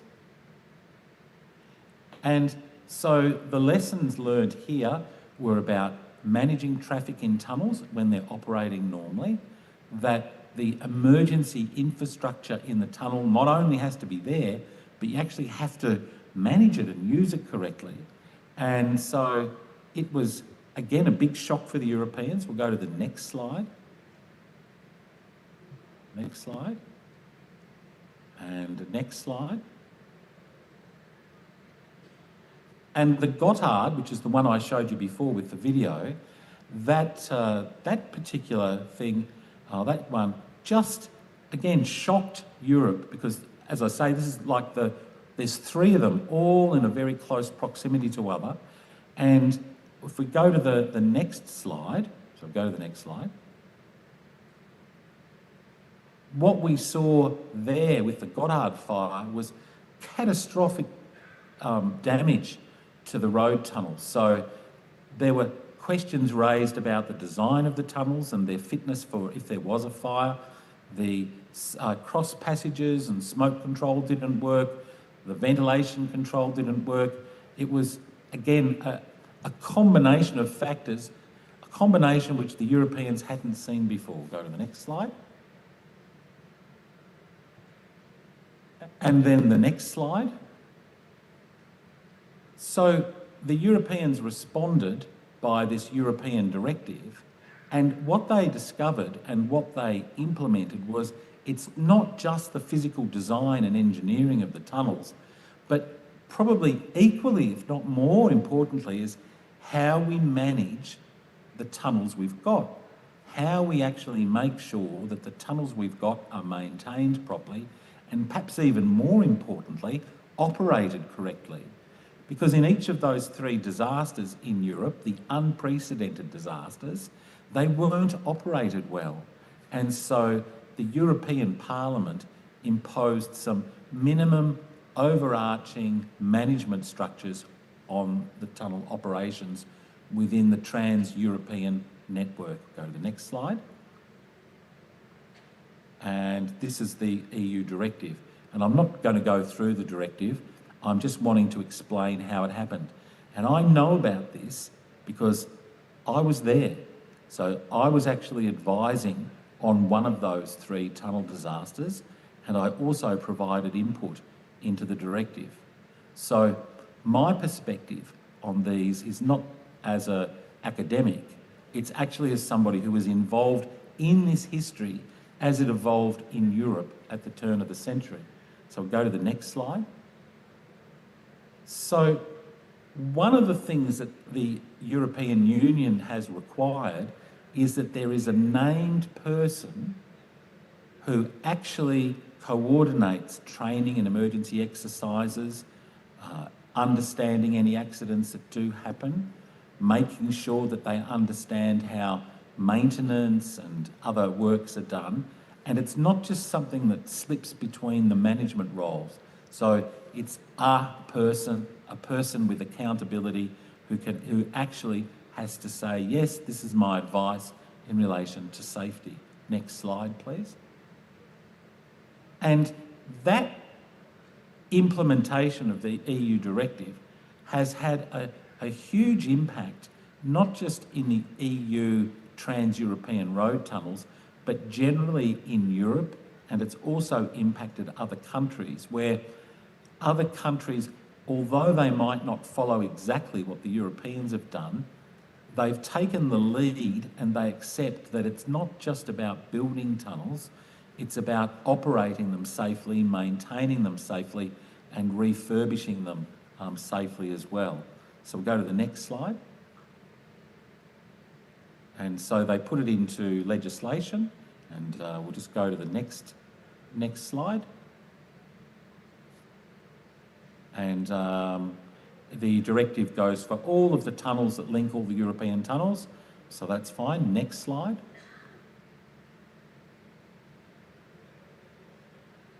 Go next slide.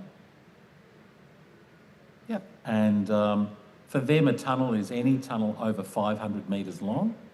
And we'll go to the next slide. Now let me show you what this looks like.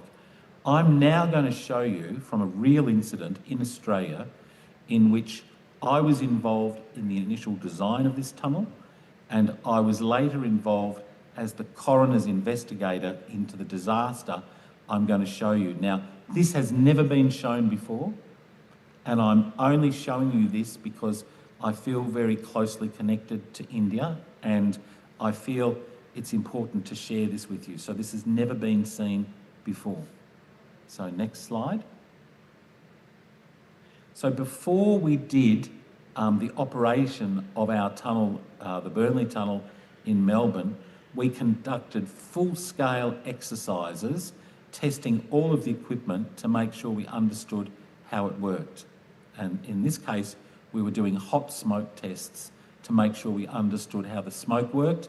And in this particular tunnel, we have a duct that you can sort of see in the ceiling, which extracts smoke in an emergency. That's an unusual feature of this tunnel. Next slide. And the tunnel itself is private infrastructure. It's part of a toll road network, and it has 24-hour operators. It has emergency exercises every year. And the year before the disaster I'm about to show you, the exercise that was conducted was almost exactly the same as the disaster that occurred. And so it's very relevant to show how a safety culture in a tunnel can have a good outcome for the operations. Next slide. The particular incident I'm going to show you involved trucks and vehicles. It killed 3 people. We had to safely evacuate over 400 people whom, if hadn't been evacuated safely, could easily have died. There were 250 people in the tunnel when the explosions took place, and there were 150 vehicles in the tunnel when the incident took place. Go to the next slide.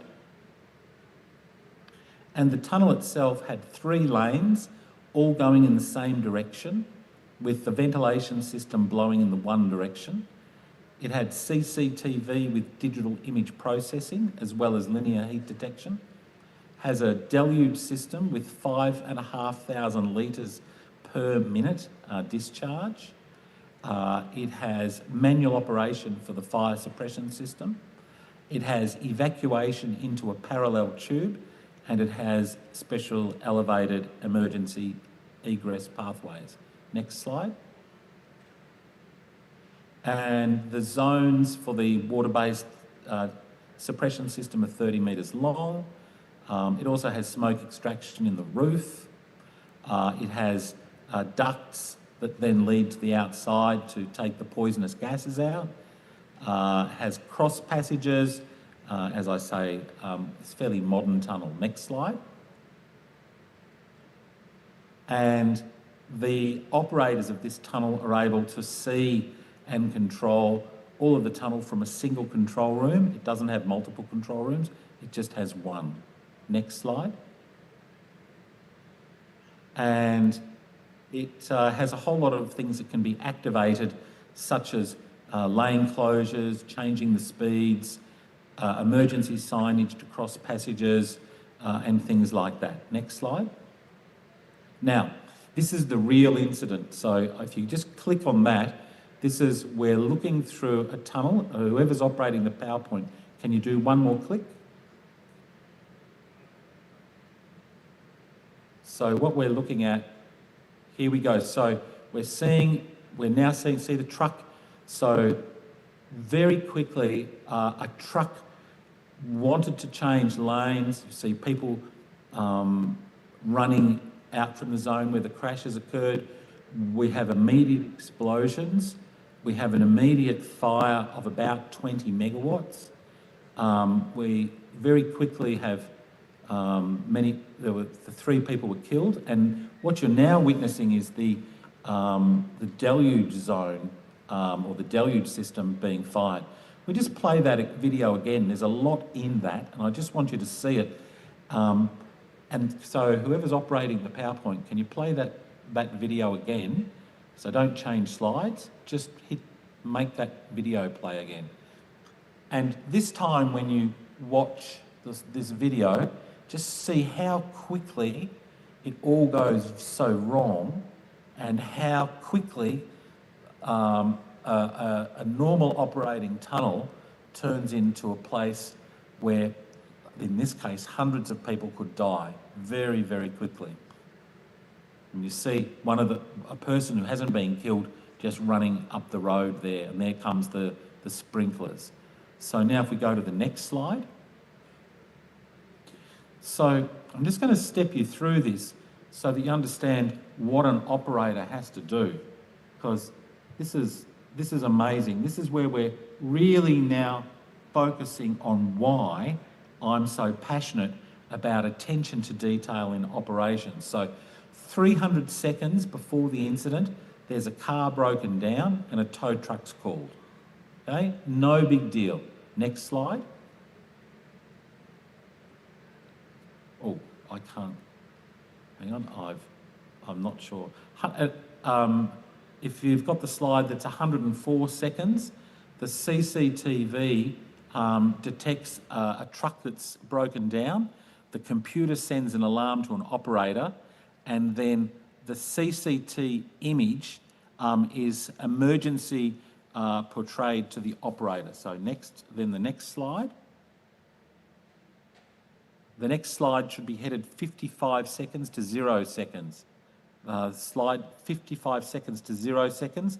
The operators do a lane closure to reduce traffic in the left lane, and drivers, we can see on the CCTV that the drivers begin to slow, but traffic is still moving at around 60 kilometres an hour. Then next slide.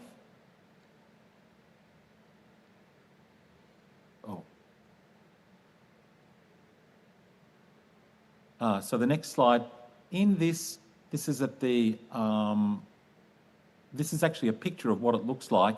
You can see the congestion in the right two lanes with all the vehicles lined up there, but the left lane's pretty, not so many vehicles. We go to the next slide, which is 0 seconds. So 0 seconds, truck in the left lane attempts to change lanes to avoid the stopped truck. Several cars are hit, so it's all in the space of less than a second. There's explosions as the vehicles that are hit, their petrol tanks get blown up and things like that. And the fire size is immediately at around 10 to 20 megawatts. Then the next slide. This next slide is a picture showing the trucks now all moving across into other vehicles just before the vehicles are crashed into. Then the next slide. The next slide is the one with the blue lines on it, and you should be able to see an explosion in the foreground. That explosion is a vehicle going under that truck, and so that's the very first of the fire loads with the vehicle exploding. And on the left you can see now multiple vehicles that are sort of caught in behind the truck that you can see in the left lane. Next slide. So at around 1 second, so the slide should be reading 1 second, in the control room, only 1 second after that catastrophic set of crashes, a red button is pressed and that calls the fire brigade. There's no radio communications needed between the tunnel and the fire brigade. Pushing the red button means the fire brigade are on their way. Next slide. The next slide should be headed 10 seconds. At 10 seconds, there's no visibility now in the tunnel, downwind of where the crash occurred, none, 0. The smoke has built up so quickly that anybody who's caught there will almost surely die. And upwind of where the incident has happened, the visibility is being maintained by the ventilation system. So go to the next slide. The next slide, which is headed 10 seconds plus, at around 10 seconds, people can be seen escaping from the incident vehicles, heading back in towards fresh air. Those are the ones that aren't killed. And there's no one helping anyone in the area where the big crash has occurred. Even though the people have got bloody injuries, this is very much a self-rescue zone, and the people are in, those people that haven't been killed are in a state of shock in the initial area where the crash occurs. But in the areas further away from where the crash occurs, people are helping one another. Next picture, next slide.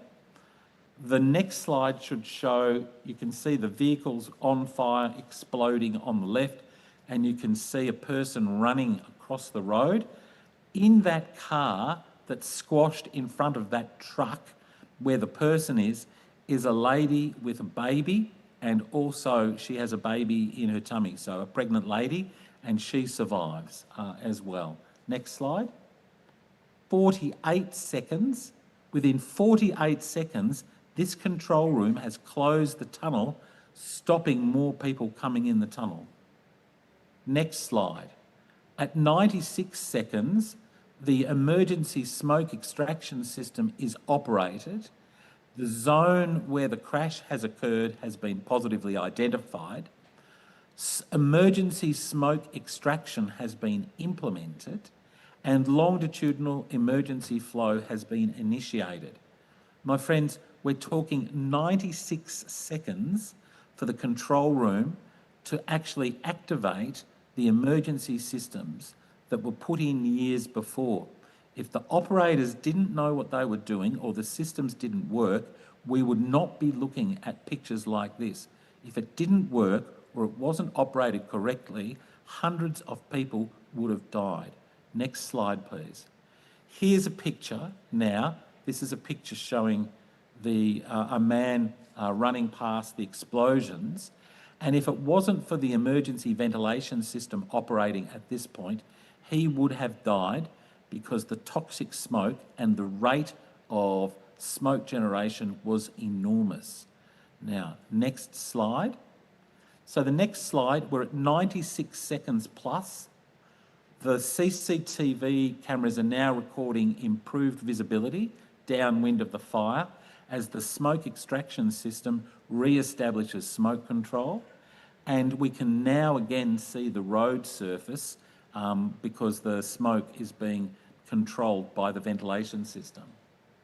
At 106 seconds, so next slide, 106 seconds, so less than 2 minutes, we've now got the deluge system, which is the fire suppression system being operated. The operator has identified the location of the fire, has activated the correct deluge zones, and has decided to set off 2 zones of fire suppression.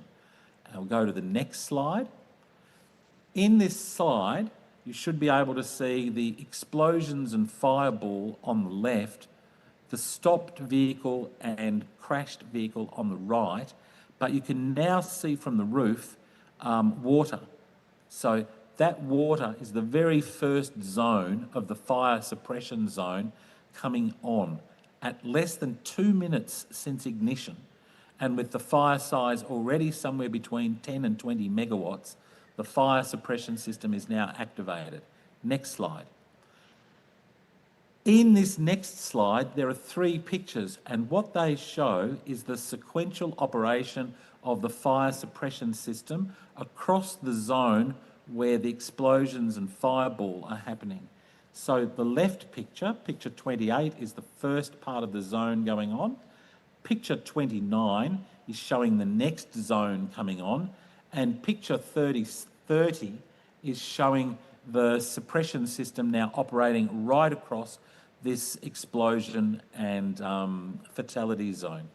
And you'll see it's very aggressive in the way it's dealing with the fire. Next picture, next slide. So the next slide is totally black. And the reason for that is that's what it was like downwind of the fire. If you were stuck downwind of the fire, if the ventilation system, if you weren't able to get to a cross passage, if you weren't able to get out of that tunnel, just like in the video I showed you earlier, you would be dead. Because that's what happens in a tunnel when you have a big fire. It is black, it is toxic, there is no way out. So timing is essential if we're going to take advantage of the emergency systems in our tunnels, the emergency systems we spend so much money putting in, and which the Europeans, well, they learnt for us. We have to make sure we can use them in an emergency. Next slide. So at 116 seconds, so this is the next slide, 116 seconds since the explosions, the emergency evacuation signage and messaging has been initiated. Next slide.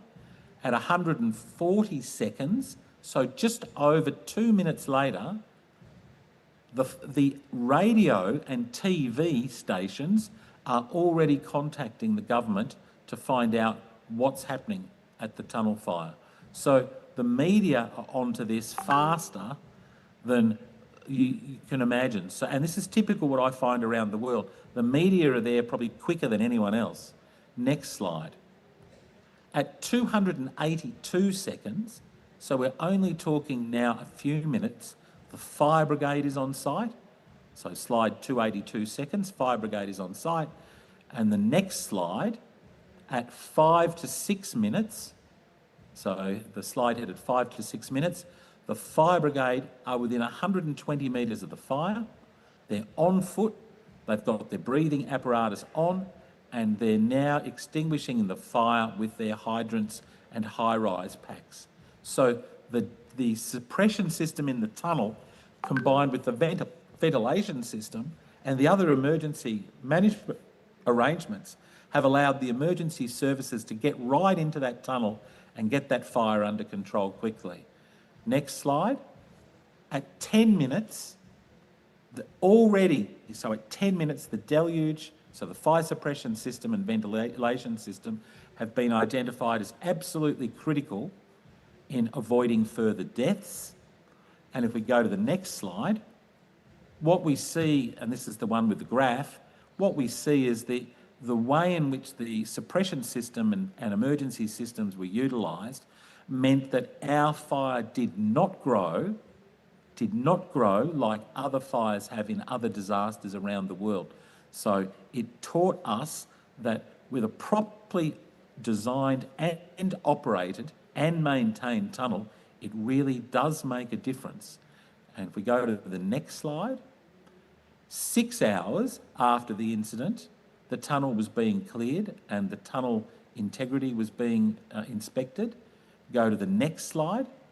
At 4 or 5 days, the repairs were completed. So new paving, some barrier replaced, some cables fixed up.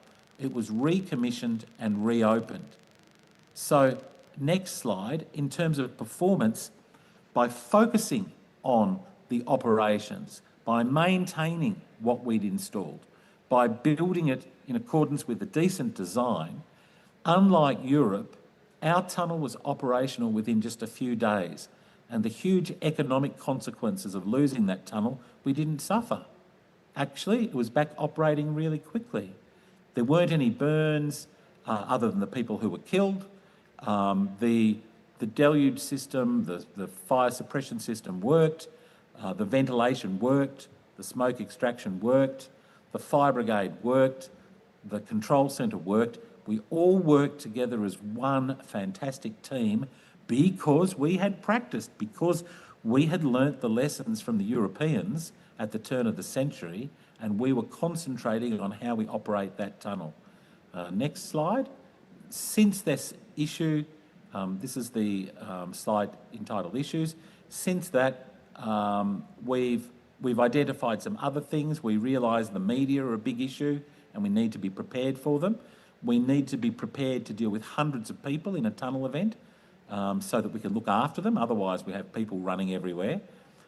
We had issues with the communication system, and the media portrayed it as a catastrophe, even though actually, in my view, it was excellent. It was an excellent result because we were prepared and we did our job properly as professional people. Next slide. I don't think it... there were some fines introduced if you behave badly in the tunnel. The speed limits were lowered a little, and that was about it in terms of changes moving forward.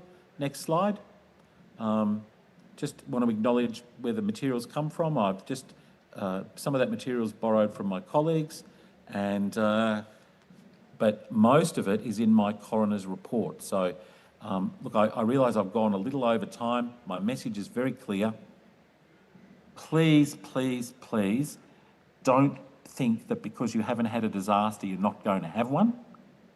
Do spend time making sure that the tunnels you've designed and so carefully built are maintained and operated carefully. And do be ready for an event and prepared to respond to an event fast. Because if you can respond to it fast, there's a very big chance that the number of people who are killed will be very small, or none, hopefully, and also the tunnel that you've spent so much resources building, huge resources. Instead of building a hospital, you build a tunnel, you protect it so that you don't lose it. And so I think that's really important as well. So thank you, everyone. I'm sorry I'm not there. I wished I was. Thank you very much for your time.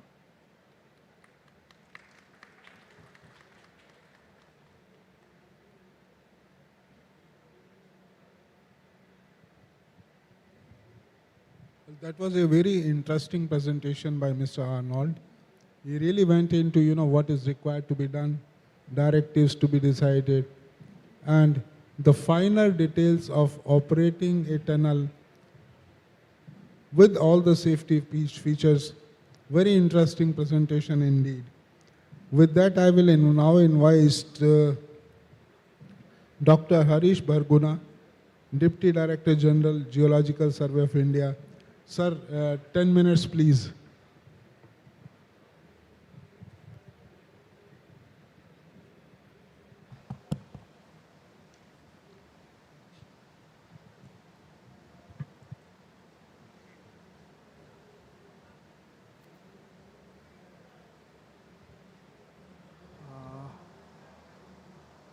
So which one?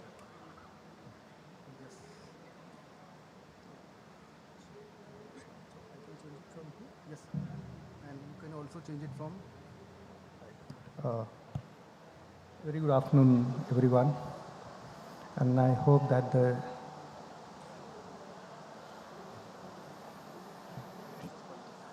fine. It's all right.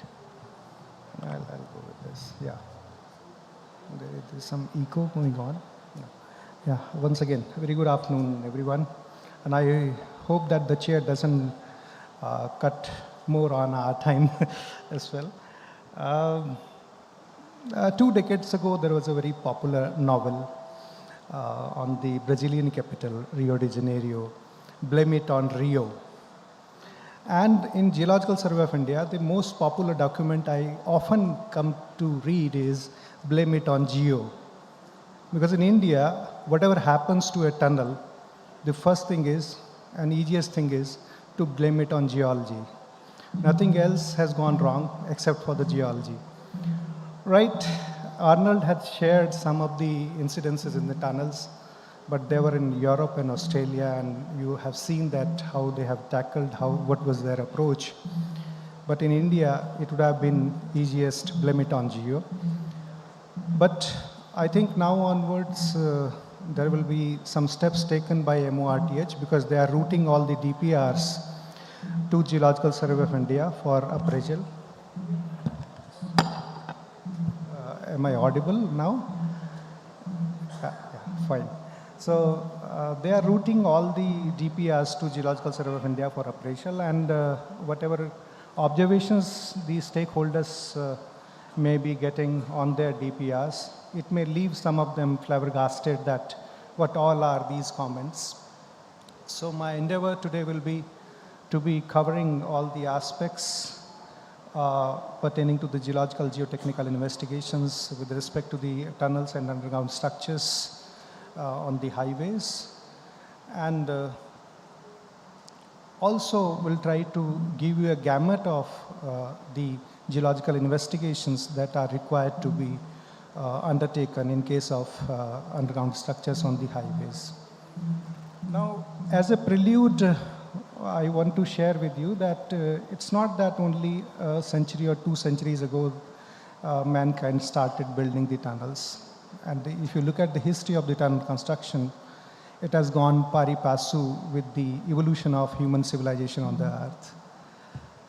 So it's not that recently we have started excavating tunnels and now we are meeting with the geological surprises, so how to tackle with them. So this is what I was trying to speak. 1600 BC, mankind knew how to construct tunnel for different purposes. These are some of the international examples, and India was not far behind. These are Indian examples, the famous Courage system. And all of these are still working fantastically. So this is what I want to highlight, that the knowledge of tunnel excavation dates centuries back with the mankind. And with the advent of technology, particularly the Alfred Nobel when he discovered, and the way the blasting techniques have evolved, the tunneling has seen a vast change, sea change in terms of excavation and their design. And 20th century, more and more technologies have evolved, right from now the automated tunneling has come, the TBM has come, mechanical ways, non-destructive technologies. They all are known to us. So what I just want to cover here is that these road tunnels have come up as a key component in the modern day transportation networks. And they definitely have the advantage of reducing distances, etc., and the other advantages that I have listed. They can be classified based on, I think this all you know, just I'll be passing with these slides, depending upon the construction methodology and the use dimensions, they have been classified differently. And this is just a quick recap of what all the system network of underground structures that are affiliated, attached with the a tunnel or a tunnel connected with the highways. Just the ancillary safety and emergency features, how they are connected, integrated with the tunnel and underground structures. And this is one aspect that we often forget to give importance to, is the importance of portal areas. Our investigations are very meager here. The analysis is almost lacking. But these portal areas have these advantages, as you can capture from the photographs. Now, this all is known to almost everyone that polyphase deformation Himalayan rocks have undergone 3 to 4 phases. And it's very important that the selection of the tunnel alignment is done in light with the orientation of the major discontinuities and the weakness features. And accurate recording of geological data is very important, and that is possible only because when we are undertaking the geological mapping and assessment on a larger scale, say 5,000 to 10,000 scale. And with that, delineation of nature and type of overburden, type of rocks, the details of discontinuities, shear zones, fractures and fault zones, etc.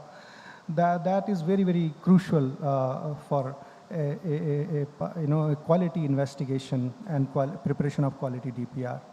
And another important aspect is we do give some exploratory holes, but without giving any importance or keeping in view of the very purpose of giving those subsurface exploratory drill holes. We rather try to fulfill the number of drill holes that are required to be done, but the location, the depth, the orientation of the drill holes, that is very, very important. That is often being overlooked in many cases. And in case of shafts, this is very important. When you are excavating for the drilling for the shafts, ensure that it is reaching to the bottom level of the shaft. And in case of tunnels and rifts, it is reaching up to the invert level or even 1 to 2 meters below the invert level. Otherwise, it's of no use. It's of no use. We have seen, Rahulji has also referred many DPRs, the cover above the tunnel is say 800 meter and your drill hole is 80 meter. Tunnel is at 800 meter below the surface. So what is the use of that information? You do have a drill hole, you have spent money, but the information is of no use, particularly in case of Himalayas. Now this is the whole schema of geological investigation that need to be done. Please take cognizance of these. The stakeholders are here.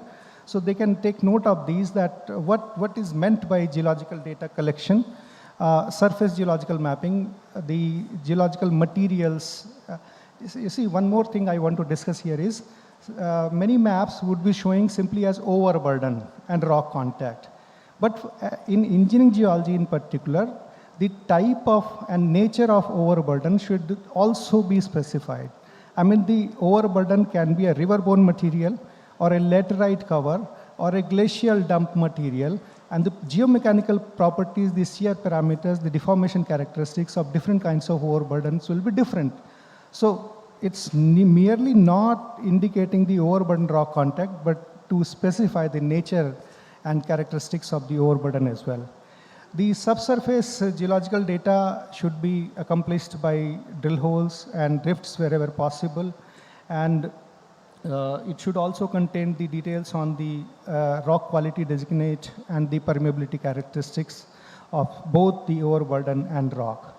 And at this stage itself, if you are carrying out some estimates of uniaxial compressive strength, the RQD, and all these can be done indirectly with the application of Deary-Miller method, simply with the blow of geological hammer. No testing is required at this stage.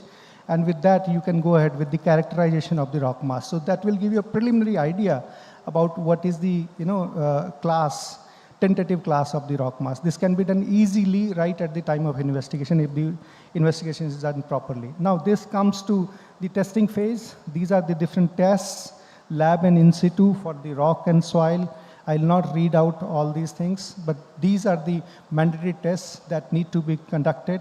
And what is the importance of these tests is that will help you in evolving the rock mass classification for that particular project, which is very important.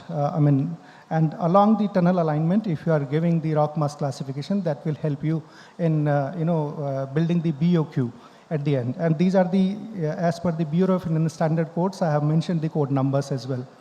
Now, after this, portal areas I was mentioning, and inside the tunnel cavity also, kinematic checks for identifying the potential modes of failure.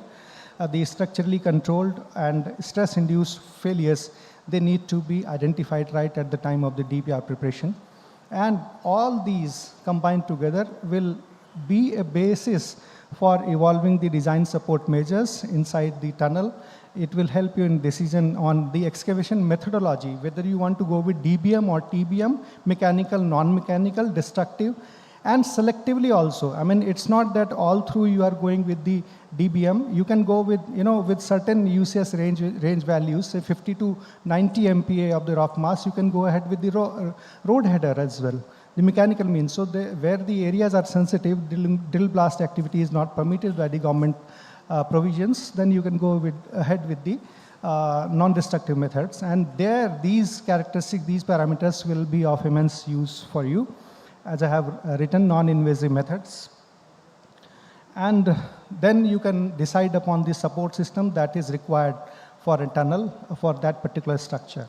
And finally, the instrumentation and monitoring, the type, number, location, everything that you can decide. And all this can come out with a proper set of geological investigations that I have listed. Now here, some of the challenges that we have noted, recorded through some of the DPRs that we have recently appraised, I have listed down. Yes, there are, the biggest challenge is the client has submitted a report with a geological map on maybe quarter-inch is to a mile, 250,000 scale.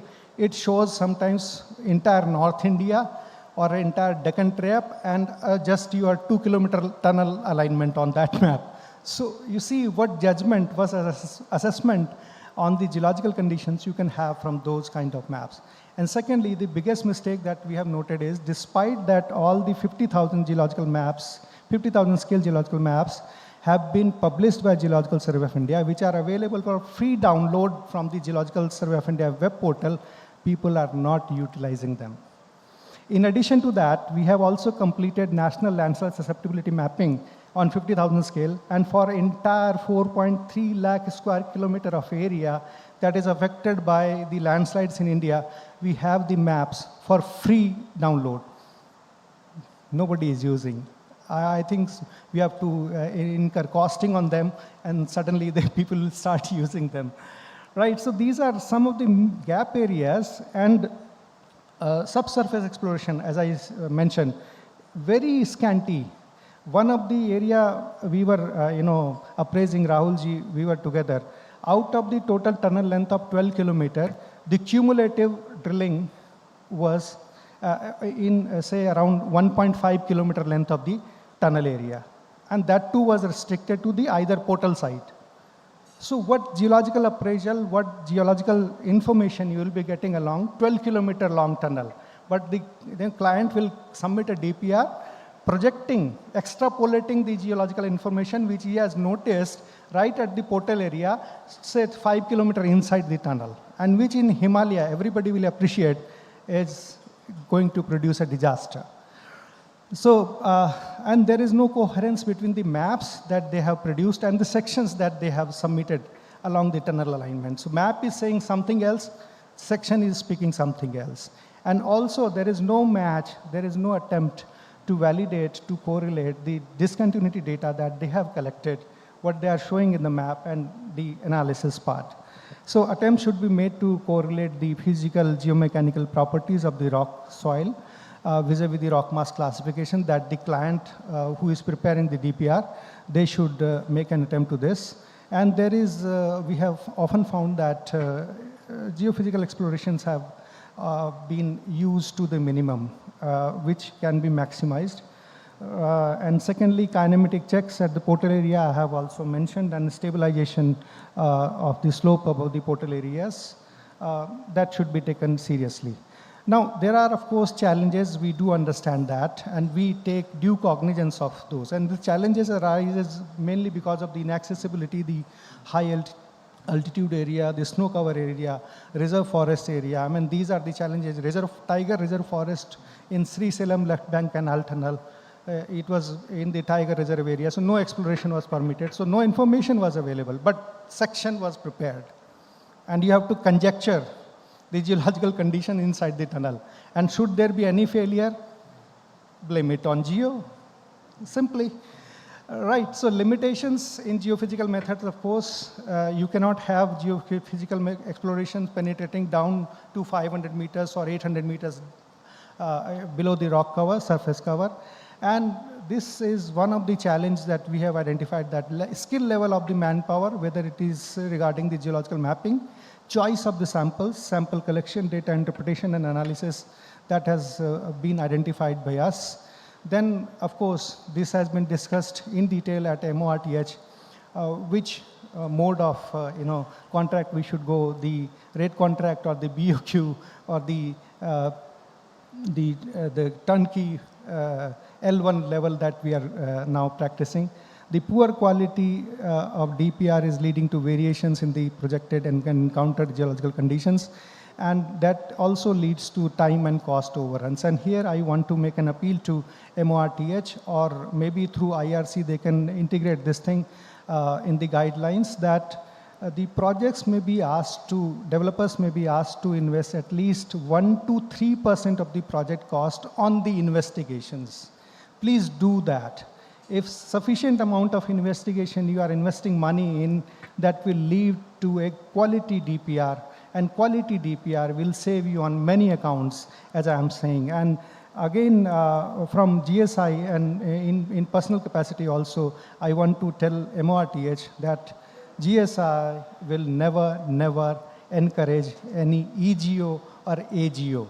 I mean, you don't investigate properly, you submit any kind of DPR and go ahead with the construction. Anything happens, blame it on GEO and declare it as AGO or EGO, and then the time and cost overruns are justified as an alibi to shield our lack of quality DPR. Now, with these words, I also want to highlight here that this also presents an opportunity for all of us that to go with the quality investigation, use the modern tools and technologies such as 3D logger, photo logger, drone mapping, and integrate all the AI, ML, for data processing, analysis, and modeling. And at the last, I just want to appeal, make use of these IRC guidelines and the Bureau of Indian Standards guidelines. Thank you so much. Thank you, Dr. Bahuguna. That was very enlightening and interesting presentation. Usually, geology is considered very monotonous kind of a thing, but you made it interesting. Thank you very much for that. It was a good effort. Now, can I invite Shri Swetab Singh to make his presentation? Shweta will be making a presentation where Dr. Bahuguna has left. So he will be showcasing how the deep learning can be utilized for predicting the ground behavior.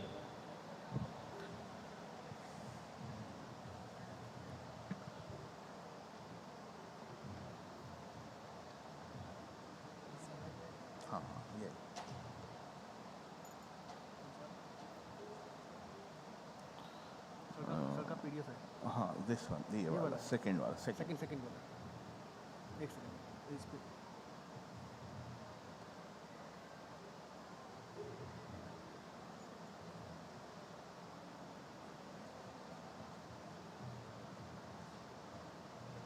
थोड़ा सा sir ये issue रहेगा इसमें आप ठीक है, कोई दिक्कत नहीं, थोड़ा सा इसका स्केल में डाउन कर देता हूँ.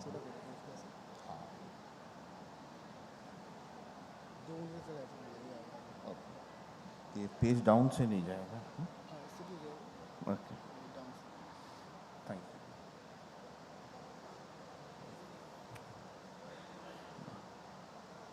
Good afternoon, everyone. First of all, my gratitude to the chair and sorry.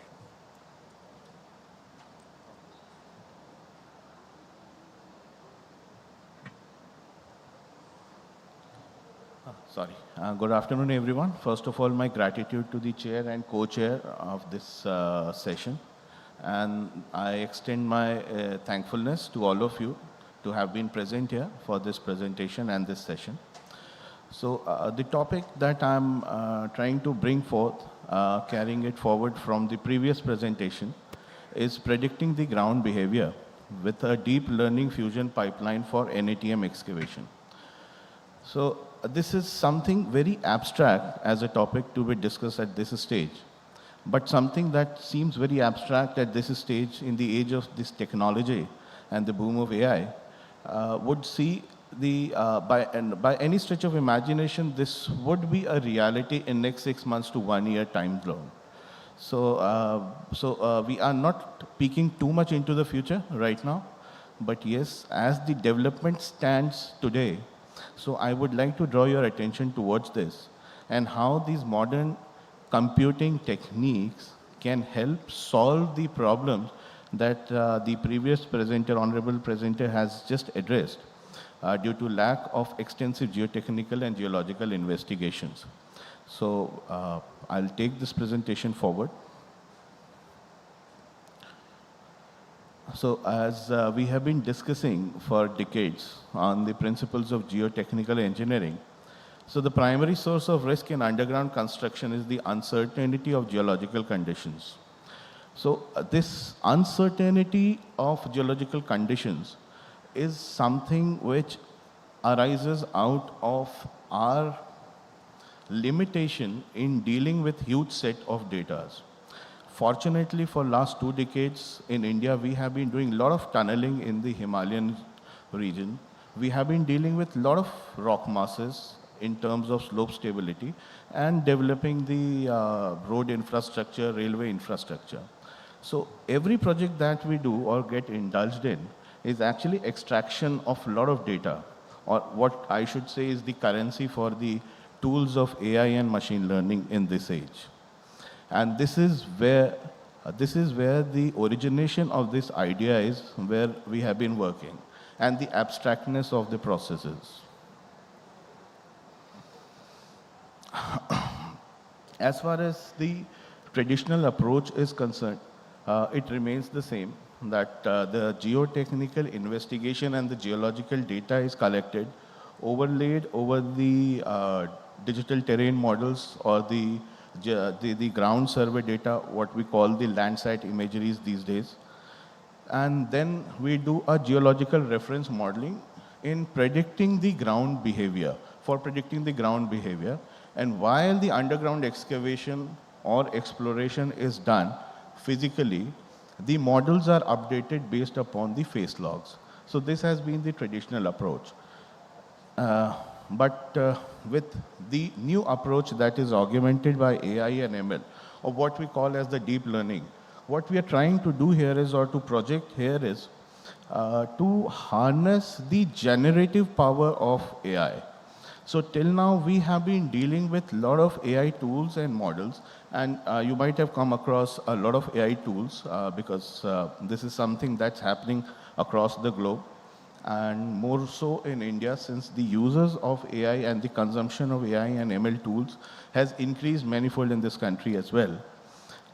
What we come across in terms of engineering at this stage especially engineering pertaining to infrastructure, is the representative use of these tools.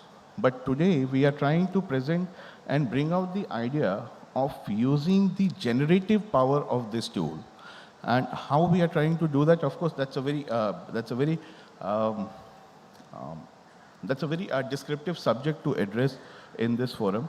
But we will try to look into some glimpses and try to converge somewhere. So I'll take this presentation forward from here then.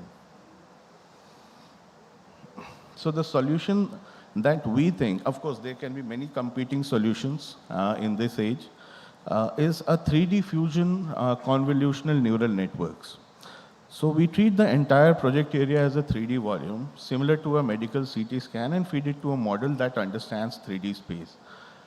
So, of course, I don't want to fall in the pit hole of making an oversimplification here, but essentially to make an explanation, this is what the simplest way we can put forth right now. And mind you, this is something that we are trying to build upon projects, live projects right now within India in the Himalayan geology. And if I say that we have achieved an accuracy which is commercially or academically derivable, I won't say that, but yes, we are looking at an accuracy of 70 to 80% with the verification on the ground at this stage. So anyways, so what we have tried to do is that we have tried to build this whole architecture into two streams. One is the mapping and other is the logging. And then comes the fusion layers and then the 3D CNN networks. So, I mean, of course, not getting into the detail of it, I'll take it, I'll go to a more simpler process that we are trying to adopt. So, what we can do here is, what we have tried to do here is to simplify things. We have broken down the whole process into 5 stages, where the step 1 for the fusion, where the digital terrain model and feature super resolution is integrated. Then the stage 2 and 3, as I just mentioned, the geological mapping, the geological structure, which has been covered in detail by the previous speaker.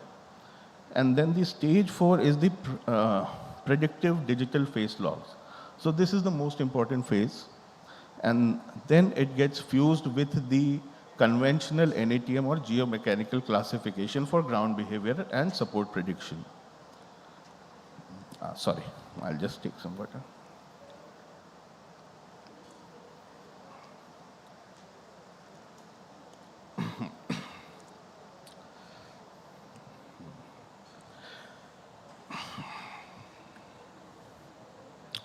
So this is something that we are doing very regularly across the spectrum. That is the voxelization, or what we call as the digital terrain models. So we have this is not something that's very different from what's happening across the world. Using the Landsat images, the LiDAR data, and the drone data to develop a digital terrain model stacked with the lithological information that can be derived. But often there is a pitfall of loss of data and errors occurring in these processes. So, as I just mentioned, so I'll come to the hyperspectral data a little later, but we will restrict right now to the satellite, drone, and LiDAR data that actually captures the ground data, that is the surface data. And generally, we are looking at the super resolution CNN. So what essentially CNN would be is, it's an artificial neural network, precisely, which captures the images and converts it into text or meaningful interpretation or meaningful labels. To make it very simplified.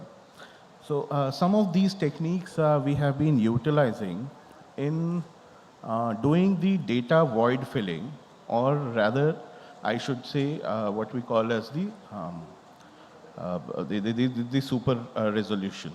The data that has been lost during the capturing or picking up on the ground is developed using the CNN networks.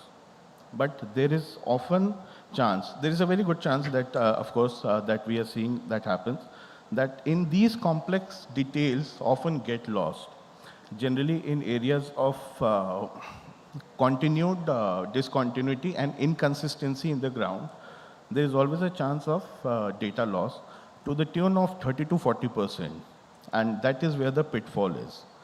And this is where the real power of AI comes into picture when we go on to the generative super resolution.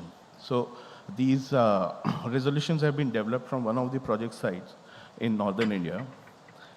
So what it does is it actually fills in the gap in the data through the generative power of AI. And so it actually, it learns, it develops its own labels. So now we are talking about what we call as the synthetic data, learning through synthetic data. So what we are looking at is two sets of algorithms competing against each other to come up with results which are generative and new for usage and for filling in the voids with accuracy.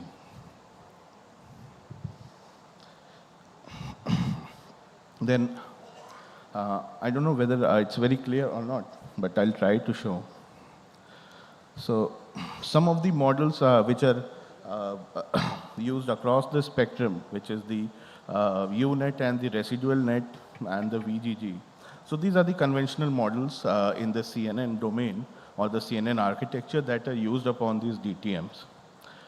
And generally, the accuracy at which the lithological mapping is done, or rather the data void is filled, is still, I won't say more than 80%, but the generative power of GANs, or what we call as the competing algorithms, we see that this is going to improve. So essentially what we are trying to do here is through these lithological mapping, data trained mapping, we are trying to figure out the geological structures, which includes the boundaries between the different rocks, sandstone, shale, granite, etc.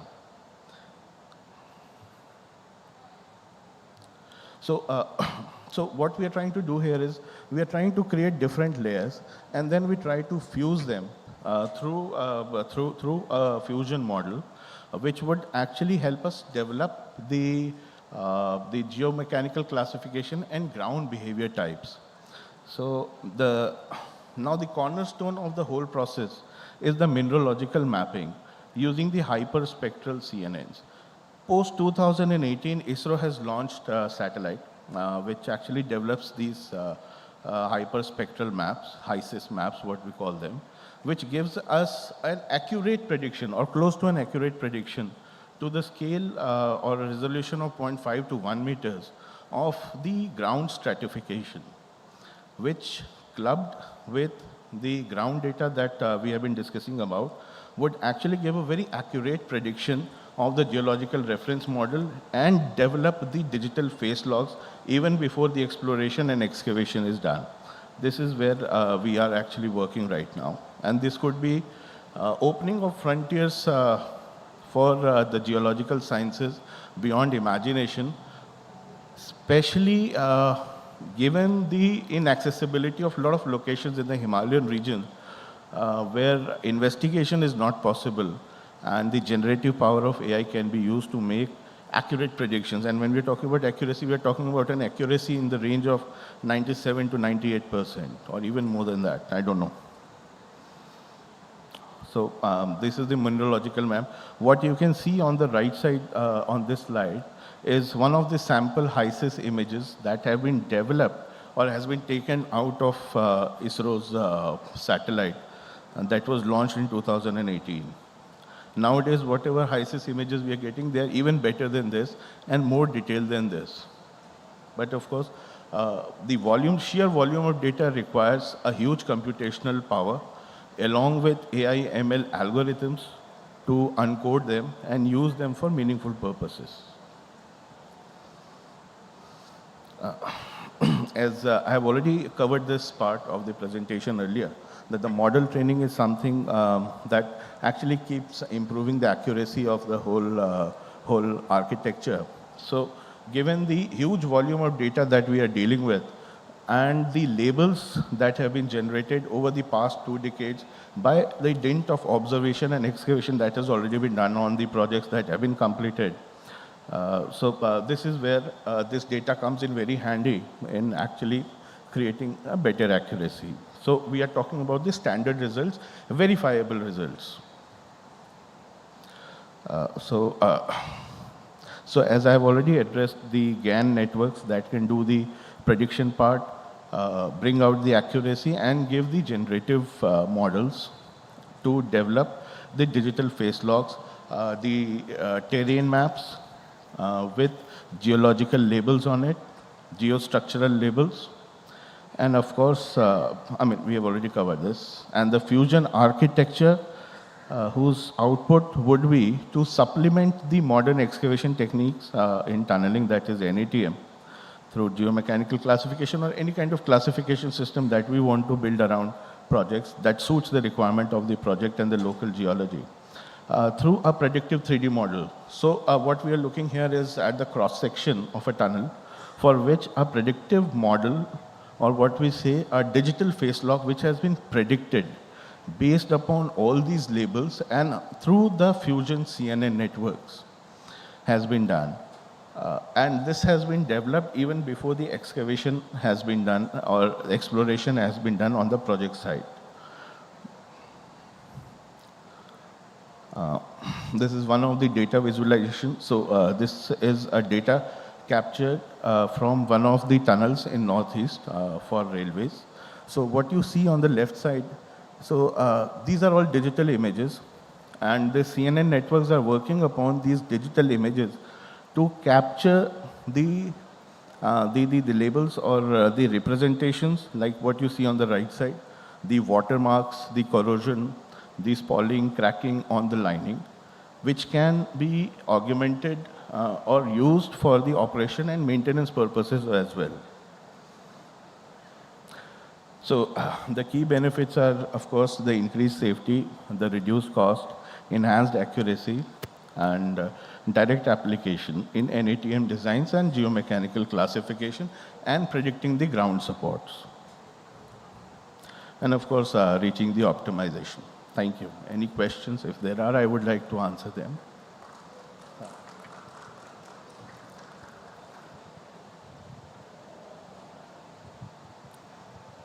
Thank you very much, Mr. Singh. This was very enlightening, interesting presentation. When I started my career, we used to start excavation and then find out what is there. Sure.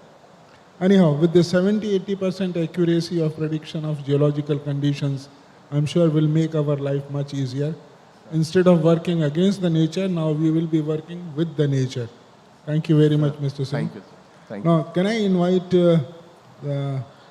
Mr. Sandeep Jindal, Mr. Sandeep Singh, I'm sorry, for his presentation on resilient underground spaces, leveraging stainless steel for safety, longevity, and sustainability. Mr. Sandeep, try to conclude in 10 minutes.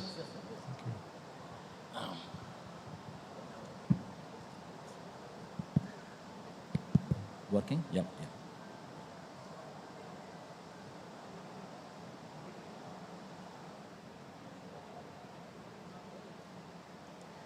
Yeah, good evening, everyone. Many special thanks to Indoria sir, Rahul Gupta sir, Bhubaneswar sir, and esteemed panelists, and the people sitting before us, this academia, industrials, and officials. Very, very good evening. At the very first stance, what Indoria sir has told, this is the time where we have to think of the space which is subsurface, because what we have done, we have traveled horizontally, traveled and going vertically. Now it's time to go deep down to sit on the top of this rapid urbanization. With this, I start the usage of stainless steel, which is green and sustainable, and how it is designed for the 120 years of life of the tunnels. Okay? Yeah. So in this, I am going to present what is the business scenario or the total tunnel length which is expected to come in down the line 5 or 10 years, and other parts also. So with the paucity of time, what I will do, in coming years, we are having approximately 3,000 kilometers a tunnel, which is already proposed for the irrigation, for this railway, for this highway, and for the other purposes, which is a sectoral and this statewide different portion is given. So before starting, I just want to discuss what is the environment of the tunnel. If we see from this, what we have done, this we have taken some reference from the European tunnel. If you see the tunnel humidity, temperature range, SO2, NO2, and H2S, these all combines and creates a very corrosive environment inside the tunnel, which actually kills the material. So in that circumstances, which kind of material we have to use, we have to be very judicious at the time of the approving, at the maybe DPR only stage only, or other procedure of the time. With reference to all, in such corrosive environment, if we see which kind of material is approximate and we can expect a better life for that particular application. So in that case, stainless steel we all use. If you use utensils, if you go for this nuclear power plant, other critical application, and this rocket launcher also we are making high nitrogen steels.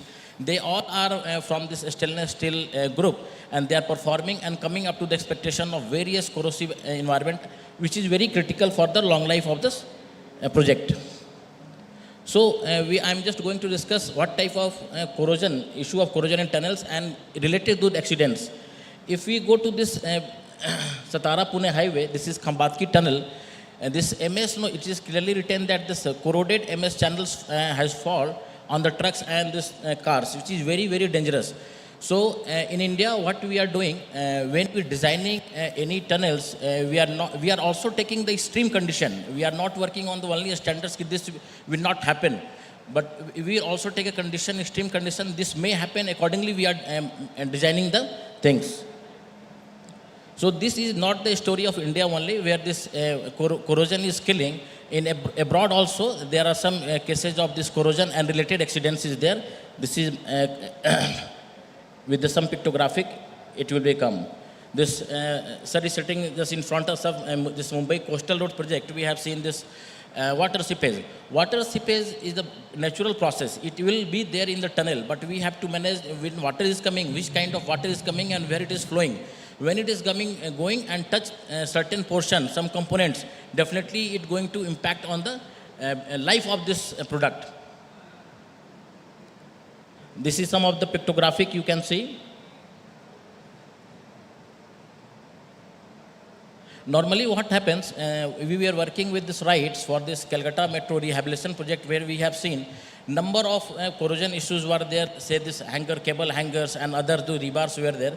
So what we have done, we normally request why we are calling at the time when the damage has been already done. If we have been called again before this finalization of the design, we may delay all this process. This damage will be normally can be delayed by more than 100 years, what we promises with this material. This is another, this rebars is also there. So this is, I am giving one example of this railway tunnel, where this North Frontier Railway, we have visited one tunnel, and we have seen this tunnel was not even operational. After the installation of this entire cable tray and other, all these fixtures got corroded. It doesn't mean this corrosion was there. We have to pull it out, and when we are going to pull it out with all those fasteners, this waterproofing membrane was also damaged. This was killing the entire process and delaying the operational efficiency. See, we have identified this issue before the operations. Once this will be operation, it will be gonna very, very tough to operate and maintain. They are some of the issues. This is galvanized one. I am just running out. Why stainless steel? So any material, any iron which we are going to add 10.5% chromium, it becomes stainless steel. And how it works? If we see, it doesn't have any, this coating and all. It has already chromium oxide coating. So how it works, if you see, if any scratches will be there, the chromium inside from the oxygen, it will make a chromium oxide layer. So no repair. It is a self-repellent or this protection layer is there with this material. It will be not in the case of any material which is having coating, any type of coating.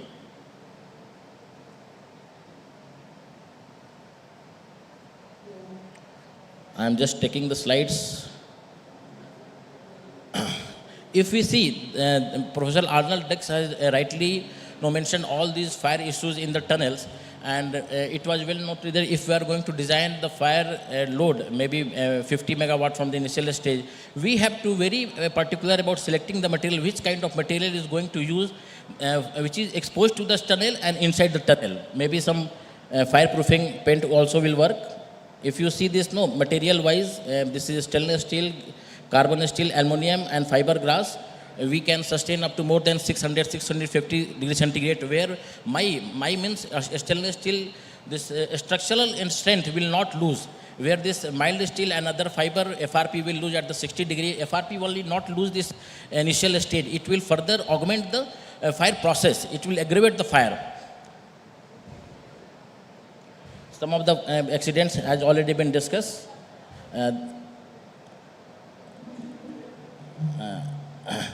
I just run one video. This is a recent incident where we have seen this Green River Tunnel. Entire structure, what is exposed is the secondary item, internal this rebar and all got damaged. So if you go for the repair and rehabilitation point of time, it will take a longer period to properly rehabilitate and all. So it will not only this other material which is hanging with this 200 degrees centigrade, which is actually dehampering this evacuation process also. So if we particularly talk about what all materials are going to be used in stainless steel, we started with this cable tray. Now again, this so many officials and this consultant had asked us to develop this electrical panel, rebar, fire door dampers, and duct ventilation, railing, fire mist, rock bolts. You will see this kind of products which is already there. This is not developed. This has already been used in railway, in highways, in other tunnel or underground space like caverns and all. Like fire pipe, duct, ventilation system, dampers, electrical panel, fire doors, this enclosures, rock bolts, this wire mesh lining. I am just going to give one example of USBRL railway tunnel where everything which is exposed, maximum item is of stainless steel. And that stainless steel was used, which will give a promise up to work or sustain up to the design life of the tunnel, which is approximately more than 100 years. And what product is going to this already is there in BIS. So these are all the designs. So for Jindal Stainless, what we have done, we have not only supplied the material, we have developed entire ecosystem which can actually fabricate and supply quality material to the tunnels. So these are some processes. In tunnels, there are some curvatures. At the site, it is very tough to cut and weld. So what we have done, some technological advancement, we have done this, some bearing system, what we have done. At site, no cutting bending is required. It can be automatically installed as per the site condition. These are some of the products which are being developed. It's not like we are just wanted to develop because the consultant and the government is also willing to have that kind of product. This lining, this girder we are trying to develop. This girder is trying to develop because we have already made stainless steel foot over bridges with this IRSM 350 grade, which is very cost effective. For that material, we are going to use this kind of girders. And why we are saying this? If you go to a stainless steel with this mild steel to a stainless steel, approximately 30% approximately weight reduction is there. So whatever cost is collected, this 30% weight reduction will actually compensate some of the portion of the increased value of the product. This is reinforcement. We have already several or various examples of using SS rebars in the various European tunnels. I will simply escape this. What I am talking, it's already there in this BIS. Now, very interesting thing, when we are there for this bullet train, this segmental, this plate or the bracket was being developed, And one case study where we found, if we use this stainless steel corrugated panel in between, so we can reduce the 3 mm thickness of this concrete to 250 mm thickness. This is being discussed with this IIT Roorkee, and we are working on this, how this 50-70 kg of the using this panel can reduce the actual width of the 300 to 250 mm, which is a huge cost saving. So we are still under working with various organizations. These are rock bolts. This NHPC have called us for one of the product they are going to use this. I'm just running the slides, fire doors, this electrical panels in the tunnels, signals we are developing. This is fire door and dampers. Now this is a trench cover. What we have done, seeing this, we have developed one 1.5 mm corrugated sheet with the entire 1 square meter load is hardly 22 to 30 kg. So we can use this. And per square meter approximately load bearing capacity is 250 per kg.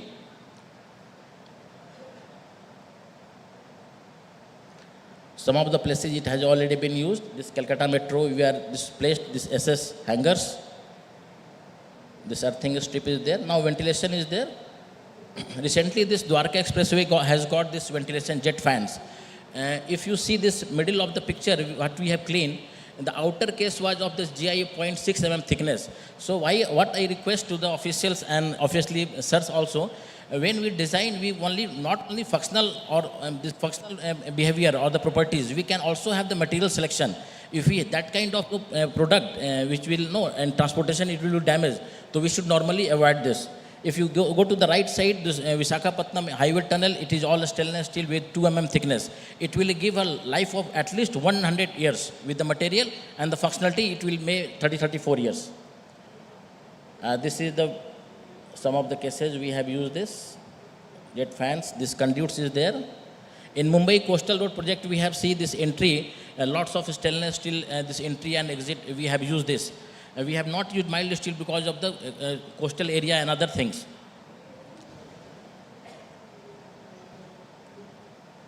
This firefighting, this water mist system or the dilution system, we are going to use this stainless steel pipes, duct system.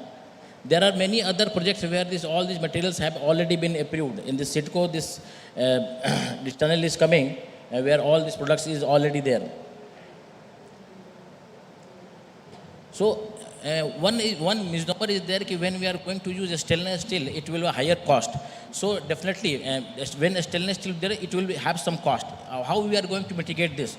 If you see this cable tray, we are using normally 2 mm thickness. What we have done, this corrugated panel, 1.2 mm thickness will give the suffice load which we can have with 2 mm GI thickness. So approximately 40% weight reduction with this design innovation. So this way we are going to reduce the price or the cost, overall cost.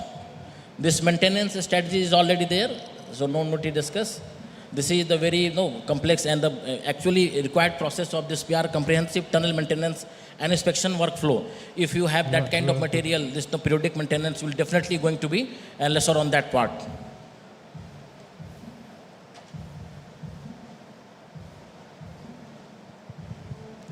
If you could wind it up quickly, please. Yes, sir. Just last one, sir. Some circulars are there already where it is clearly mentioned that we should use a stainless steel. If you see the circular on 2018 itself, there way they have used to use SS rebar in tunnels in the coastal areas. This Ministry of Road and Transport also in these bridges we are using this. So in general, what we are doing consultancy, design support, raw material supply, value addition, and support to contractors. Some tie-up with this MIT Pune, IIT Jammu, this collaboration with this Gati Shakti. So at last, what I am going to do, I am just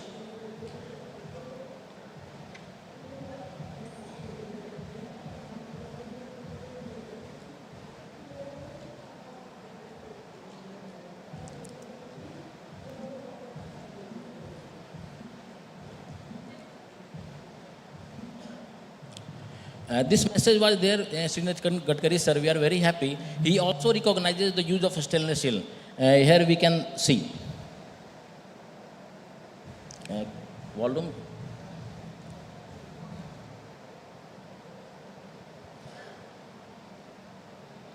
Can we have volume then? This is the use of stainless steel. Here we can see. मुझे मूर्ख बनाया उसने एक powder coating करके volume. क्या लोहा देख के बोला ये रस्ट नहीं लगे और मैं विश्वास रखा लगा रस्टिंग हुआ तो अभी Can we ऐसा have है volume? कि जहाँ 30 किलोमीटर समुद्र के बाजू में है वहाँ The use of stainless steel. Stainless Here we can see. तो शिवाजी का पुतला उसने एक पाउडर कोटिंग करके क्या लोहा देख के बोला ये रस्ट नहीं लगे मैं विश्वास रखा लगा रस्टिंग हुआ तो अभी Can we ऐसा have है volume? कि जहाँ 30 किलोमीटर समुद्र के बाजू में है वहाँ The use of stainless steel. Stainless Here we can see. वो शिवाजी का पुतला उसने एक पाउडर कोटिंग करके क्या लोहा देख के बोला ये रस्ट नहीं लगे मैं विश्वास रखा लगा रस्टिंग हुआ तो अभी Can we ऐसा have है volume? कि जहाँ 30 kilometre So what sir is saying, that for the use of stainless steel in this, nearby the coastal area 20-25 kilometers, we should use stainless steel. And with this all, I thank you once again, and thank you Rahul Gupta sir for giving insight and taking this tunneling industry from the Ministry of Road and Transport and supporting all of us and guiding us. Thank you once again. Yep, thank you. Thank you very much, Mr. Singh. One could not have overemphasized the use of or advantage of using stainless steel. Can I now invite Mr. Lal Mani Singh from Border Roads Organization? He is going to talk about tunnel safety from concept to operations. Mr. Lal Mani Singh. 10 minutes, please, Mr. Singh. Respected chair, co-chair, my friends on dais and up the dais, ladies and gentlemen. Nowadays there are so many tunnels which we are constructing. There are so many tunnels which are in the operation and so many tunnels which are in the pipeline. And in India, we have explored the surface, we have explored the overground. Now the time is for the underground. When we are doing the work in underground, the safety is the paramount because we are doing the work in an enclosed area and so many machinery, so many manpowers and so many things are within an enclosed area. So if we are not listen to the ground and we will not do the work as per the norms, so it is very difficult to survive in this type of environment. So this is the one quote. It is my firm belief that the Mother Nature is so kind, and if anything is going to happen, it will always give the indication to the people. If we listen that voice, it is very, very fortunate that we have to give that there is no incident will occur if we listen that Mother Nature.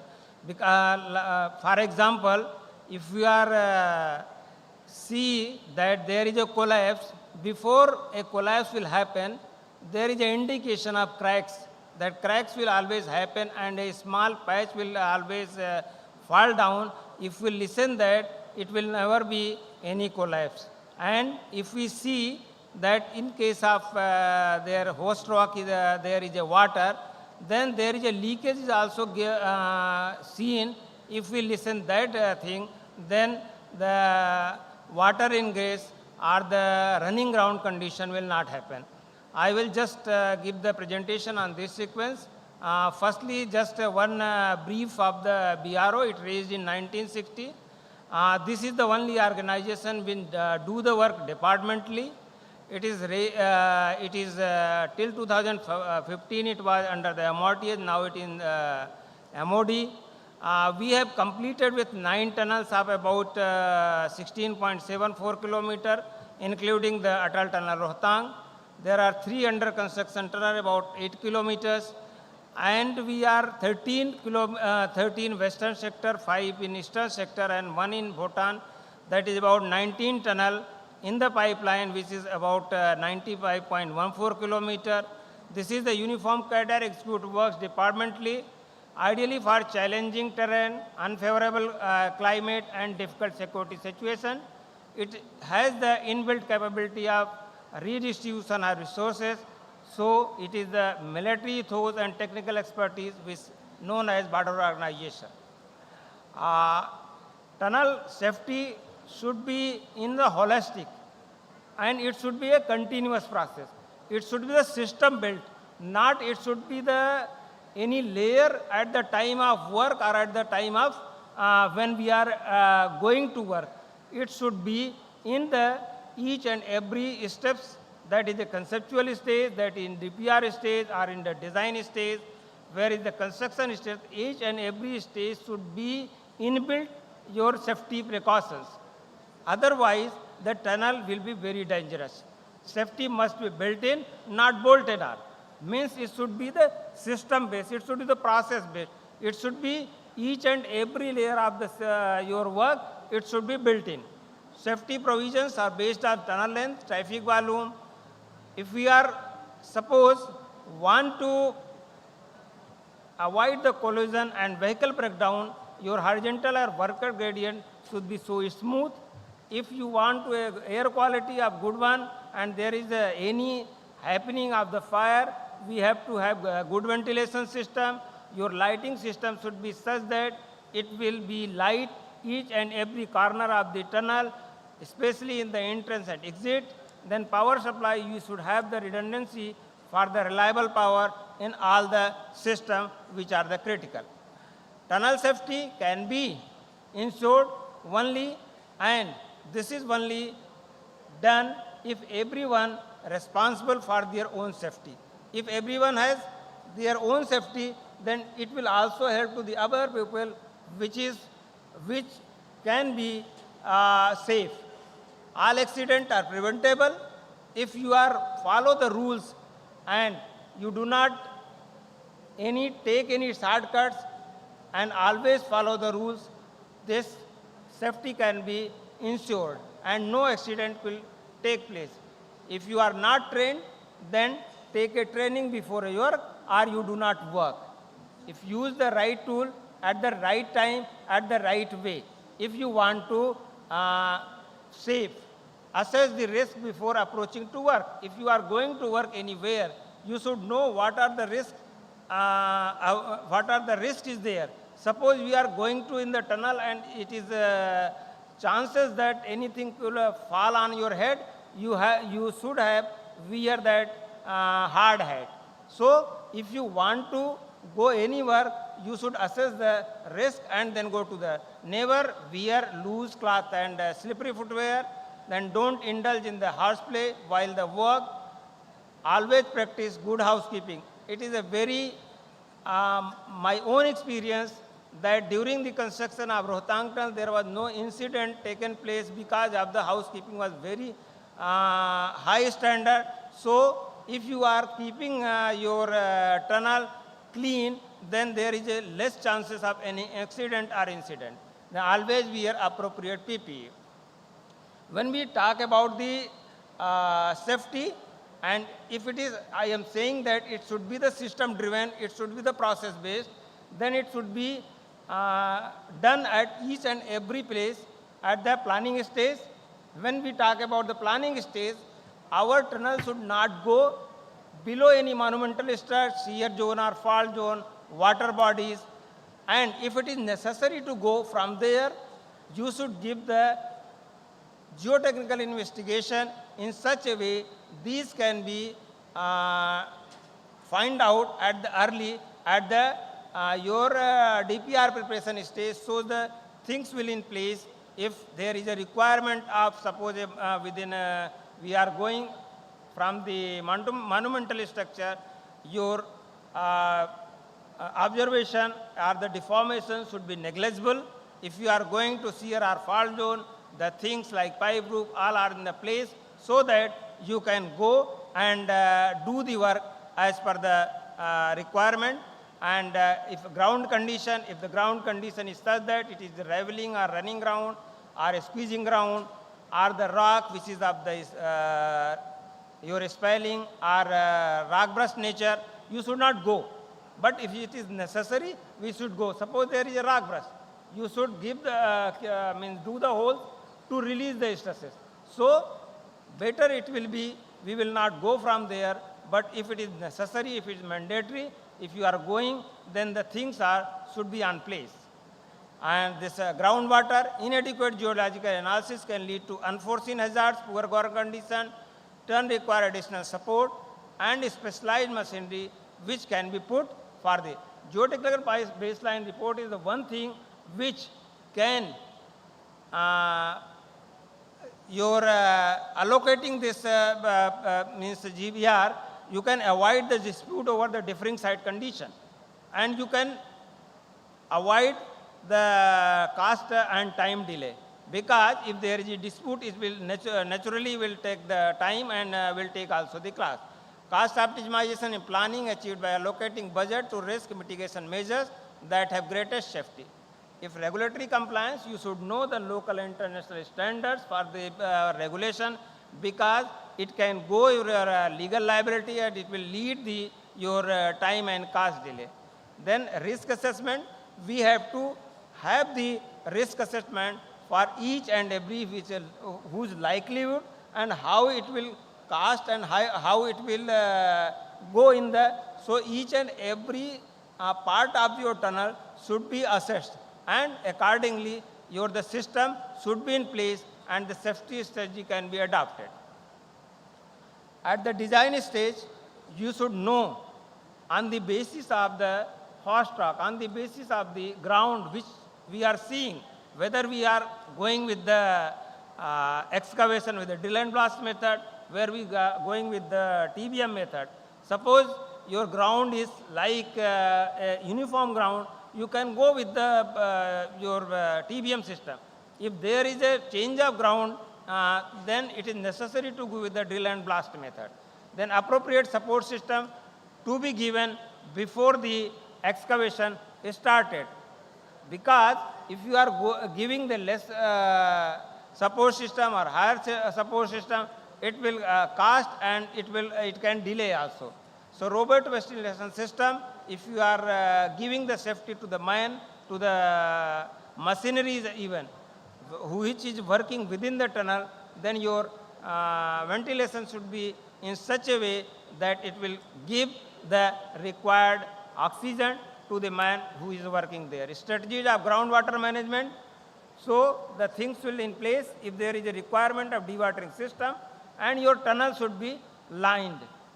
Nowadays, now the ministry is looking that each and every tunnel should be the waterproof, but if it is water, means there is water, it should definitely be the lining, a waterproof lining.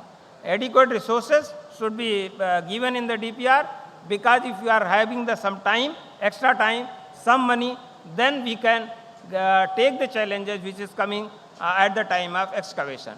Then emergency responses and evacuation plan, as we know, anything, any means your system cannot be foolproof, so your emergency response plan should be in place. At the construction stage, there are safety of man, there are safety of machineries, there are safety of the structure. So if we are at the time of construction, so you should instruct or you should implement that every person should be wear appropriate PPE, then regular safety meeting and toolbox talks, workers to aware the ongoing risk and enforcement protocols. So this is mandatory that at the every day there should be the safety meeting, and the people should be taught about that. Structural safety and ground control. Your collapse is a primary safety goal. During excavation, immediately install ground support to stabilize the ground at the time of excavation. Regular geological mapping is required for your safe and the stable tunnel. Then Mr. continuous Singh, monitoring. if you could conclude quickly. 2 minutes, sir. Then continuous monitoring for ground and movement for lining. Then your fire and prevention. Fire is one of the gravest danger of the tunnel construction because of the confined space. So limited area. On-site fire protection include having protector and alarm should be, the rescue chamber with the fresh air should be there for any incident, and there should also be the alarm system. Emergency escape provision should also be there. Suppose in the case of any eventuality, there is a collapse, the pipe, this evacuation pipe should be installed. It is in the code, but normally people do not implement on the ground. So it is requested that these type of things to be implemented on ground. Then operation stage, the traffic operation. You know that operators may impose the speed limit, automatic incident detection that can intervene for the congestion of the traffic. Then hazardous goods which can be allowed or not allowed, that is required to be seen. Then monitoring system and tunnel control, CCTV camera, smoke detectors, line, linear heat detection, cables, air quality sensors. These should be in the place. Communication system which allow driver to receive emergency message, public address speaker. So these all the systems should be in tie with the SCADA system, and then fire detection and the emergency egress of the response preparedness should be there. Then all the systems which are placed in the tunnel, its maintenance is the most important thing, because when we see that these are the system, when we put there, it is working, but any eventuality will not happen daily. So after 6 months, if it is required, if it is not working, then there is no use of placing such a system. So it is very necessary to maintain that equipment, that material which are put in the tunnel. Then you are minimizing the downtime and ensuring all safety systems are 100% operational when it is needed. Conclusion and way forward, building information, modeling, sensor network, continuous monitoring should be required. Then predictive analysis using data to forecast equipment failure, and for the future your tunnel design, regulatory audits, independent third party is required. Then safety culture, fostering a positive environment where workers and operators feel empowered to report the hazard, and comprehensive framework treats safety as an investment, not an expense, requires integration across all stages. So call of action is continuous improvement is not negotiable. Regular reviews and adoption of the ERP-based global best practices are essential. So it is my humble request to please, everyone is knows, but you have to implement is the ground. If you implement on the ground, the safety issue can be checked and there not any incident will happen in the tunnel. Thank you. Thank you, Mr. Singh. Very insightful presentation. And we have high regards for Border Roads Organization because they always work in hostile conditions, physical or social. So thanks a lot to Mr. Singh and also BRO. Thank you very much. I'll now invite Mr. Saurav Shekhar to present a case study on Indora-Digori flyover. And Mr. Saurabh, if you can do it in 5-6 minutes, thank you. The other session has to start.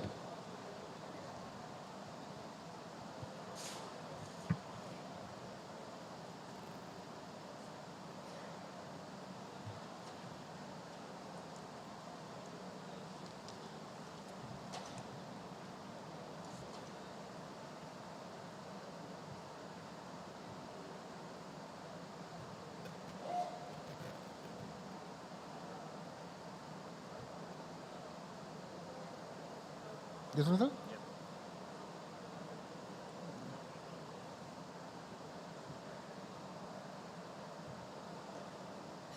थोड़ी बड़ी है.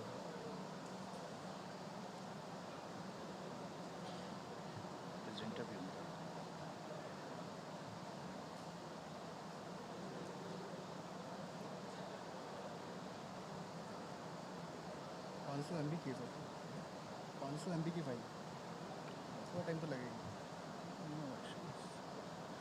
Presenter ठीक है, presenter view में आता है ना, इसमें नोट्स आते रहते हैं. हाँ यही तो दिया, यहाँ पे नोट्स आएंगे लेकिन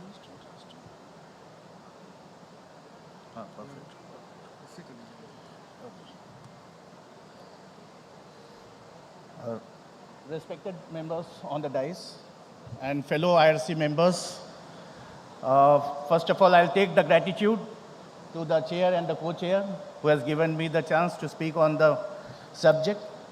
And selecting this topic for the IRC Odisha was a reason because this is a land where we have rivers and long bridges.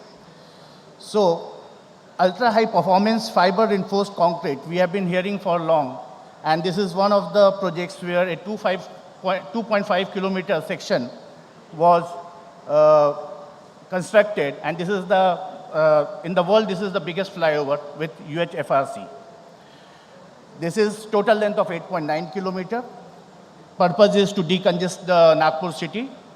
And it connects the congested locations of Indora Chowk, Agrisin Square, Ashok Chowk, Kamal Chowk, Mande Plot and these places. The time with this elevated structure has reduced by 50%.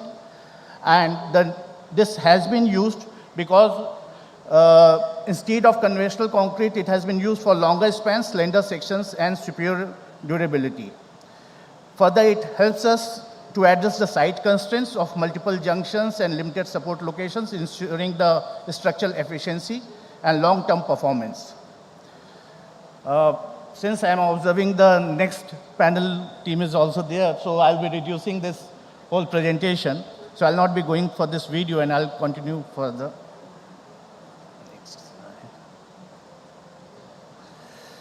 So here the 34 spans of 60 meters and 2 span of 90 meter has been used. The 60 meter U-girder with this new technology weighs somewhere around 200 tons and 90 meters weighs somewhere around 400 tons. In contrast, when you go to the conventional, the weight is somewhere around for 60 is somewhere around 1350 tons against 850. So you can understand the load which is getting reduced, and this helps us in the economizing it, this thing.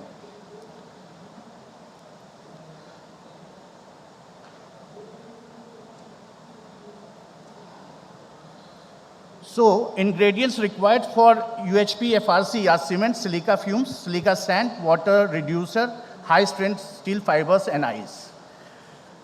And the cement, as you know, is the primary binding phase. This thing, silica fumes and micro silica fills the micro voids and reacts positively with calcium hydroxide to produce this gel, increasing the strength and reducing the porosity. The steel fibers, they are basically bridging the cracks and provide the post-cracking tensile resistance and ductility. The tensile strength is greater than 2000 MPa. Diameter of this fibers is 0.2 mm, and the length generally is 13 to 16 mm. Compared to the conventional concrete, it eliminates the aggregates, mainly uses steel fiber as the reinforcement. Steel bar is optional. Concrete cover is not compulsory. Honeycomb always impossible, and highly workable and flowable and moldable. Corrosion is not possible. It is a combination of self-compacting concrete, fiber-reinforced concrete, and high-performance concrete. So this is how the concrete technology has increased from the normal, where the characteristic strength used to be 50. Today, this ultra-high performance concrete is providing strength more than 140. The stress-strain behavior of this UHP FRC is much superior than the conventional concrete, but inferior to steel.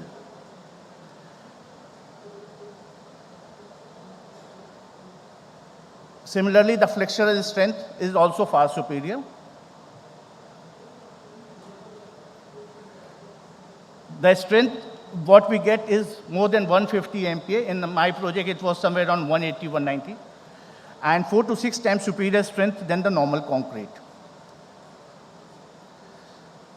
This is a section failure, how it looks. The uniformly, you will find the steel fibers there.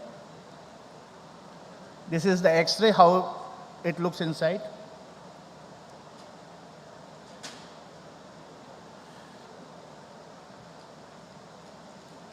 The high workability and low water to cement ratio, high workability makes casting easy. If I show you this video, I still remember this is the way you can see. Indoria साहब के एक project पे मैं पहले एक बार गया था and उनके एक प्रोजेक्ट मैनेजर ने कहा मखमल की थान की तरह निकल रहा है concrete, which I cannot understand that time. Now I understand seeing this.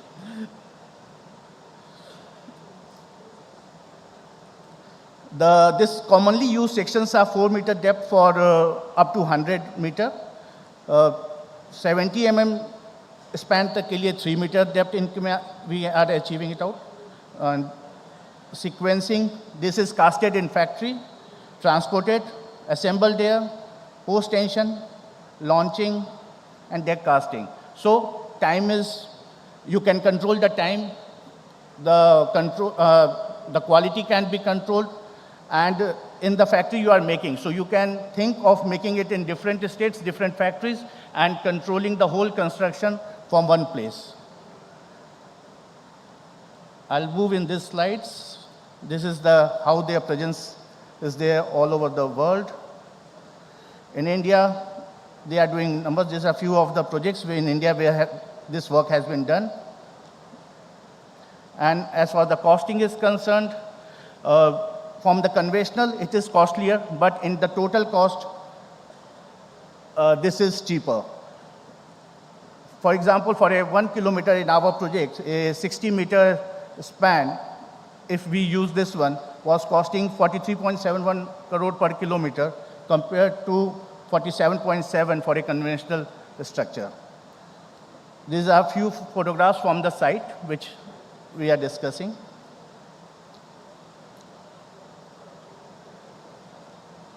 So this is a technology which will be there in the coming days, and I suggest we should be looking forward for more projects to do with this technology in Odisha, as here the long spans we are finding a lot common. So with this I conclude, sir.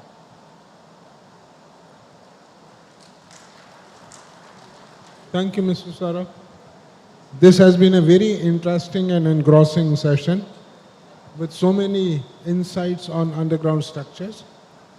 Very useful indeed for all professionals, highway professionals and structural engineers. And I will now request my co-chair to put his concluding remarks. Thank you very much, sir. First and foremost thing, we have very engaging session, especially the presentation from Arnold, Dr. Bahuguna, Shwetab, Lalmani Singh, and Mr. Sandeep. They were unique presentations, and it is first time in under the agencies of Indian Road Congress, a dedicated session has been scheduled and conducted for underground and tunneling structures. So I am grateful to my speakers and presenters for giving an enriching presentations for the benefit of the audience, and whatever they have presented, they will be taken on board by the technical committees in formulation of the standards. Thank you very much. And we have already exceeded our time, so now I'll request the next session chair to please kindly take over, sir. Thank you very much.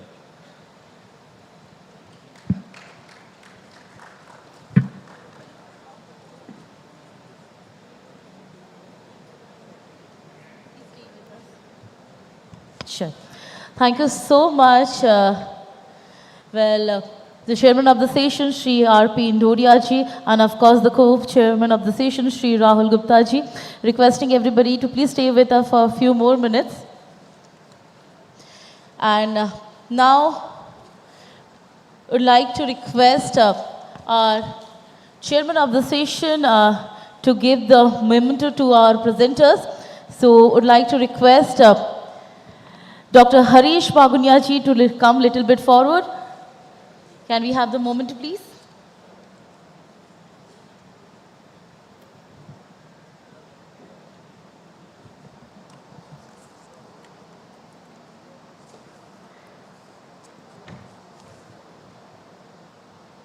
Expecting some clap from the audience, of course.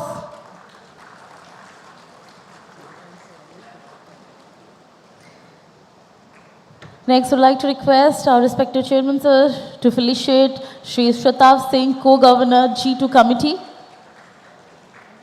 Next, would like to request Shri Sandeep Singh ji to please step forward.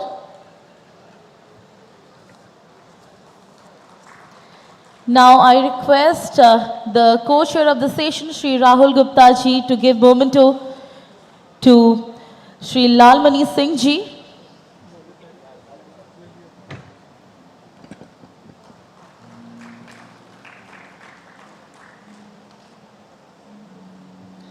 Next, I would like to request Shri Saurav Shekhar ji to please come forward and receive the memento from our respected co-chair, sir.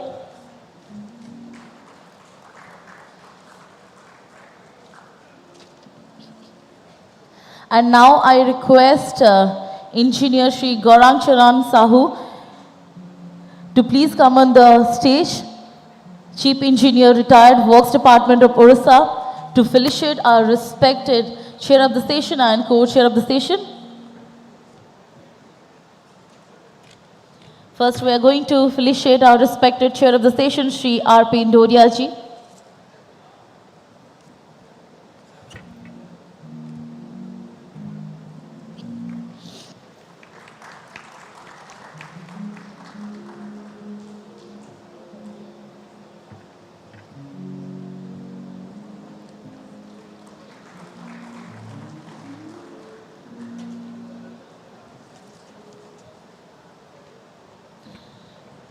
Thank you so much, the Chair of the Session, Shri R.P. Indoria ji, along with Co-Chair of the Session, Shri Rahul Gupta ji, all the representatives. Thank you so much for your valuable time.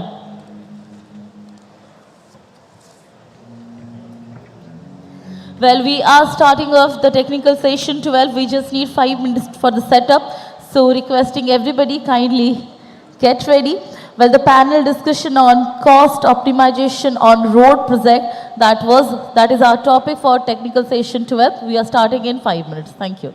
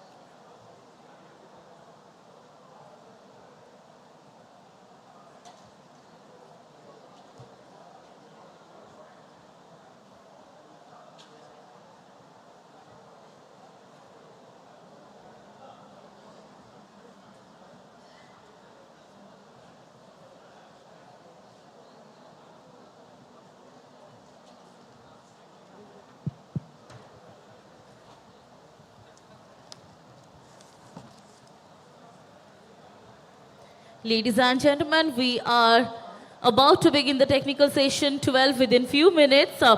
So requesting all the panelists to please be ready, be prepared, and please be present near the dais. We'll shortly start the technical session 12. Thank you.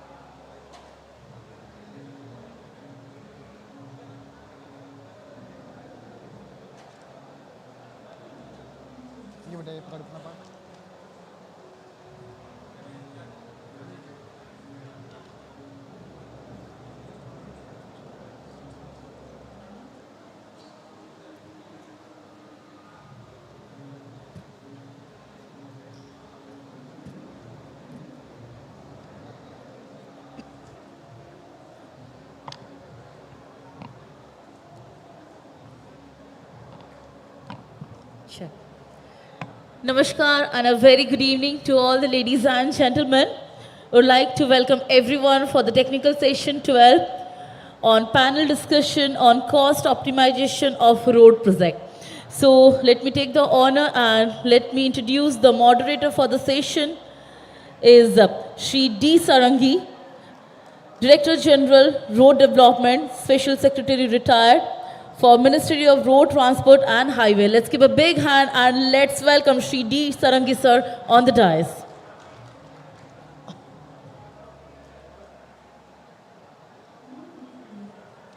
Namaskar sir, welcome. Now I would like to request Superintending Engineer, Works Department, Government of Odisha, Engineer Anuradha Meher Madam to please come up the stage And welcome, she's going to welcome our respected moderator for the evening with the flower bouquet.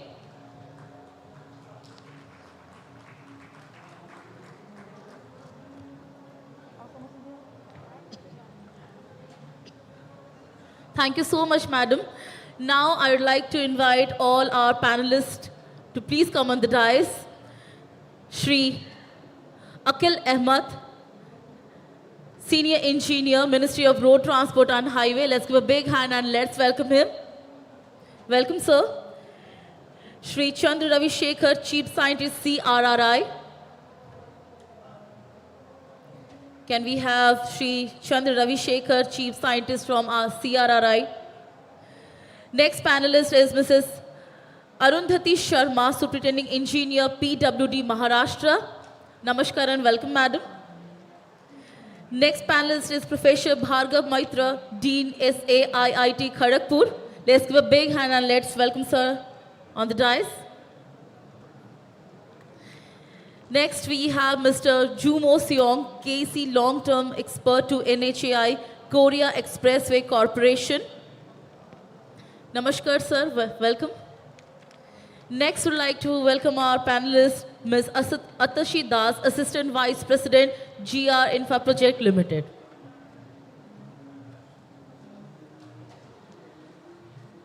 Welcome, madam.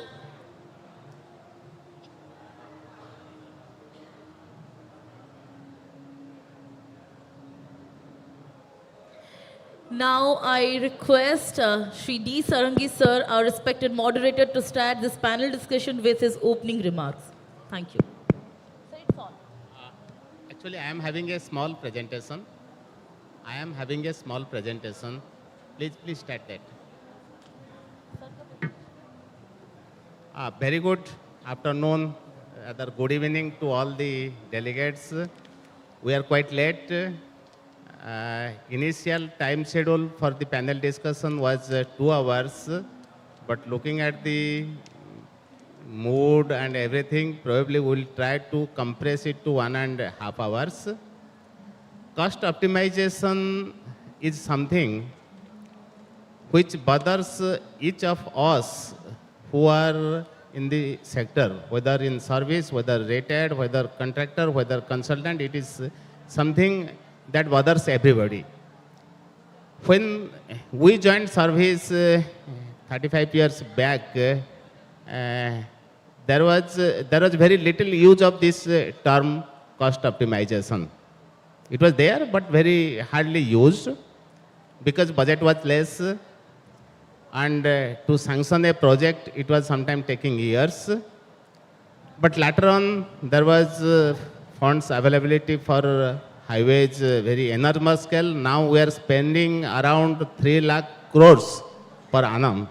And if by virtue of optimization there is 1%, 2% savings to that, that makes a lot many things. In that context, particularly when we started with PPP projects, EPC projects, this term tried to gain a lot of weightage with contractors, with consultants. But there are many misnomers. We have a very distinguished panelist today evening, and each of them will be dwelling into different aspects of the cost optimization as we have interacted beforehand and we have decided. I will just give a brief overview, then each of the panelists will give their opinion, their views. I have restricted the time, initially thought of 15 minutes, but now I would request them to stick to 10 minutes. And after that, there will be a question and answer session of around 15 minutes. When I was asked by IRC to chair this session, and yesterday only, I thought what could be the best definition of cost optimization. I made a lot of search in Google, and this is the one which is in the screen. I hope everybody is seeing. So cost optimization refers to the process of reducing and managing expenses while maximizing value and efficiency. Of course, we should get the proper value for our money. It involves identifying areas of unnecessary expenditure, finding cost-effective alternatives, and optimizing resource allocation to achieve the desired outcomes with the least amount of expenses. All said and done, I have tried to highlight the desired outcomes. There is no compromise on the outcomes. If you say by virtue of cost optimization, you do something which is not giving us the outcomes originally intended, then it is not cost optimization, it is something else. Unfortunately, that is happening in many cases now. So it's very clear to my mind and to, I believe, everybody that there is no cost optimization by compromising the outcomes. Now, next slide, please. Next slide, please. See, these are some of the outcomes in the context of road projects. What we want of a road, it should provide fast mobility. This must provide us safety. Somebody traveling on the road must be making a safe journey.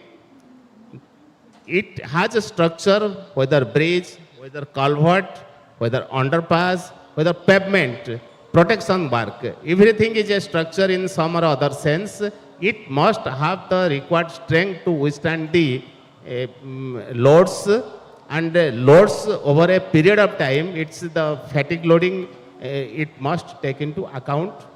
Then functionality, the users have certain requirements. The functionality requirements should be duly met with, and it has to be durable. If a road has been designed for 30 years, concrete pavement, for 30 years it must provide the services at the intended rates. The performance parameters should be continuing up to 30 years. Then there are two things which are very, very critical and widely discussed in all international forums at present. One is sustainability and other is resilience. So any project, any infrastructure that we want to build, this cannot lose sight of these two requirements, sustainability and resilience. And when you are benchmarking these outcomes, this is not over the construction period, but it is over the whole life cycle of the project. That's the most critical point. Next slide. So how to do it? One way is recycling, using locally available waste material, marginal material, with or without treatment to the maximum extent. Again, this must meet the requirements of the applicable standards of IRC, BIS, or any other standard that we are following. Leveraging technology. I'll just give a small example. 20 years back, if a bridge is damaged, we are trying to repair, rehabilitate it in the best way possible, because funds were also restricted. With the advent of these big projects, consultancy services, there is no time for anybody in the client departments to go and see if a bridge is really damaged or not. Many times I have seen consultants feel very good excuse if a bridge is slightly damaged, instead of repairing it, rehabilitating it, to go for its reconstruction. This is certainly not intended. This way we are compromising the optimization of cost. So this is just one example I gave. I think other panelists will give multiple examples. So technology is one thing that we have to leverage to reduce the cost, and of course by use of efficient management practices. So these things can bring down the cost of construction, bring down the cost of maintenance, bring down the cost of operation, and in a sense it can also bring down the vehicle operating cost, which is applicable not only for construction but for the users as well. Last slide, please. Okay. So what we have been noticing usually in many contracts towards the last maybe 5-10 years, there is an effort to redesign by using some dubious data from surveys and investigations, where when we started the EPC contract, the thrust was that it will be the contractor's design and the client will give only the broad scope. That is the intent of EPC contract, and for that matter in PPP projects as well. But later on we started giving one particular thing that the pavement design should be for a certain MSA. Why? Because we did not have the confidence that if it is left to the contractor, then it will be misutilized. Some traffic data will be produced where if it is actually 1500 commercial vehicles are going, it may be shown as 1000 or even less than that. So redesigning with dubious data from survey investigation is not cost optimization. Cost optimization is not about arbitrarily using materials. There are standards developed by IRC for certain new materials which has not been very popularly used. Nobody disallow anybody. But then when you use certain type of material, even the trial section is a fundamental requirement. In the trial section, its performance should be assured whether we are able to properly compact it or not and what other difficulties we are going to face. But many times that is not done and the material is straight used. And after all, it is the life cycle cost that is the deciding parameter. So with this opening remarks, I would request my panelists one by one, and looking into time constraints, I would request each of them to give their presentation or views. I think most of them have presentation limiting to 10 minutes time. First, I would request Sri Akil Ahmad. He is a SE in Ministry of Road Transport and Highways. He has been superintendent engineer for 11 years. He was in NHI for 15 years in capacities such as manager, DGM, and general manager. He has a very rich experience in contract management. And in fact, I have seen his potential when, before my retirement, I was in ministry as DG for our Orange Book modification. So he was directly reporting to me, and I found his knowledge and energy in bringing that to SEP. So he will be talking on MRT's guidelines on value engineering and cost optimization. Please start. Thank you, sir. Moderator sir, and my co-panelists and respected members. Sarangi sir has set the tone for this presentation or this session, and he has put up everything which I will take action from the government side further. Okay, what government will be doing for the cost optimization. As far as cost optimization is concerned, we are facing the double problem. One way we want to reduce the cost, and second thing is we are getting so low bid. Okay, we want to increase the cost, or we want to identify what is the issue where we are lacking. So for that, government is issuing many guidelines to balance the things.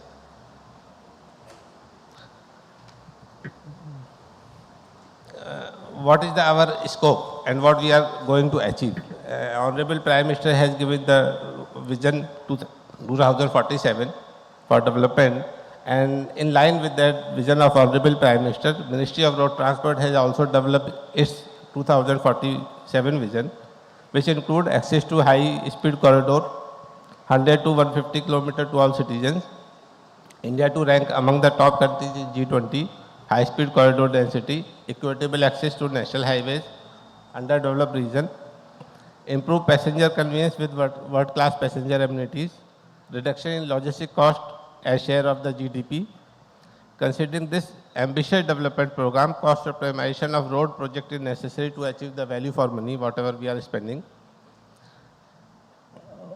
On the other side, cost optimization is not just about the saving money, it is about building a more sustainable, more resilient and more connected India faster. And Ministry is issuing very guidelines and working on this aspect. which include smart planning at the time of designing. We have to improvise, do the value engineering. For this, we have issued the value engineering guideline. Sustainable material, which can be sustained long-term, environmental friendly, and then efficient execution of the work by using the modern technologies, just as AI, drone, GPS implementation. Value engineering, Ministry has issued the guideline in 2024, 20 September 2024, which talked about detail this value engineering. As per that guideline, value engineering mandatory in DPR TOR.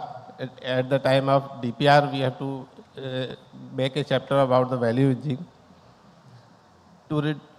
in which design, material and reduction in change of scope have to be addressed. And now proactive land acquisition, because due to delay in land acquisition, cost is being increased, that is known to everybody. So this is being done, guideline has been issued for 90% land compulsory. Realistic bidding norms for low bids and everything, Ministry has issued this additional performance security circular 2025. For the low bid, we have to give the additional performance security. Alignment optimization, we have to optimize the alignment using LIDAR, satellite imagery, drone survey. All these are the part of this cost optimization. What is value engineering? How we are going to define it is the lowest life cycle cost, enhanced durability, and speed and sustainability. Performance-based bidding, as per this guideline, for value engineering guidelines, Schedule B and C, now crest thickness is not to be provided, only the detail, specific composition and is to be provided. Type of payment, design, speed, and MSA is to be provided. DPR consultant also indicate a chapter for the value engineering potential in inception report itself. And this SFC memo and PATSC memo also, we have to provide the paragraph on value engineering as per this guideline. Then contractor has to free to adopt any technology, any value engineering alternative, and they can retain the savings. So this is the benefit it is being given to the contractor. Code compliance, all material have to be compliant with the IRC guideline, MORT's guideline, S2 and other guidelines.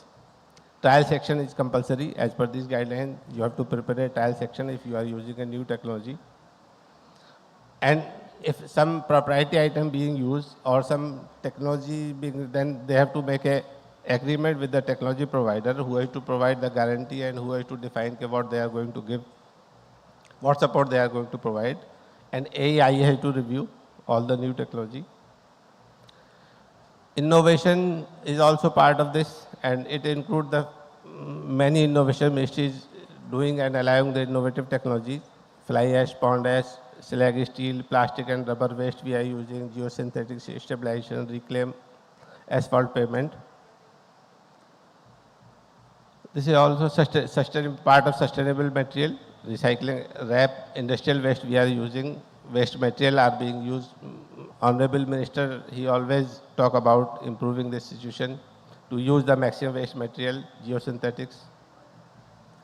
Alternate designs for pavement, perpetual pavement, bonded concrete pavement to extend the life, soil stabilization, as it is also part of 15% CBR we can design the subgrade and precast element and warm mix asphalt. These are the advanced technology proposed as per that circular. Efficient execution for reduce the cost during the execution. Project management tool are being used. NHI extensively using the drone and LIDAR is being used. And GPS in new RFP we have introduced all material and all trucks will be GPS fitted, and that report has to be provided monthly about material movement and everything. That PM Gati Shakti portal for monitoring purpose, Bhumi Rashi portal for land acquisition, and the contract document are being already standardized and they are being further revised. Land ROW issues, key challenges what we are facing, still it is there.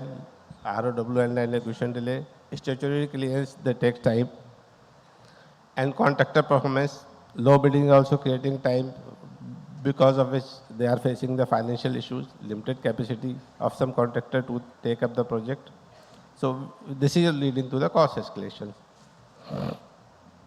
And then how we are overcoming the bottlenecks, PM Gati Shakti, close monitoring being done, integrated state level committee, high level committee, faster at state level to monitor the situation, additional performance security, and PIMS.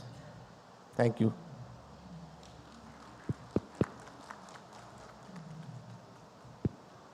Thank you very much.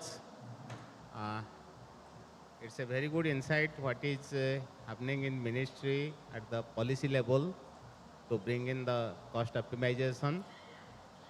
In fact, the circular he referred to, there were two more circulars before that, and over a period of 2-3 years, we graduated in the process how to come up with something where there is less risk, but the propensity. But I feel still people have not taken advantage of that circular properly so far, but I think it will come in the coming days. The next panelist is Ravi Sekhar, Chief Scientist, CRRI. He has 24 years experience in traffic engineering and transportation planning. He holds a PhD from Kobe University, Japan, and working with intelligent transport system, GPS, GIS application, and AI/ML in transportation policy. And he has more than 100 papers to his credit. So he will be discussing how road geometry can contribute to cost optimization. Please. Thank you, sir. Respected chairperson and other members. Myself already introduced by Professor Sarangi Saab, DG, ex-DG. So today I would like to give a presentation on cost optimization of road projects. Other like members are giving various other topics, but I am focusing mainly on road geometric design. So how geometric elements will influencing on cost optimization. So like as you said, road network or road it is connected to the like one place to another place, but it is a economic development of growth, and particularly my previous presenter Akhil Ahmad sir already explained about road construction, maintenance, quality and other kind of thing. And the limited resources, for example, we have limited resources, either material or aggregates or any other thing, that is more important to how to utilize the optimization. And then one early stage of planning, because geometry design is a very early stage of planning. But you see, in engineering point of view, we will start about the desk study of map to connect the A and B, and then we'll go for the pre-feasibility and feasibility, then we'll go for the different alternative alignment, then finally we'll go for the fixation of the final alignment plan. So that's why this is a more important stage to control the optimization of the road costs. So like the main objective of, for example, you see in mathematical point of view, objective function, objective or optimization is an objective function. So for example, what kind of parameter you would like to optimize? So you question yourself whether you want to optimize the cost, you want to optimize the length, you want to optimize the infrastructure facility, you want to optimize the provided safety, what is you would like to optimize. But this presentation, I would like to clearly mention about the objective is mainly the optimization of the geometric like parameters. So you see other parameters like life cycle, all the three variables are more elements are safety, geometry, and also economic viability. And these are the three elements of the road construction or implementation. The final all are linked with the life cycle cost assessment. For example, the road have the other kind of the lifespan, and the structures also the lifespan.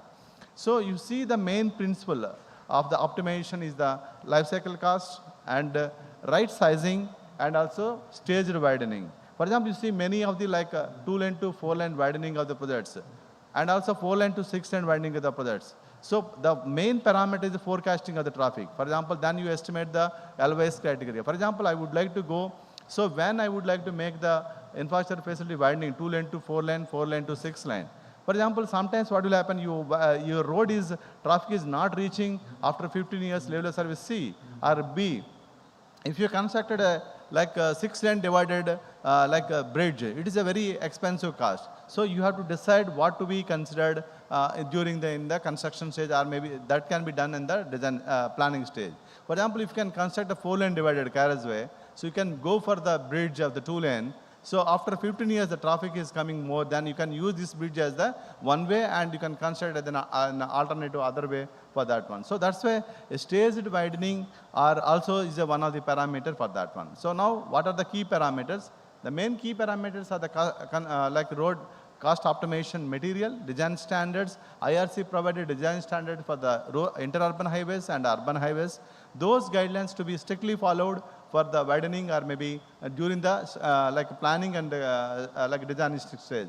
So the main key parameter, once you completed the DPR, you submitted the drawings, the main problem is land acquisition. Most of the like urban like domaining areas, urban influencing area, urban development. So you are widening 2 lane to 4 lane. So what is the like land acquisition cost is the biggest problem. So most of the DPR projects delayed due to the land acquisition problems. So you can see from literature, so various compositions are there. So how it can be reduced the cost like design stage and topographic stage, material construction stage. They have given, so how to control your parameters during the like various stages of the road like designing, construction and planning. So, and another one is that material also important. For example, you want to take a flexible payment or rigid payment road. What is your like category, like type of the road you have to consider in the design stage. So that is also will influencing the cost optimization. So precasting and using the wrap and also the fly ash. These are the like, you can see that the reduction percentage initial cost impact 10 to 20%. So that's why you have to be very careful what kind of material you have to consider in the case of this, in the case of optimization. Now coming to, I will focus only on road geometry. Those are the parameters. You see the road geometry is the main 3 parameters. One is the horizontal element, second one is the vertical element, third one is the cross-section element. So then horizontal element is mainly defined about the horizontal curvature, and vertical element mainly defined about the vertical gradients and valley curve and like summit curves, and third one is the cross-section. What type of cross-section you have to implement? So whether it is a 2 lane, 4 lane, and if it is a terrain classification, if it is a rolling and hilly terrain. So same concept may not be applicable every kind of the terrain. So now this kind of the geometric influencing costs are more particularly, for example, if in the case of the horizontal element, curvature is if you are not followed the guidelines as per the standard of the class. For example, state highways, national highway, they have the different category of the minimum radius of curvature. So you have to follow those kind of things. If you taken a minimum kind of things, you should not compromise the safety. This is another parameter that was discussed by Professor Pradeep Bhargava sir. So that I will not discuss here. I will mainly focus on the elements of the horizontal element. For example, in the case of selection of the optimum curvature, for example, sometimes it is very difficult to make a like optimum level of curvature. Particularly, it should be a very large radius, more land is required. If it is a short or a small kind of thing, there is a problem in the safety and other kind of things. And use of bypass strategy, particularly the road is widening, following to the urban areas, then you have to definitely take a action on bypass. There is a separate guidelines for the bypass. So you have to conduct the origin destination survey and how much traffic is deviating from the main city to the other city. So then you can focus on the bypass kind of thing and apply terrain-based approaches. These are the main important parameters. Coming to like vertical element, the main principles are the balancing, cut and fill. This is more important. Most of these softwares, now using the MX road and in-roads, various softwares, we have the facility to consider like cut and fill volume should be minimized. So if you are doing design, you can able to understand so how the balancing of the cut and fill design, and also the safe grades and also other gradients and proper summit and valley curve is required. So another one is the lane width. So lane width is fixed 3.5 meters per single lane. So like shoulder design also, when you are provided the hard shoulder, when you require the soft shoulder. For example, if you are going for the rural roads or the PMGSY road, if you are going for the hard shoulder, it is an expensive one. For example, in the case of PMGSY is following through in a mining area. So there is no guidelines in the particular category. You can decide yourself as an engineer. So in that case, you have to take another hard shoulder. That will be useful to overtaking facility of the vehicles and other mining vehicles like kind of the thing. So that is it is the parameters are where you have to consider the optimization parameter that is more important. So in the case of hill road design, it is very difficult kind of the things. So which can be required, either cut or fill. Which one is better? So cut sometimes it is very expensive. So you have to go for the downfall and fill side. So you fill the material and use the proper retaining walls, then this is a more better than the CRA done various projects in a landslide areas and a hilly terrains and how to like optimize the construction cost in the particular area. So second one is the median design. So in the case of median design, for example, sometimes wider median have the problem and small median also the problem. Then you have to optimize IRC is given, median width already is given, proper median width to be provided, and the drainage facility is more important. So that has to be taken care in the ROW. So I will go for some case studies, few case studies, with some done by CRA, some done by other literature. If you see Delhi Meerut Expressway, one expressway. So this is India's first 14-lane express highway. So this is mainly to decongest the Delhi urban traffic as well as inter-urban traffic of the Meerut road. So what is done, it is a mainly elevated kind of the corridor. So it is the land acquisition cost is minimized. So if you go using the, instead of elevated, so it is a very highly cost constructed. This is one kind of thing. Another one is Chennai bypass. So they have done integration with the existing road network. So that is optimized interchanges and also underpasses. This is a, like you have to thoroughly understand not only one single attempt, you cannot able to finalize the optimum alignment. So that's why you have to various options you have done, then only you can able to find out. Another case study, there is a NS 516B. So there is a connection from the like Pendurthi to another like border, the Odisha border. So there is a the alignment. So if it is like 2-lane to 4-lane highway, if you are using the like urban areas, so then it is very effective, cost is very high. So then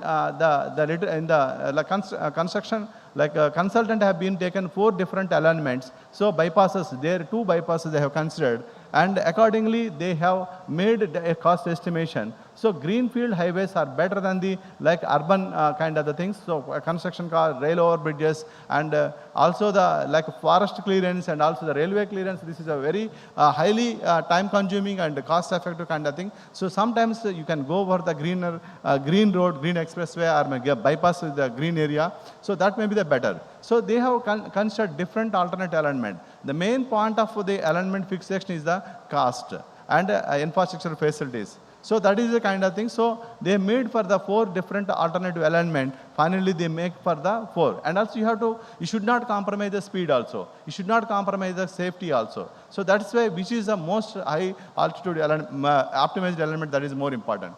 Another alternative material that I will not discuss much. So use of wrap material, cold mix technology, and fly ash. CR has done lot of work in the using the waste material and fly ash and cold mix technologies. So now another option is that modern technology. So this is more important. Now earlier it is difficult to use the survey. Either in like 25 years I studied in a BTech. At the time you have used a plane table and dumpy level and theodolite kind of thing. Now you have the drone surveys, satellite data, and many other kind of the technologies are came. So building information modeling, drone surveys, and also artificial intelligence. For example, you have a connection of A and B. So you have given some kind of optimized parameters. It will suggest the optimum route to connect the A and B. So that kind of the available technologies are there now. So you can able to focus. Sierra done one work with the border roads. Is a high altitude 17,000 feet road, India-China border. So there what we have done, we have collected the satellite data and also we have collected LiDAR data. We have used the Google Earth data. We have combined the data and we have provided the like a digital elevation model. You can see right side digital elevation model, and then we combined optimized alignment were designed.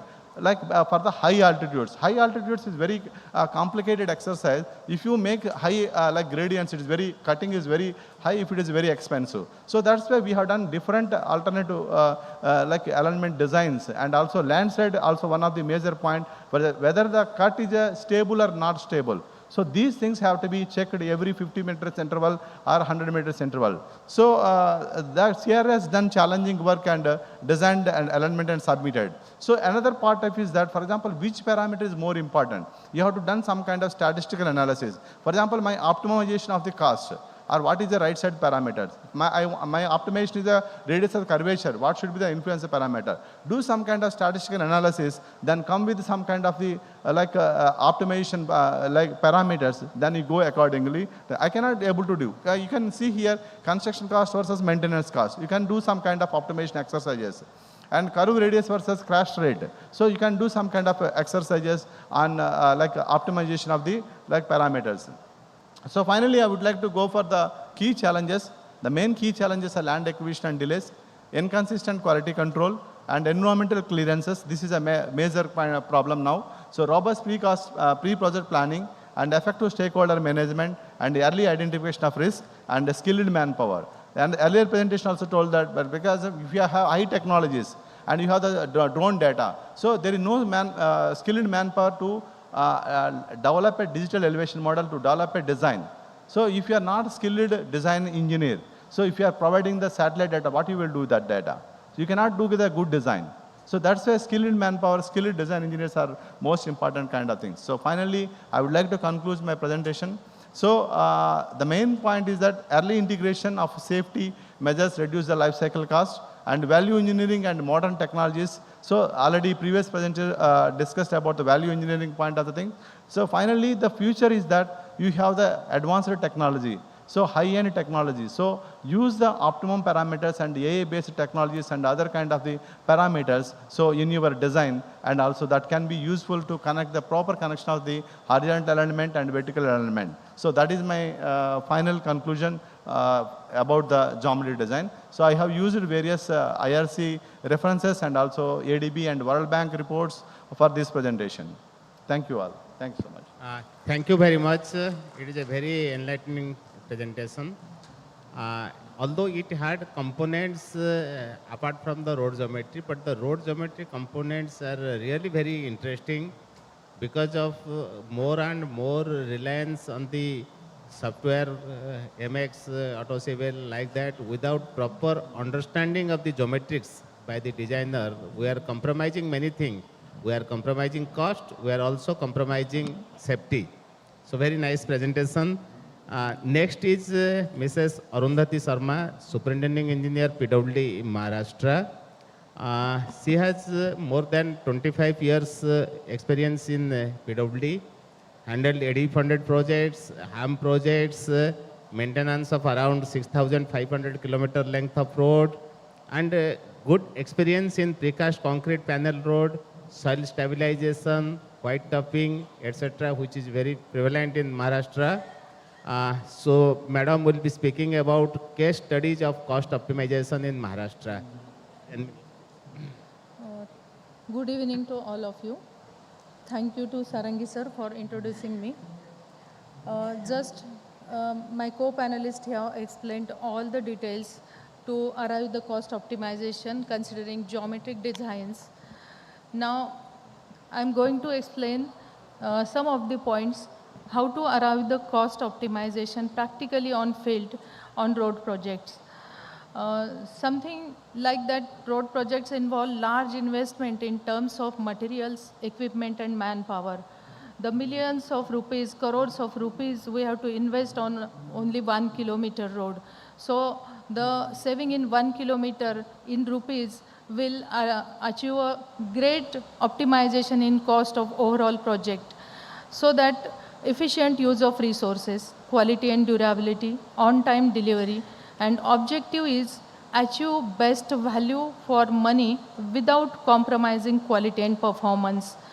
The 4 stages where we can achieve our cost optimization are at the stage of planning and design, just explained my co-panelist, construction phase, project management, and maintenance and operations.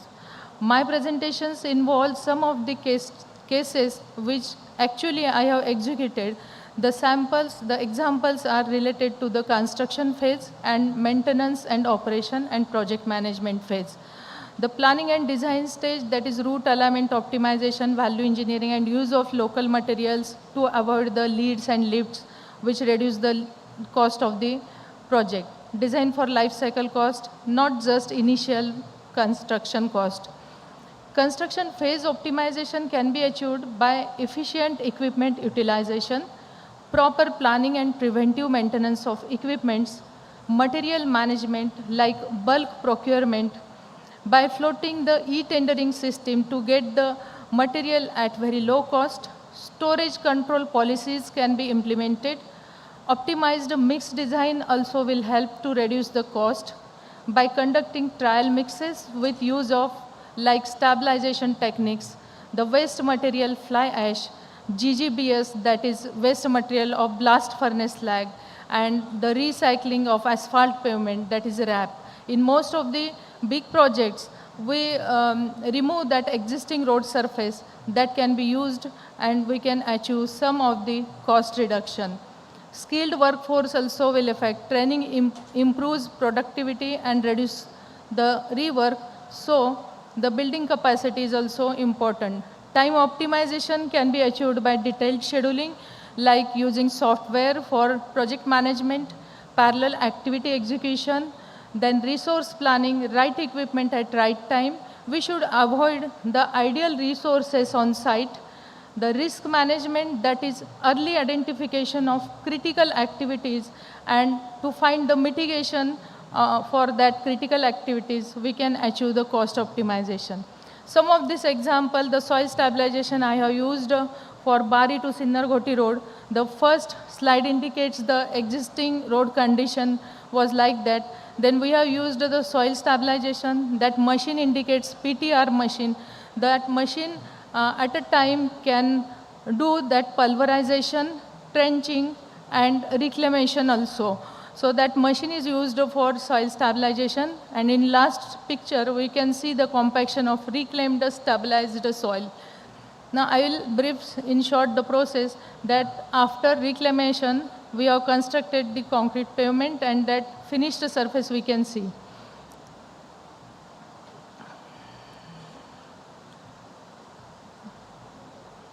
Now this is road design parameters, some of the, that is we have used the paved designs, and for vertical compressive stress and for horizontal tensile stress, that IRC 58 we have used. That CBR, that dynamic cone penetration, and all tests we have conducted. Just a minute.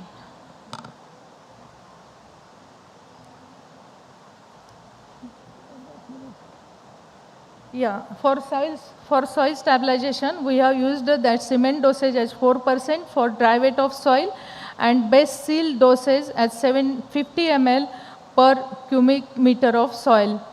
That flexible strength or minimum 4.25 MPa. That rainfall at that area was 4,500 mm, and traffic intensity was 87 MSA. Now, after stabilization, in photograph we can see the trailer weighing 150 metric ton also passed without any deterioration mark to the road base after stabilization of road. Now the soil stabilization procedure, that first the uneven damaged road surface, we have to level it by using grader and roller. Then the section of FDR, that is full depth reclamation, up to 500 mm can be done, but for this project 250 mm FDR has been done and properly marked, and cement is spread by using cement spreader work. This is the rapid stabilization to be done. The PTR done about 250 mm, that is pulverization, trencher, and recycling machine used for doing this stabilization. Mixing of that pre-laid cement, 4% doses used. The thorough mix liquid stabilization, that cement plus road crust matter is then graded over that, and water sprinklers for compaction, then surface is leveled, then surface course, and earlier the advantages against the conventional methods, that construction speed is higher because the stabilized material when we use, the no need to take material from the borrow area, so construction time reduced by 50%, no new material required, and locally available material can be used. The durability, highly durable, as per IRC code, confirms the durability of life of 12 years to minimum, and no chance of human error also, and cost and environmental concern, that economical as old material used and no removal of crust are required, which makes that fast, durable, and green construction process also. This was executed in the ADB project For that, the project cost was 72.51 crore. I'm not going in detail as time is less. And advantages against BT road, we can see the cost comparison that without stabilization, the cost comes around 200.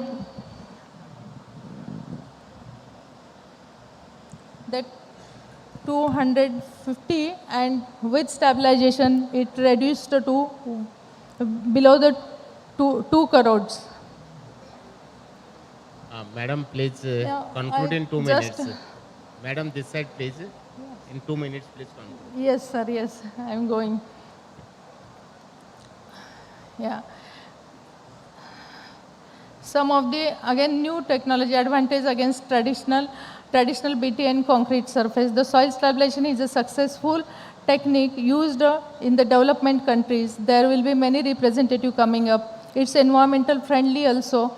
And the advantages against traditional BT surface also there. Again, I am showing one more advanced technology, that jet patcher. In Maharashtra PWD, we are using the jet patcher to fill the pothole filling. That existing surface we can see, the proper jet patching machine having the hopper that aggregate mixing with the emulsion can be done on only vehicle. So with this technology, monsoon will also no longer. This is the mechanized pothole filling at Nashik PWD. This is jet patcher mechanized pothole filling. The loading fast nahi ho raha hai. Yeah, proper marking the pothole size, clearing the loose material from air blower, boom attached with jet patcher, application of the bitumen emulsion, tack coat with pressure from jet patcher. If necessary, grade 1 or grade 2 material in layers can be filled up potholes. Properly graded premixed material is applied on the potholes with pressure. Premixed material is then compacted by the plate compactor. So the traditional method, the shallow pothole, and the comparison given by jet patcher machinery, the rates are here higher, but the life cycle cost is much more higher than the conventional methods. These are the advantages against traditional methods, which that no moving parts, completely self-contained, no air pollution, high productivity, and replaces traditional patching gang with a driver and an operator. Minimum wastage material mixed only as required, strong, long, and fasting.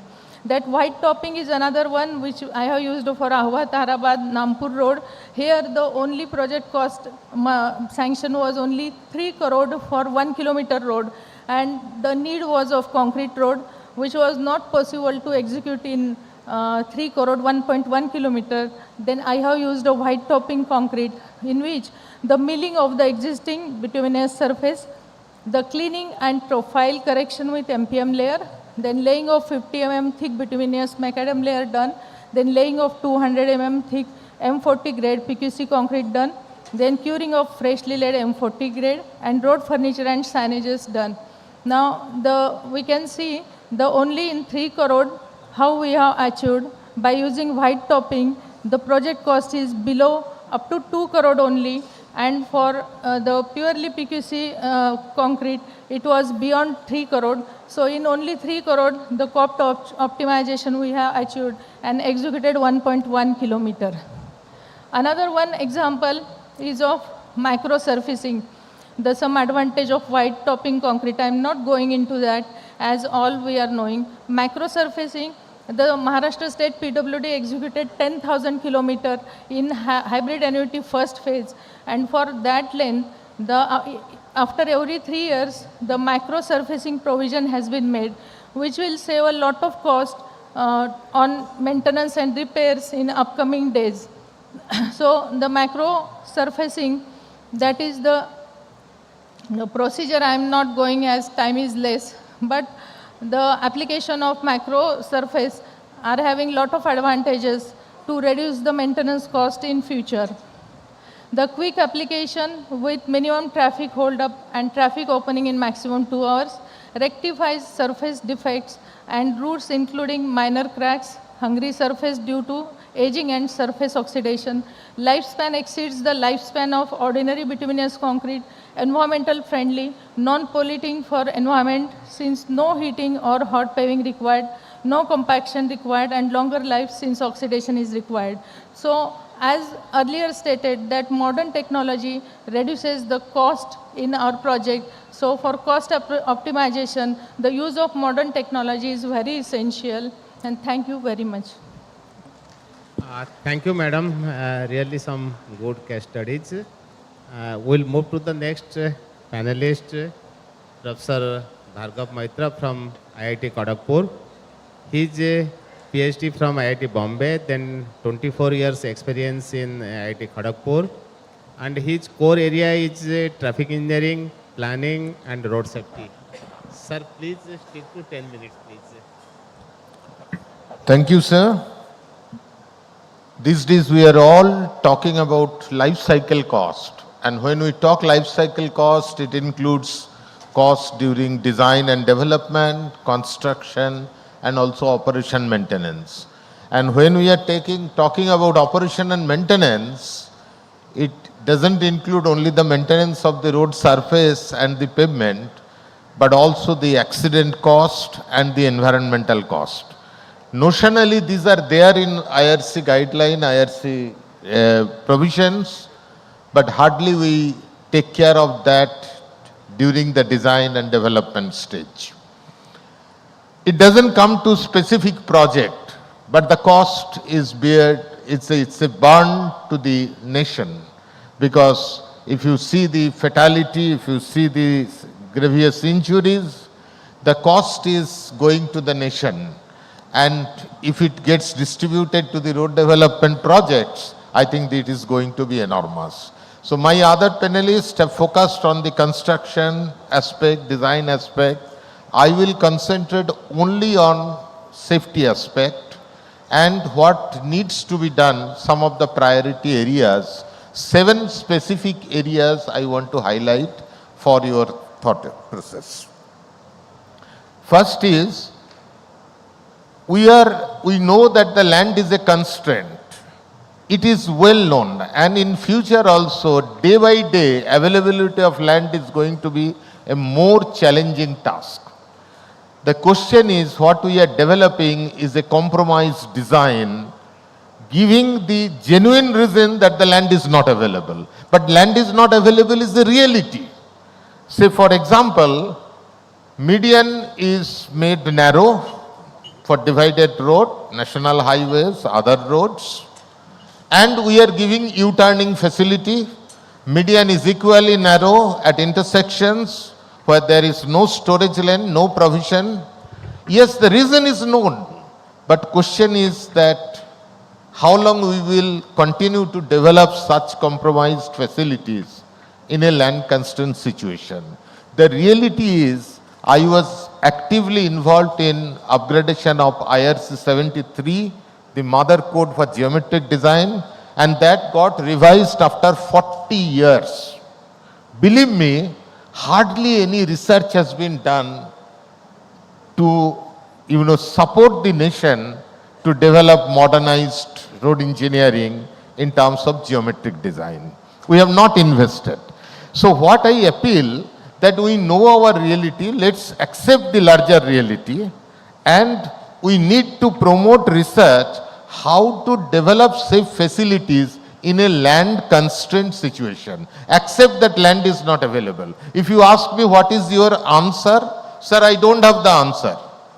But all what I am appealing, fund projects, innovative ideas, and let the bright minds work on that. Come out with design. This country requires such design, not what is there in the ASHTO code or even in IRC guideline, because majority of them you cannot apply, simply the land is not available. So let's accept the reality and move forward. Second, provision of pedestrians and bicyclists in non-urban highways.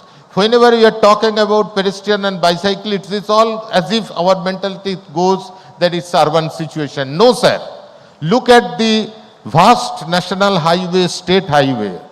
Poor people from village, they come to highway, they use highway maybe for 10 kilometer, 5 kilometer, and then again take another road.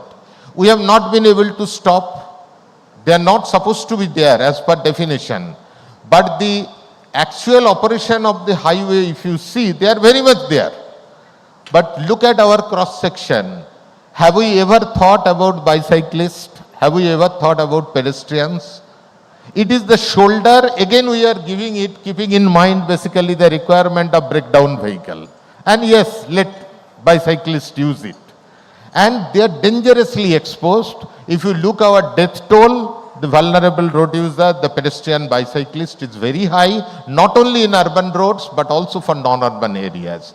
So again, there has to be design, has to develop in a context-specific manner how we consider that pedestrians and bicyclists, even for non-urban road, as a user, because we need to accommodate them. I'm sorry, as engineers, I am also engineers like all of you, we are not caring for them because our design provision, everything is for motor vehicles, not for pedestrian and bicyclists, but they are existing. Third,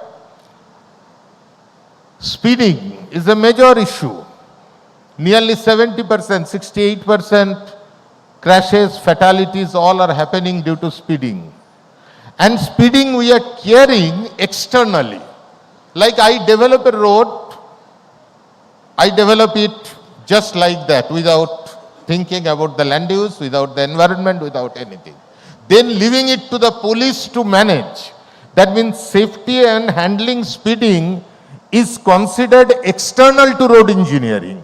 Where are our roads? Why our 85th percentile speed should be 80 kilometer and the posted speed limit should be 40 kilometer. It is our responsibility as engineer to say that road engineering match to the safe speed.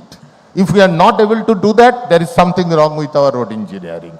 Because you will say only put it a sign, leave it to police, leave it to emergency care, education, awareness. But where is the road engineering getting developed to offer a road which is like self-enforcing? If 40 kilometer is the speed limit, how I am developing a road which is 80 kilometer or 100 kilometer speed is possible? Let's rethink. It's the time to rethink. As long as we don't think and we don't re-innovate the road engineering, nothing is going to happen. We will keep asking and depending on police and enforcement and everything. They are all required. Please don't understand, as a professional working in the road safety field for several decades, I understand that it's not only engineers. I feel bad when engineers are blamed only for, accident and everything. Not that everything is with us. Enforcement has to work, education has to work, emergency care has to work, safe vehicle has to work. But question is, we also have a role to play. Are we playing our role in a proper way? Fourth, development of service road to reduce road friction and traffic heterogeneity. We are developing road, we are developing national highway, state highway. But look at the roads in some of the populated states. I am telling you a small example. Kharagpur to Kolkata, this section, Dankuni section. When it was widened, whatever was the number of shops and other thing, in 5-10 years time, several hundreds of development have come up. Starting from restaurant, dhaba to building to everything, directly everybody is coming on highway. Yes, I know it is not a completely access control facility, but what is happening? The country is spending crores, several crores of rupees to build a highway to promote mobility. That is getting impacted because the outer lane almost is non-functional because of the high side friction. And service road cannot be developed in a discrete manner only for few hundred meters and here and there. So what I feel that we need to relook whether we need a 6-lane highway or a 4-lane highway with service road on both sides. Let service road act as a buffer. All the developments happen around service road. Service road will absorb. The mobility on the main highway will remain in a more stable manner. and it will reduce heterogeneity because local traffic will not come and directly access to highways, and it will improve the overall performance. Please consider. So a strong policy is needed here. Here we know the thing, but we need a strong policy. Not that why is always 4-laning or 6-laning or 8-laning is a better option when we are not able to provide service road. Next, school zones and market areas. Again, I am saying, I am sorry, lot of technology. Please, let us apply technology advantageously, but not closing our eyes when we are designing the road. Do we care for doing any modification in road engineering when there is a roadside school? I have shown some figures here. They are all reality. They are our roads. Just next to school. Engineers never thought that. They are existing for several decades. So the question is, how the road engineering we are we doing a different road engineering? No, the same cross section, keeping in mind only the requirement of the road user, motor vehicle user, we are going throughout like a blind person without bothering what is the land use. And the result is school children are dying, pedestrians are dying, and everybody is happening. And it is then taken as an external component. I am all asking, let it be like, inside road engineering. Road engineering gets developed considering all these aspects. Again, it's a matter of policy, matter of rethinking, promoting research, and coming out with different provisions. Safe crossing facilities is a major issue. You tell me, sir, everything doesn't go by the number and the kind of economic analysis or financial analysis we do. Life is precious. Every highway is served by buses. I don't think Odisha has got any NH or SH which is not served by buses. They are served by buses. People will cross the road. What we have done? Nothing. Leave it to them. If they can take care of their safety, they will survive. If they cannot take care of safety, they will die one day on roads. So we know the reality. How long it's known to all of us that the buses will be there. So what safety measures we are taking to provide safe passage? Infrastructure is not being developed caring for the road user and all road users in an uniform and required manner. Road safety audit, yes, it is being done. I have done several thousand kilometers of road safety audit personally. I cannot say they are not doing. PWD is doing, NHI is doing, MORTH is doing. But sir, let us ask ourselves, are we doing road safety audit consistently and uniformly? We have code, everything is there, but are we doing consistently and uniformly? For all categories of road at all stages? Somewhere you are not doing design stage. Somewhere the construction audit is omitted. Somewhere you are taking constructed audit at a stage where nothing can be done, probably to look at the really design. Also, the road safety audit has been made a function of the contract. Contract is how I am executing a project. How my scope of work in terms of safety can be different depending on the mode of execution of the project. You leave it to EPC contract or some other mode, you see the scope is different, we know it. It's not the same scope. A contractor appoints an auditor. No, the auditor has to be appointed by the Road Development Authority because end of the day when country is taking the poll in terms of fatality, it is the PWD, the MOD, the NHI, they are being asked. So, whenever, whatever is the mode of contract, let the auditor be appointed by the Road Development Authority. And here I will appeal that I have seen currently the practice is not to engage academic institutes. We talk about IITs, NITs, fine.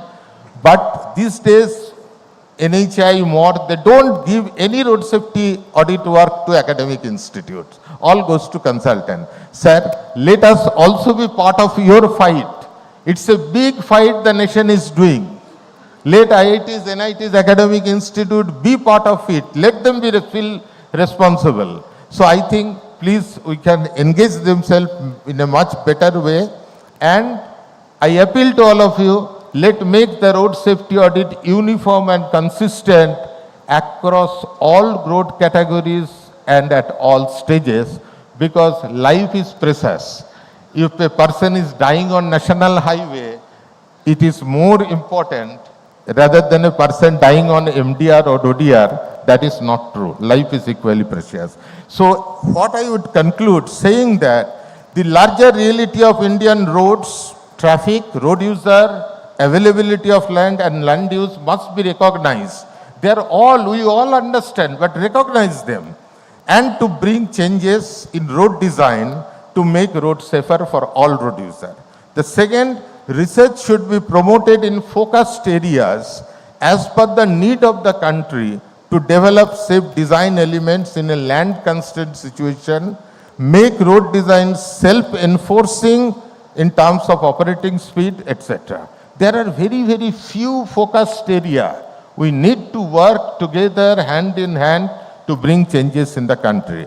We need also strong policy, as I said, that in terms of audit and a few other things, and prioritize safety of all road users in the design, especially the requirement of bicyclists, pedestrians and school children. The vulnerable road user is almost 50%. And finally, the road safety audit, as I say. Thank you so much for your kind patience. Thank you so much. Thank you very much, Professor Bhagam Maitra. It was a very, very interesting presentation. Sir, you posed much more questions than you gave answer to that. But I do expect that from being a faculty of a very reputed institute, sir, please come up with some concrete solutions. Even if some research projects need to be sanctioned by MRTH, some policy guidelines need to be issued which has to be enforced by all and sundry.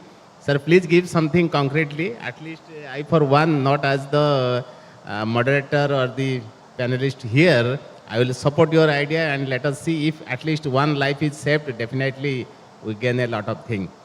The next presentation is by Mr. Junmo Seong. He is from Korea Expressway Corporation and working as a long-term expert to NHI. He is having a master degree on transportation planning and engineering from University of Leeds. He has more than 20 years experience in project development, design, construction and project management.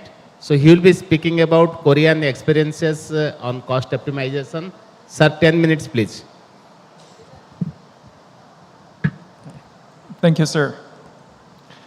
Good evening, everyone. This is my second presentation today. Luckily, I got the 2 chances to present today, so thank you for IRC. Actually, the topic of the first presentation was value engineering.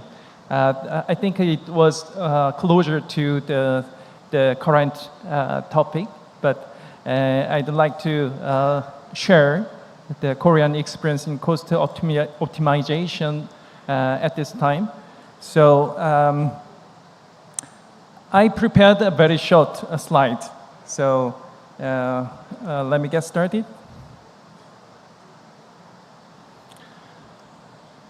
Yeah, I think this slide shows the everything what I want to say today. Basically, the Korea Expressway Corporation was founded in 1969. At that time, we started our construction of expressway, and thereafter, and for more than 20 years, there was no interest in cost optimization. We are very busy with building new expressways as fast as possible. So, if you see this timeline, there was nothing in between the foundation day and the 1991. But from that time, the 1991, actually there was a very important turning point. Korea faced the financial crisis in 1997. So from that time, we have started thinking about the cost optimization. So that's why our ministry started think about the value engineering. So design value engineering was started from that time, the 1997. So, but before that, there was a small thing, the cost management system, but it was nothing actually. So we can say that our cost optimization in Korea started from the 1997. And actually, the Ministry of Finance in Korea introduced the preliminary feasibility study in terms of cost reduction. Because before that, we didn't have that kind of feasibility system because we just tried to study feasibility study, but there's no system like a preliminary feasibility study because nobody was interested in that. What will be our cost? So that's why, and so the Ministry of Finance always think about the cost optimization. So we are very pushed by them. And in 2009, when I was in the field, there was a Earth information sharing system, which is about some minimizing the mass curve. Because as you know, the cost of earthworks is very huge. And it depends on the area, but because of that, we have developed our own system to share the information, Earth information, among the contractors. So usually we thought the mass curve in one construction site. Within the construction site, we try to make a plan, very efficient plan to transport the earthworks, like excavated soils and fill soils. But at the time, something was happened, like even though there is a filling site, but just next to the site, there was I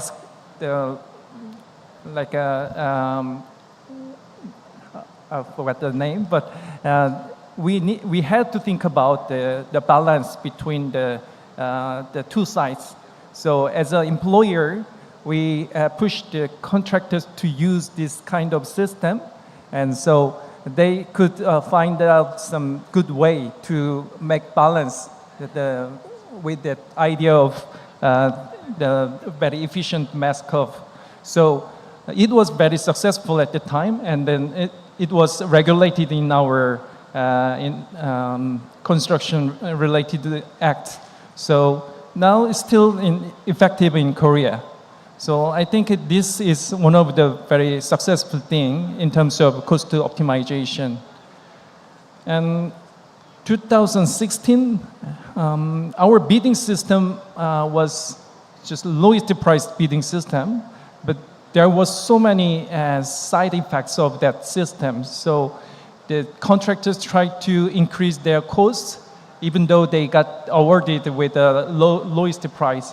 So we found a lot of side negative effects of that system. So we have changed our bidding system to the comprehensive evaluation bidding system, which has a variety of criteria from the technical points to the financial points. So this is very complicated bidding system. But in 2018, we have opened our own technology market. We say in Korea, 기술 market. So where the new technology registered, and then we share the information with all the other sectors beyond the infrastructure sectors. so that the people who want to use these good technologies, they purchase the technology from our market, and then it could contribute to our cost reduction in terms of like patent issue and something like that. So it was also very successful in 2018, and we introduced BIM in 2019. Now it's very common in Korea, BIM, but many people still the question mark BIM, because BIM is very good for cost optimization, but it makes the people like some annoyed to do it in the actual field. So anyways, the BIM is one of the good measures in terms of cost optimization. The last thing is smart construction. This is an ongoing trial, and we are in the middle of demonstration stage. But we have tried automation and digitalization based on that ICT, the communication technology, as well as AI technology these days. So let me explain further after this.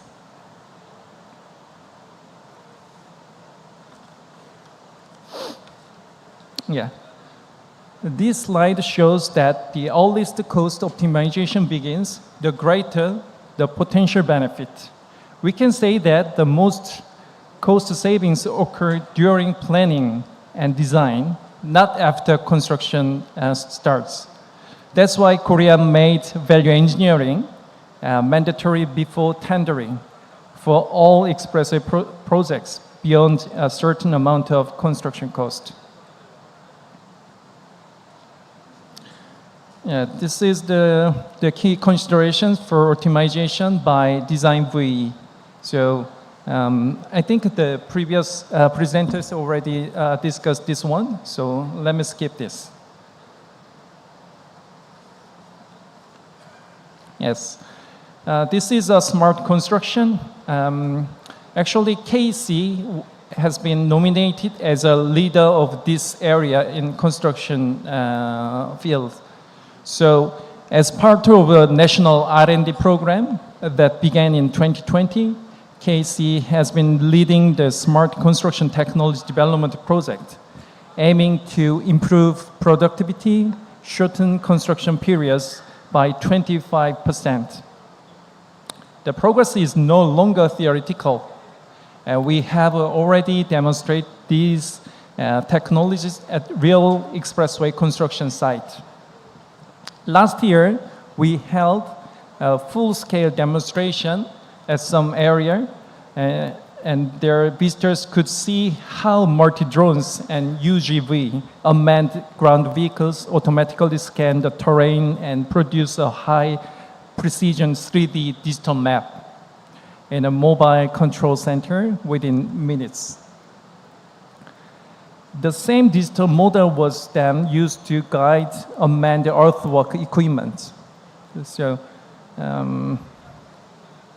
yes. This is a unmanned earthworks. So there's no man inside. So there is a remote control of the machine. During the operation, the sensors installed on the rollers measured compaction levels in real time, achieving one-stop quality control from planning, no verification. We also showcased AI-based safety measurement using CCTV analytics, robot dogs here. Yeah, and the drones that inspect temporary structures, and digital twin control platform capable of monitoring progress, safety, and site operations in real time. These integrated technologies illustrate what the next generation of construction management will look like. KC's goal is to ensure that these proven technologies move beyond the laboratories into the everyday practice. Okay. Yeah. This is all my presentation. Thank you so much. Yeah.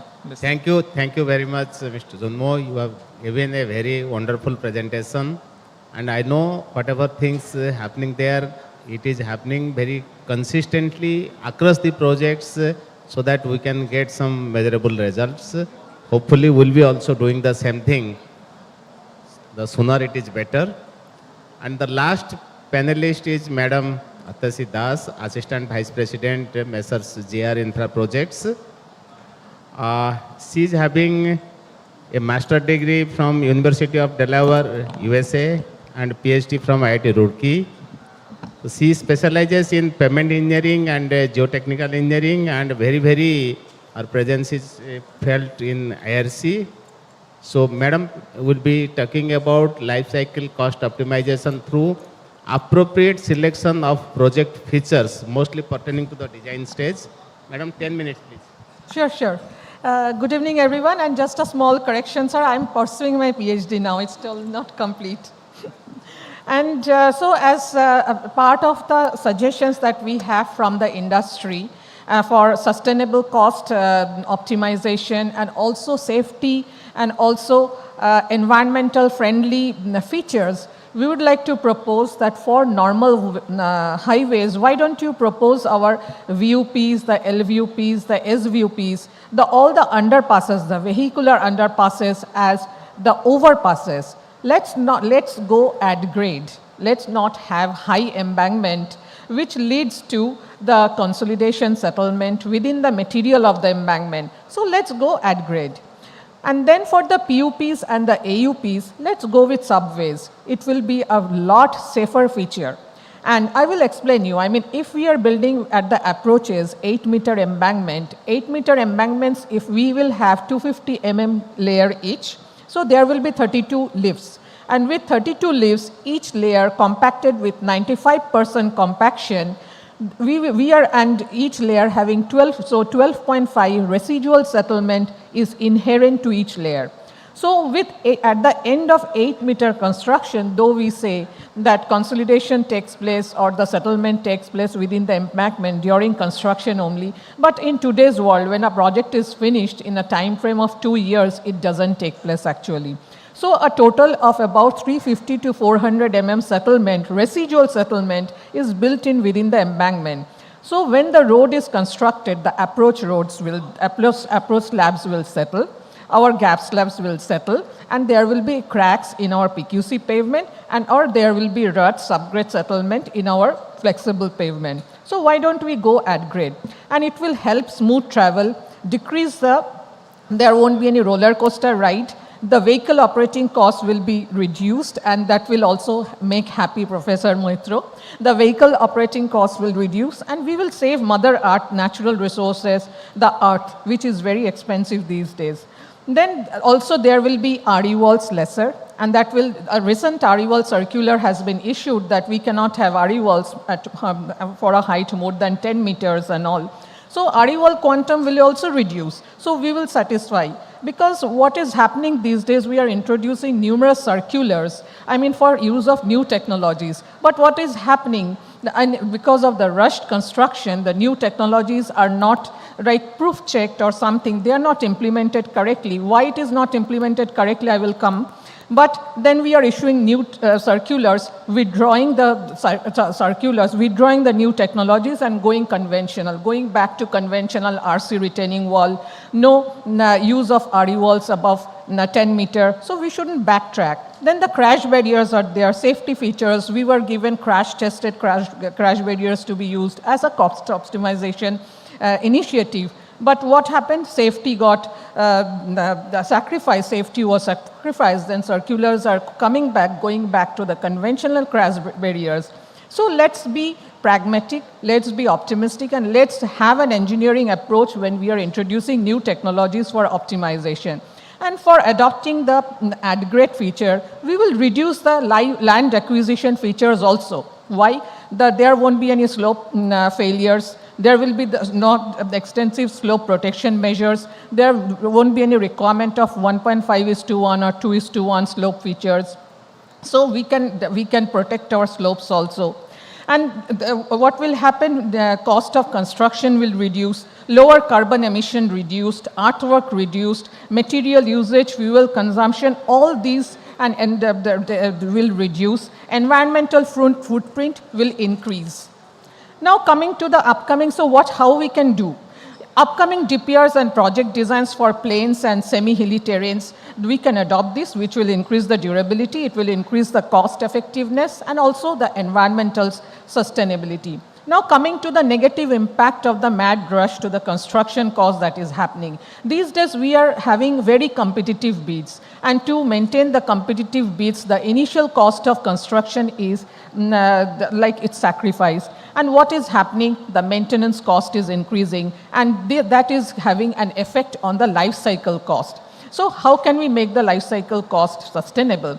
Like in this way, optimization, we introduce geogrid reinforced pavement in 1, 2, 3 layers without like having a durability check on that. Then use of wrap is rampant. I mean, whatever percentage without, we have to use wrap, but with proper design. That design knowledge base, how to handle wrap management, storage of wrap, that knowledge base is still not there, still not extended. We need to educate the industry. Extensive use of geosynthetics without appropriate design has to be avoided. And now Akhil sir mentioned that use of new technologies, but we welcome new technologies. But at the grassroots level, I represent the contractor side. I know they are not ready to adopt the technologies. What is happening is that I want to use geopolymer concrete. They don't want. They want to stay conventional PQC because of the workability issue.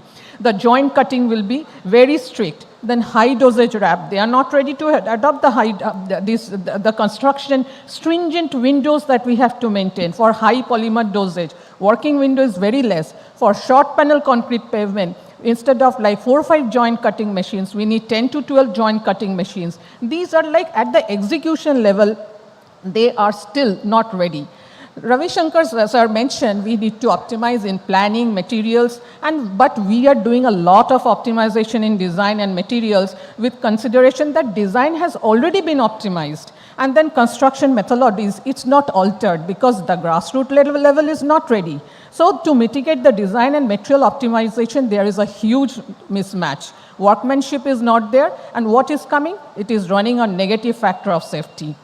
Then coming to the medians, as was mentioned by Ravi Shankar sir and also Professor Bhargav Mitra, the medians, they are like these days NHAI is going with flush median. But with flush median, what is happening that we are giving bituminous offset in BC, DBM, WMM, GSB. What is happening? Water penetration is directly attacking the interface of the bituminous layer. There is water ingress and there is slippage. There is debonding between BC and DBM. There is bond failure between DBM and the base layer also. Flush median must be avoided. When we have a curved medium, the curve sits on the WMM. So our bituminous layers are protected. But this flush median, it's not giving good signs. And even raised median is okay. And skilled manpower that I already mentioned, it's not there. Now coming to some of ma'am's point, again, skilled workforce, everyone pointed that out, and early mitigation. Early mitigation is not being possible because with the tight project schedules, the identification of the failure or the identification from the use of the new technology comes when the project is already over. The construction period is over and the maintenance team are on board. And when the maintenance team is on board, the main batching plants have already been demobilized from site. They are not equipped with any luxury of equipment that they have to maintain in the proper way when it was present. And Professor Bhargav Mitra also mentioned that the LCC that I said, initial cost, maintenance, the vehicle operating cost is getting affected with the high embankment that I already mentioned. We must reduce the high embankment concept and come to add grade because land is not available. And a circular came out that we should control overloading to protect our pavement and other reasons. But as concessionaires, I mean, they will also say, okay, we will control overloading. How? land is required at the toll plaza locations. I mean, when the vehicle has already traveled the entire corridor till the toll plaza, there must be some unloading point also and storage facilities also, but land is not available. So the control of overloading still needs to be taken care of. There is a certain circular, the service road circular has also came up. That it's again, if we go at grade the service road circular, that when the structure is under construction, we are going to give a heavy the bituminous thickness, that also can also be avoided. And instead of giving wherever like we have to build the service road, instead of going for thick bituminous pavement, why don't you run our detour traffic, the main carriageway traffic for the time being on stabilized base, stabilized subgrade, and instead of wasting the natural resources for service road. Let's optimize the service road in other way rather than thick bituminous pavement. And the safe crossing facilities that Professor Maitra mentioned. Really, I mean, we are as vehicle drivers, we are scarce, I mean, so that none is hurt. Least importance is given to the pedestrian and human crossing traffic. We must think of them also. And also talking about Akhil sir's incentivization of the concessionaires on the contractors on the value engineering, they shouldn't be awarded until and unless the initial service life of 5 years have passed. Incentivization should be there, but after the initial service life. And what is coming out, the training is required to the grassroots level people and encourage them for certification courses on successful adoption and execution of new technologies. Then only they will feel encouraged to adopt. Otherwise, whatever we tell them, the new technologies at the execution level, they are not willing to do so. They are not ready to take pens. That's all from my side. Thank you, sir. Thank you, madam. You gave a very detailed perspective from the contractor side. In fact, cost optimization is not a simple thing, and neither there is a copy-paste solution for all kind of situations that varies with respect to traffic, with respect to terrain, with respect to land use, and so many things. So I don't think the panel discussion might have come forward a very concrete ways, but definitely this has thrown upon a good many points for consideration of the entire highway fraternity. Optimization will be there, and definitely over a period of time, this kind of discourses will further shape into in a definite way, as we have seen it has happened in Korea. But the sooner we make it, it is better. We have already overshoot our original time period, but we'll still take maximum 3 questions. And Mr. Ingule, you can have your question. First introduce yourself and tell your question and the panelist whom your question is directed. Good evening all. My name is Prakash Ingole. I am a former Chief Engineer PWD Maharashtra. It's not a question, sir. It's one of the points which all the panelists, I think, have missed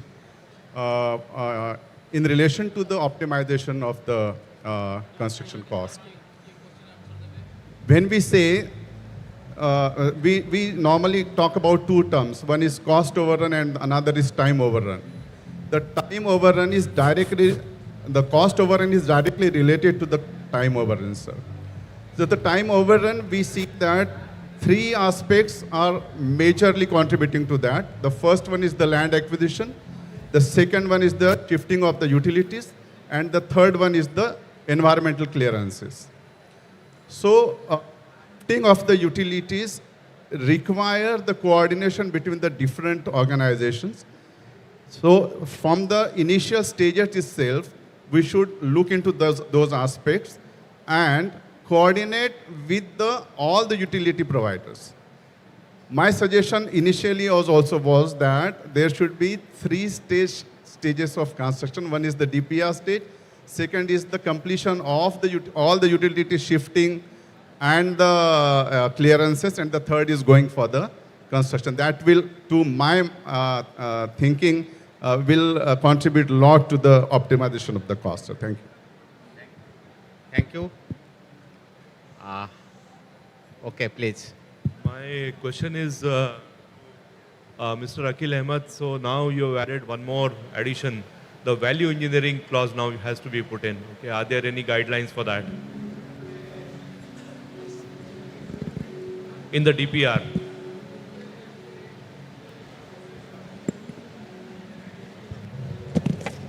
Ministry has issued circular 20 September 2024 about the value engineering. Mr. Abdul Khan has issued circular.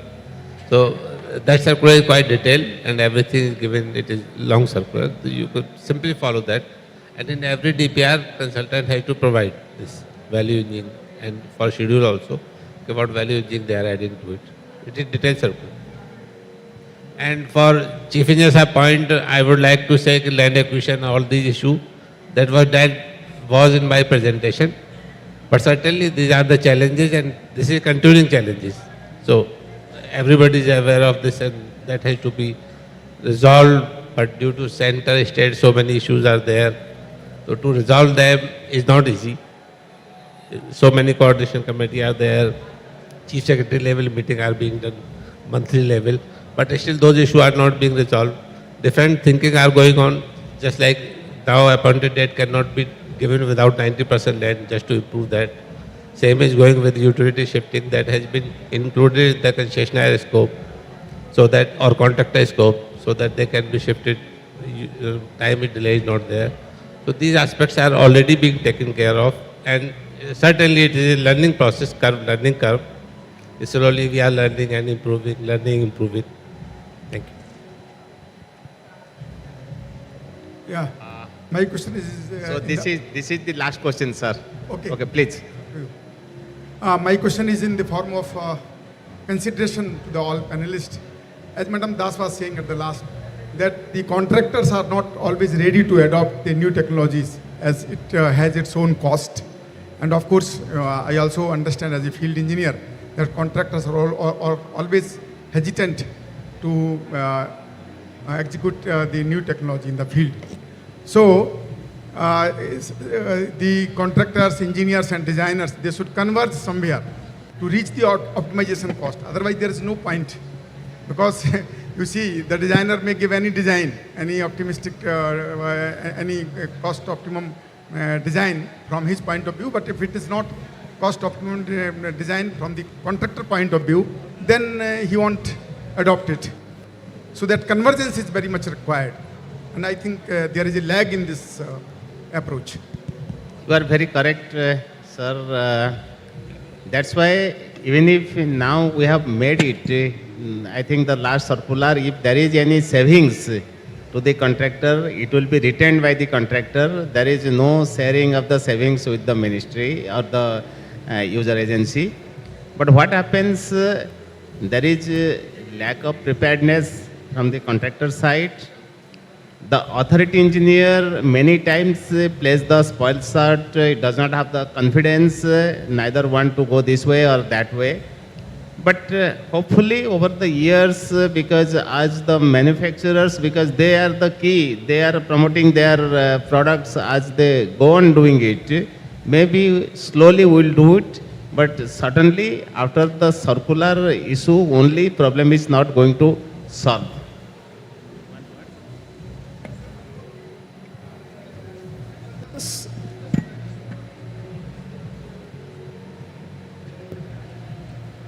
See, everything has its own cost. Environment has its own cost. If you use environment-friendly technology, then definitely it is costlier. We should admit it. So there is also a point of dispute somewhere that if you adopt environment-friendly technology, then you have to pay some extra cost. Then who should bear it? It is not about environmental friendly measures. Actually, we are discussing about the cost optimization techniques. And the cost optimization techniques, many of them are also environmental friendly. Yeah, but the thing is that the method one should adopt by the contractor and with the concurrence of the consultant, authority engineer or independent engineer, so that the product can be used and it can be demonstrated at the site during the trialing itself, that it is going to perform. Of course, long-term evaluation will be always there, But in the initial stage itself, there is a lack of coordination and there is a lack of trust, so which is not helping the cause. Thank you.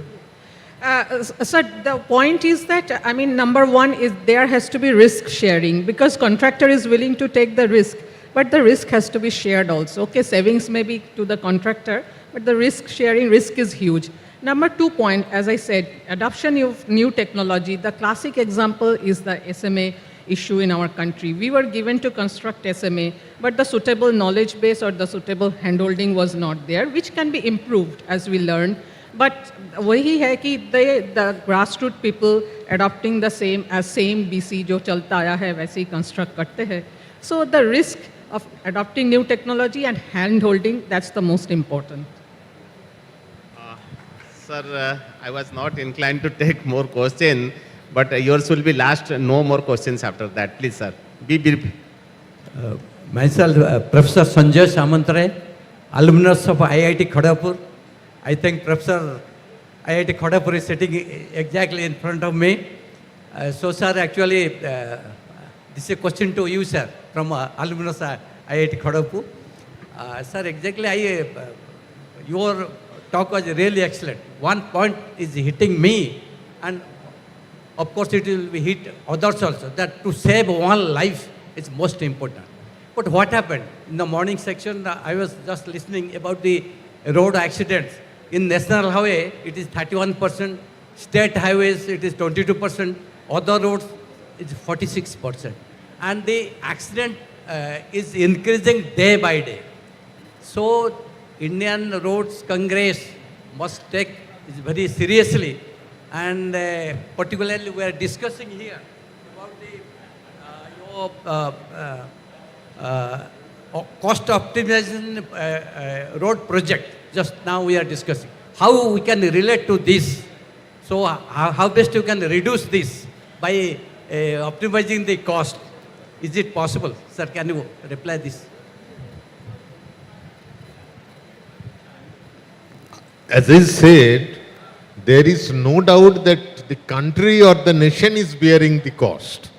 Now the question is, when you are doing DPR, we are saying conceptually you take the accident cost and we should consider life cycle cost.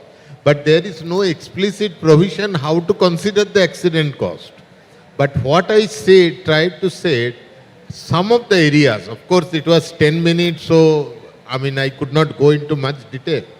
But the question is that we have also something to do to make a better road engineering, to make our infrastructure design safer. So I am saying, rather than treating safety as an external aspect, you build the road and then you start thinking about crashes and enforcement and doing modification. It has to, the road design itself has to evolve. So that was my appeal.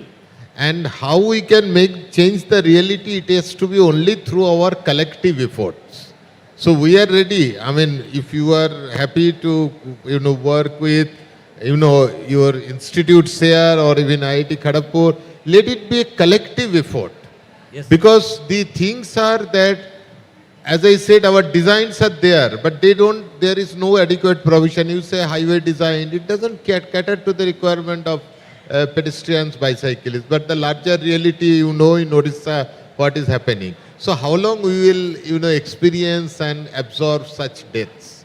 It may not be directly coming to you as a project director or the project engineer, but if you look at the cost to the country, to the nation, it is huge cost, and we have to care. So when we are talking about the cost optimization, some way or other, at least conceptually, everything you cannot quantify. Everything it's not possible to quantify easily. But how to build the road engineering or make the road engineering safer, and there I identified and highlighted a few aspects. Maybe we can go much deeper, but a few aspects. And there are certain policy aspects. As I said, development of service road, making the audit uniform. We have everything. But we need to take a strong policy resolution to implement those. So others we need their help. As I said, enforcement play a very big role, road user awareness, everything. but also there is an ample scope to look at the way the road engineering is being done today. That was my opinion. Okay, thank you, sir, for the nice reply. Thank you, thank you. Thank you, sir. I think Professor Matra has very nicely explained that. With this, I close this panel discussion. And before that, I thank all the panelists for their rich presentations, bringing into forth the issues that will be further debating and discussing in the coming days, so that we make cost optimization is really happening and happening without compromising the outcomes of the project. Thank you all. Thank you so much, sir. Requesting everyone to please stay back with us for a few more minutes. And a big thank you to our respected moderator for the session, Shri D. Sarangi, sir. And now would like to request our respected moderator, Shri D. Sarangi, sir, is going to felicitate with the memento to all our panelists. So first, would like to request Shri Akil Ahmed ji. Please come forward.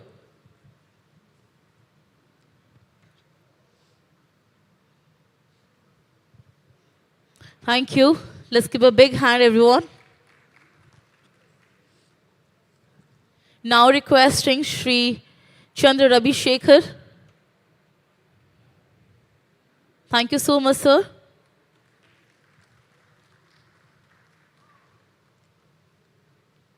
Now requesting Mrs. Arundhati Sharma, madam.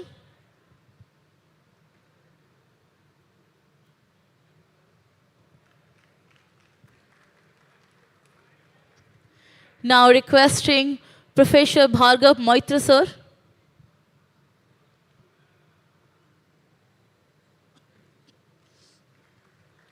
Thank you, sir. Now requesting Mr. Junmo Seong, sir.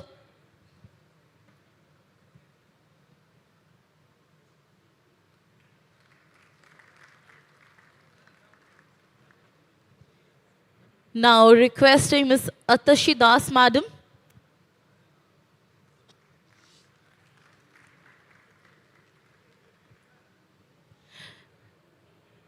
Now requesting on stage Senior Chief Engineer, Works Department, Government of Odisha, Shri Hare Krishna Panda, sir, to kindly grace the stage. And he is going to felicitate our moderator of the session, Shri D. Sarangi, sir.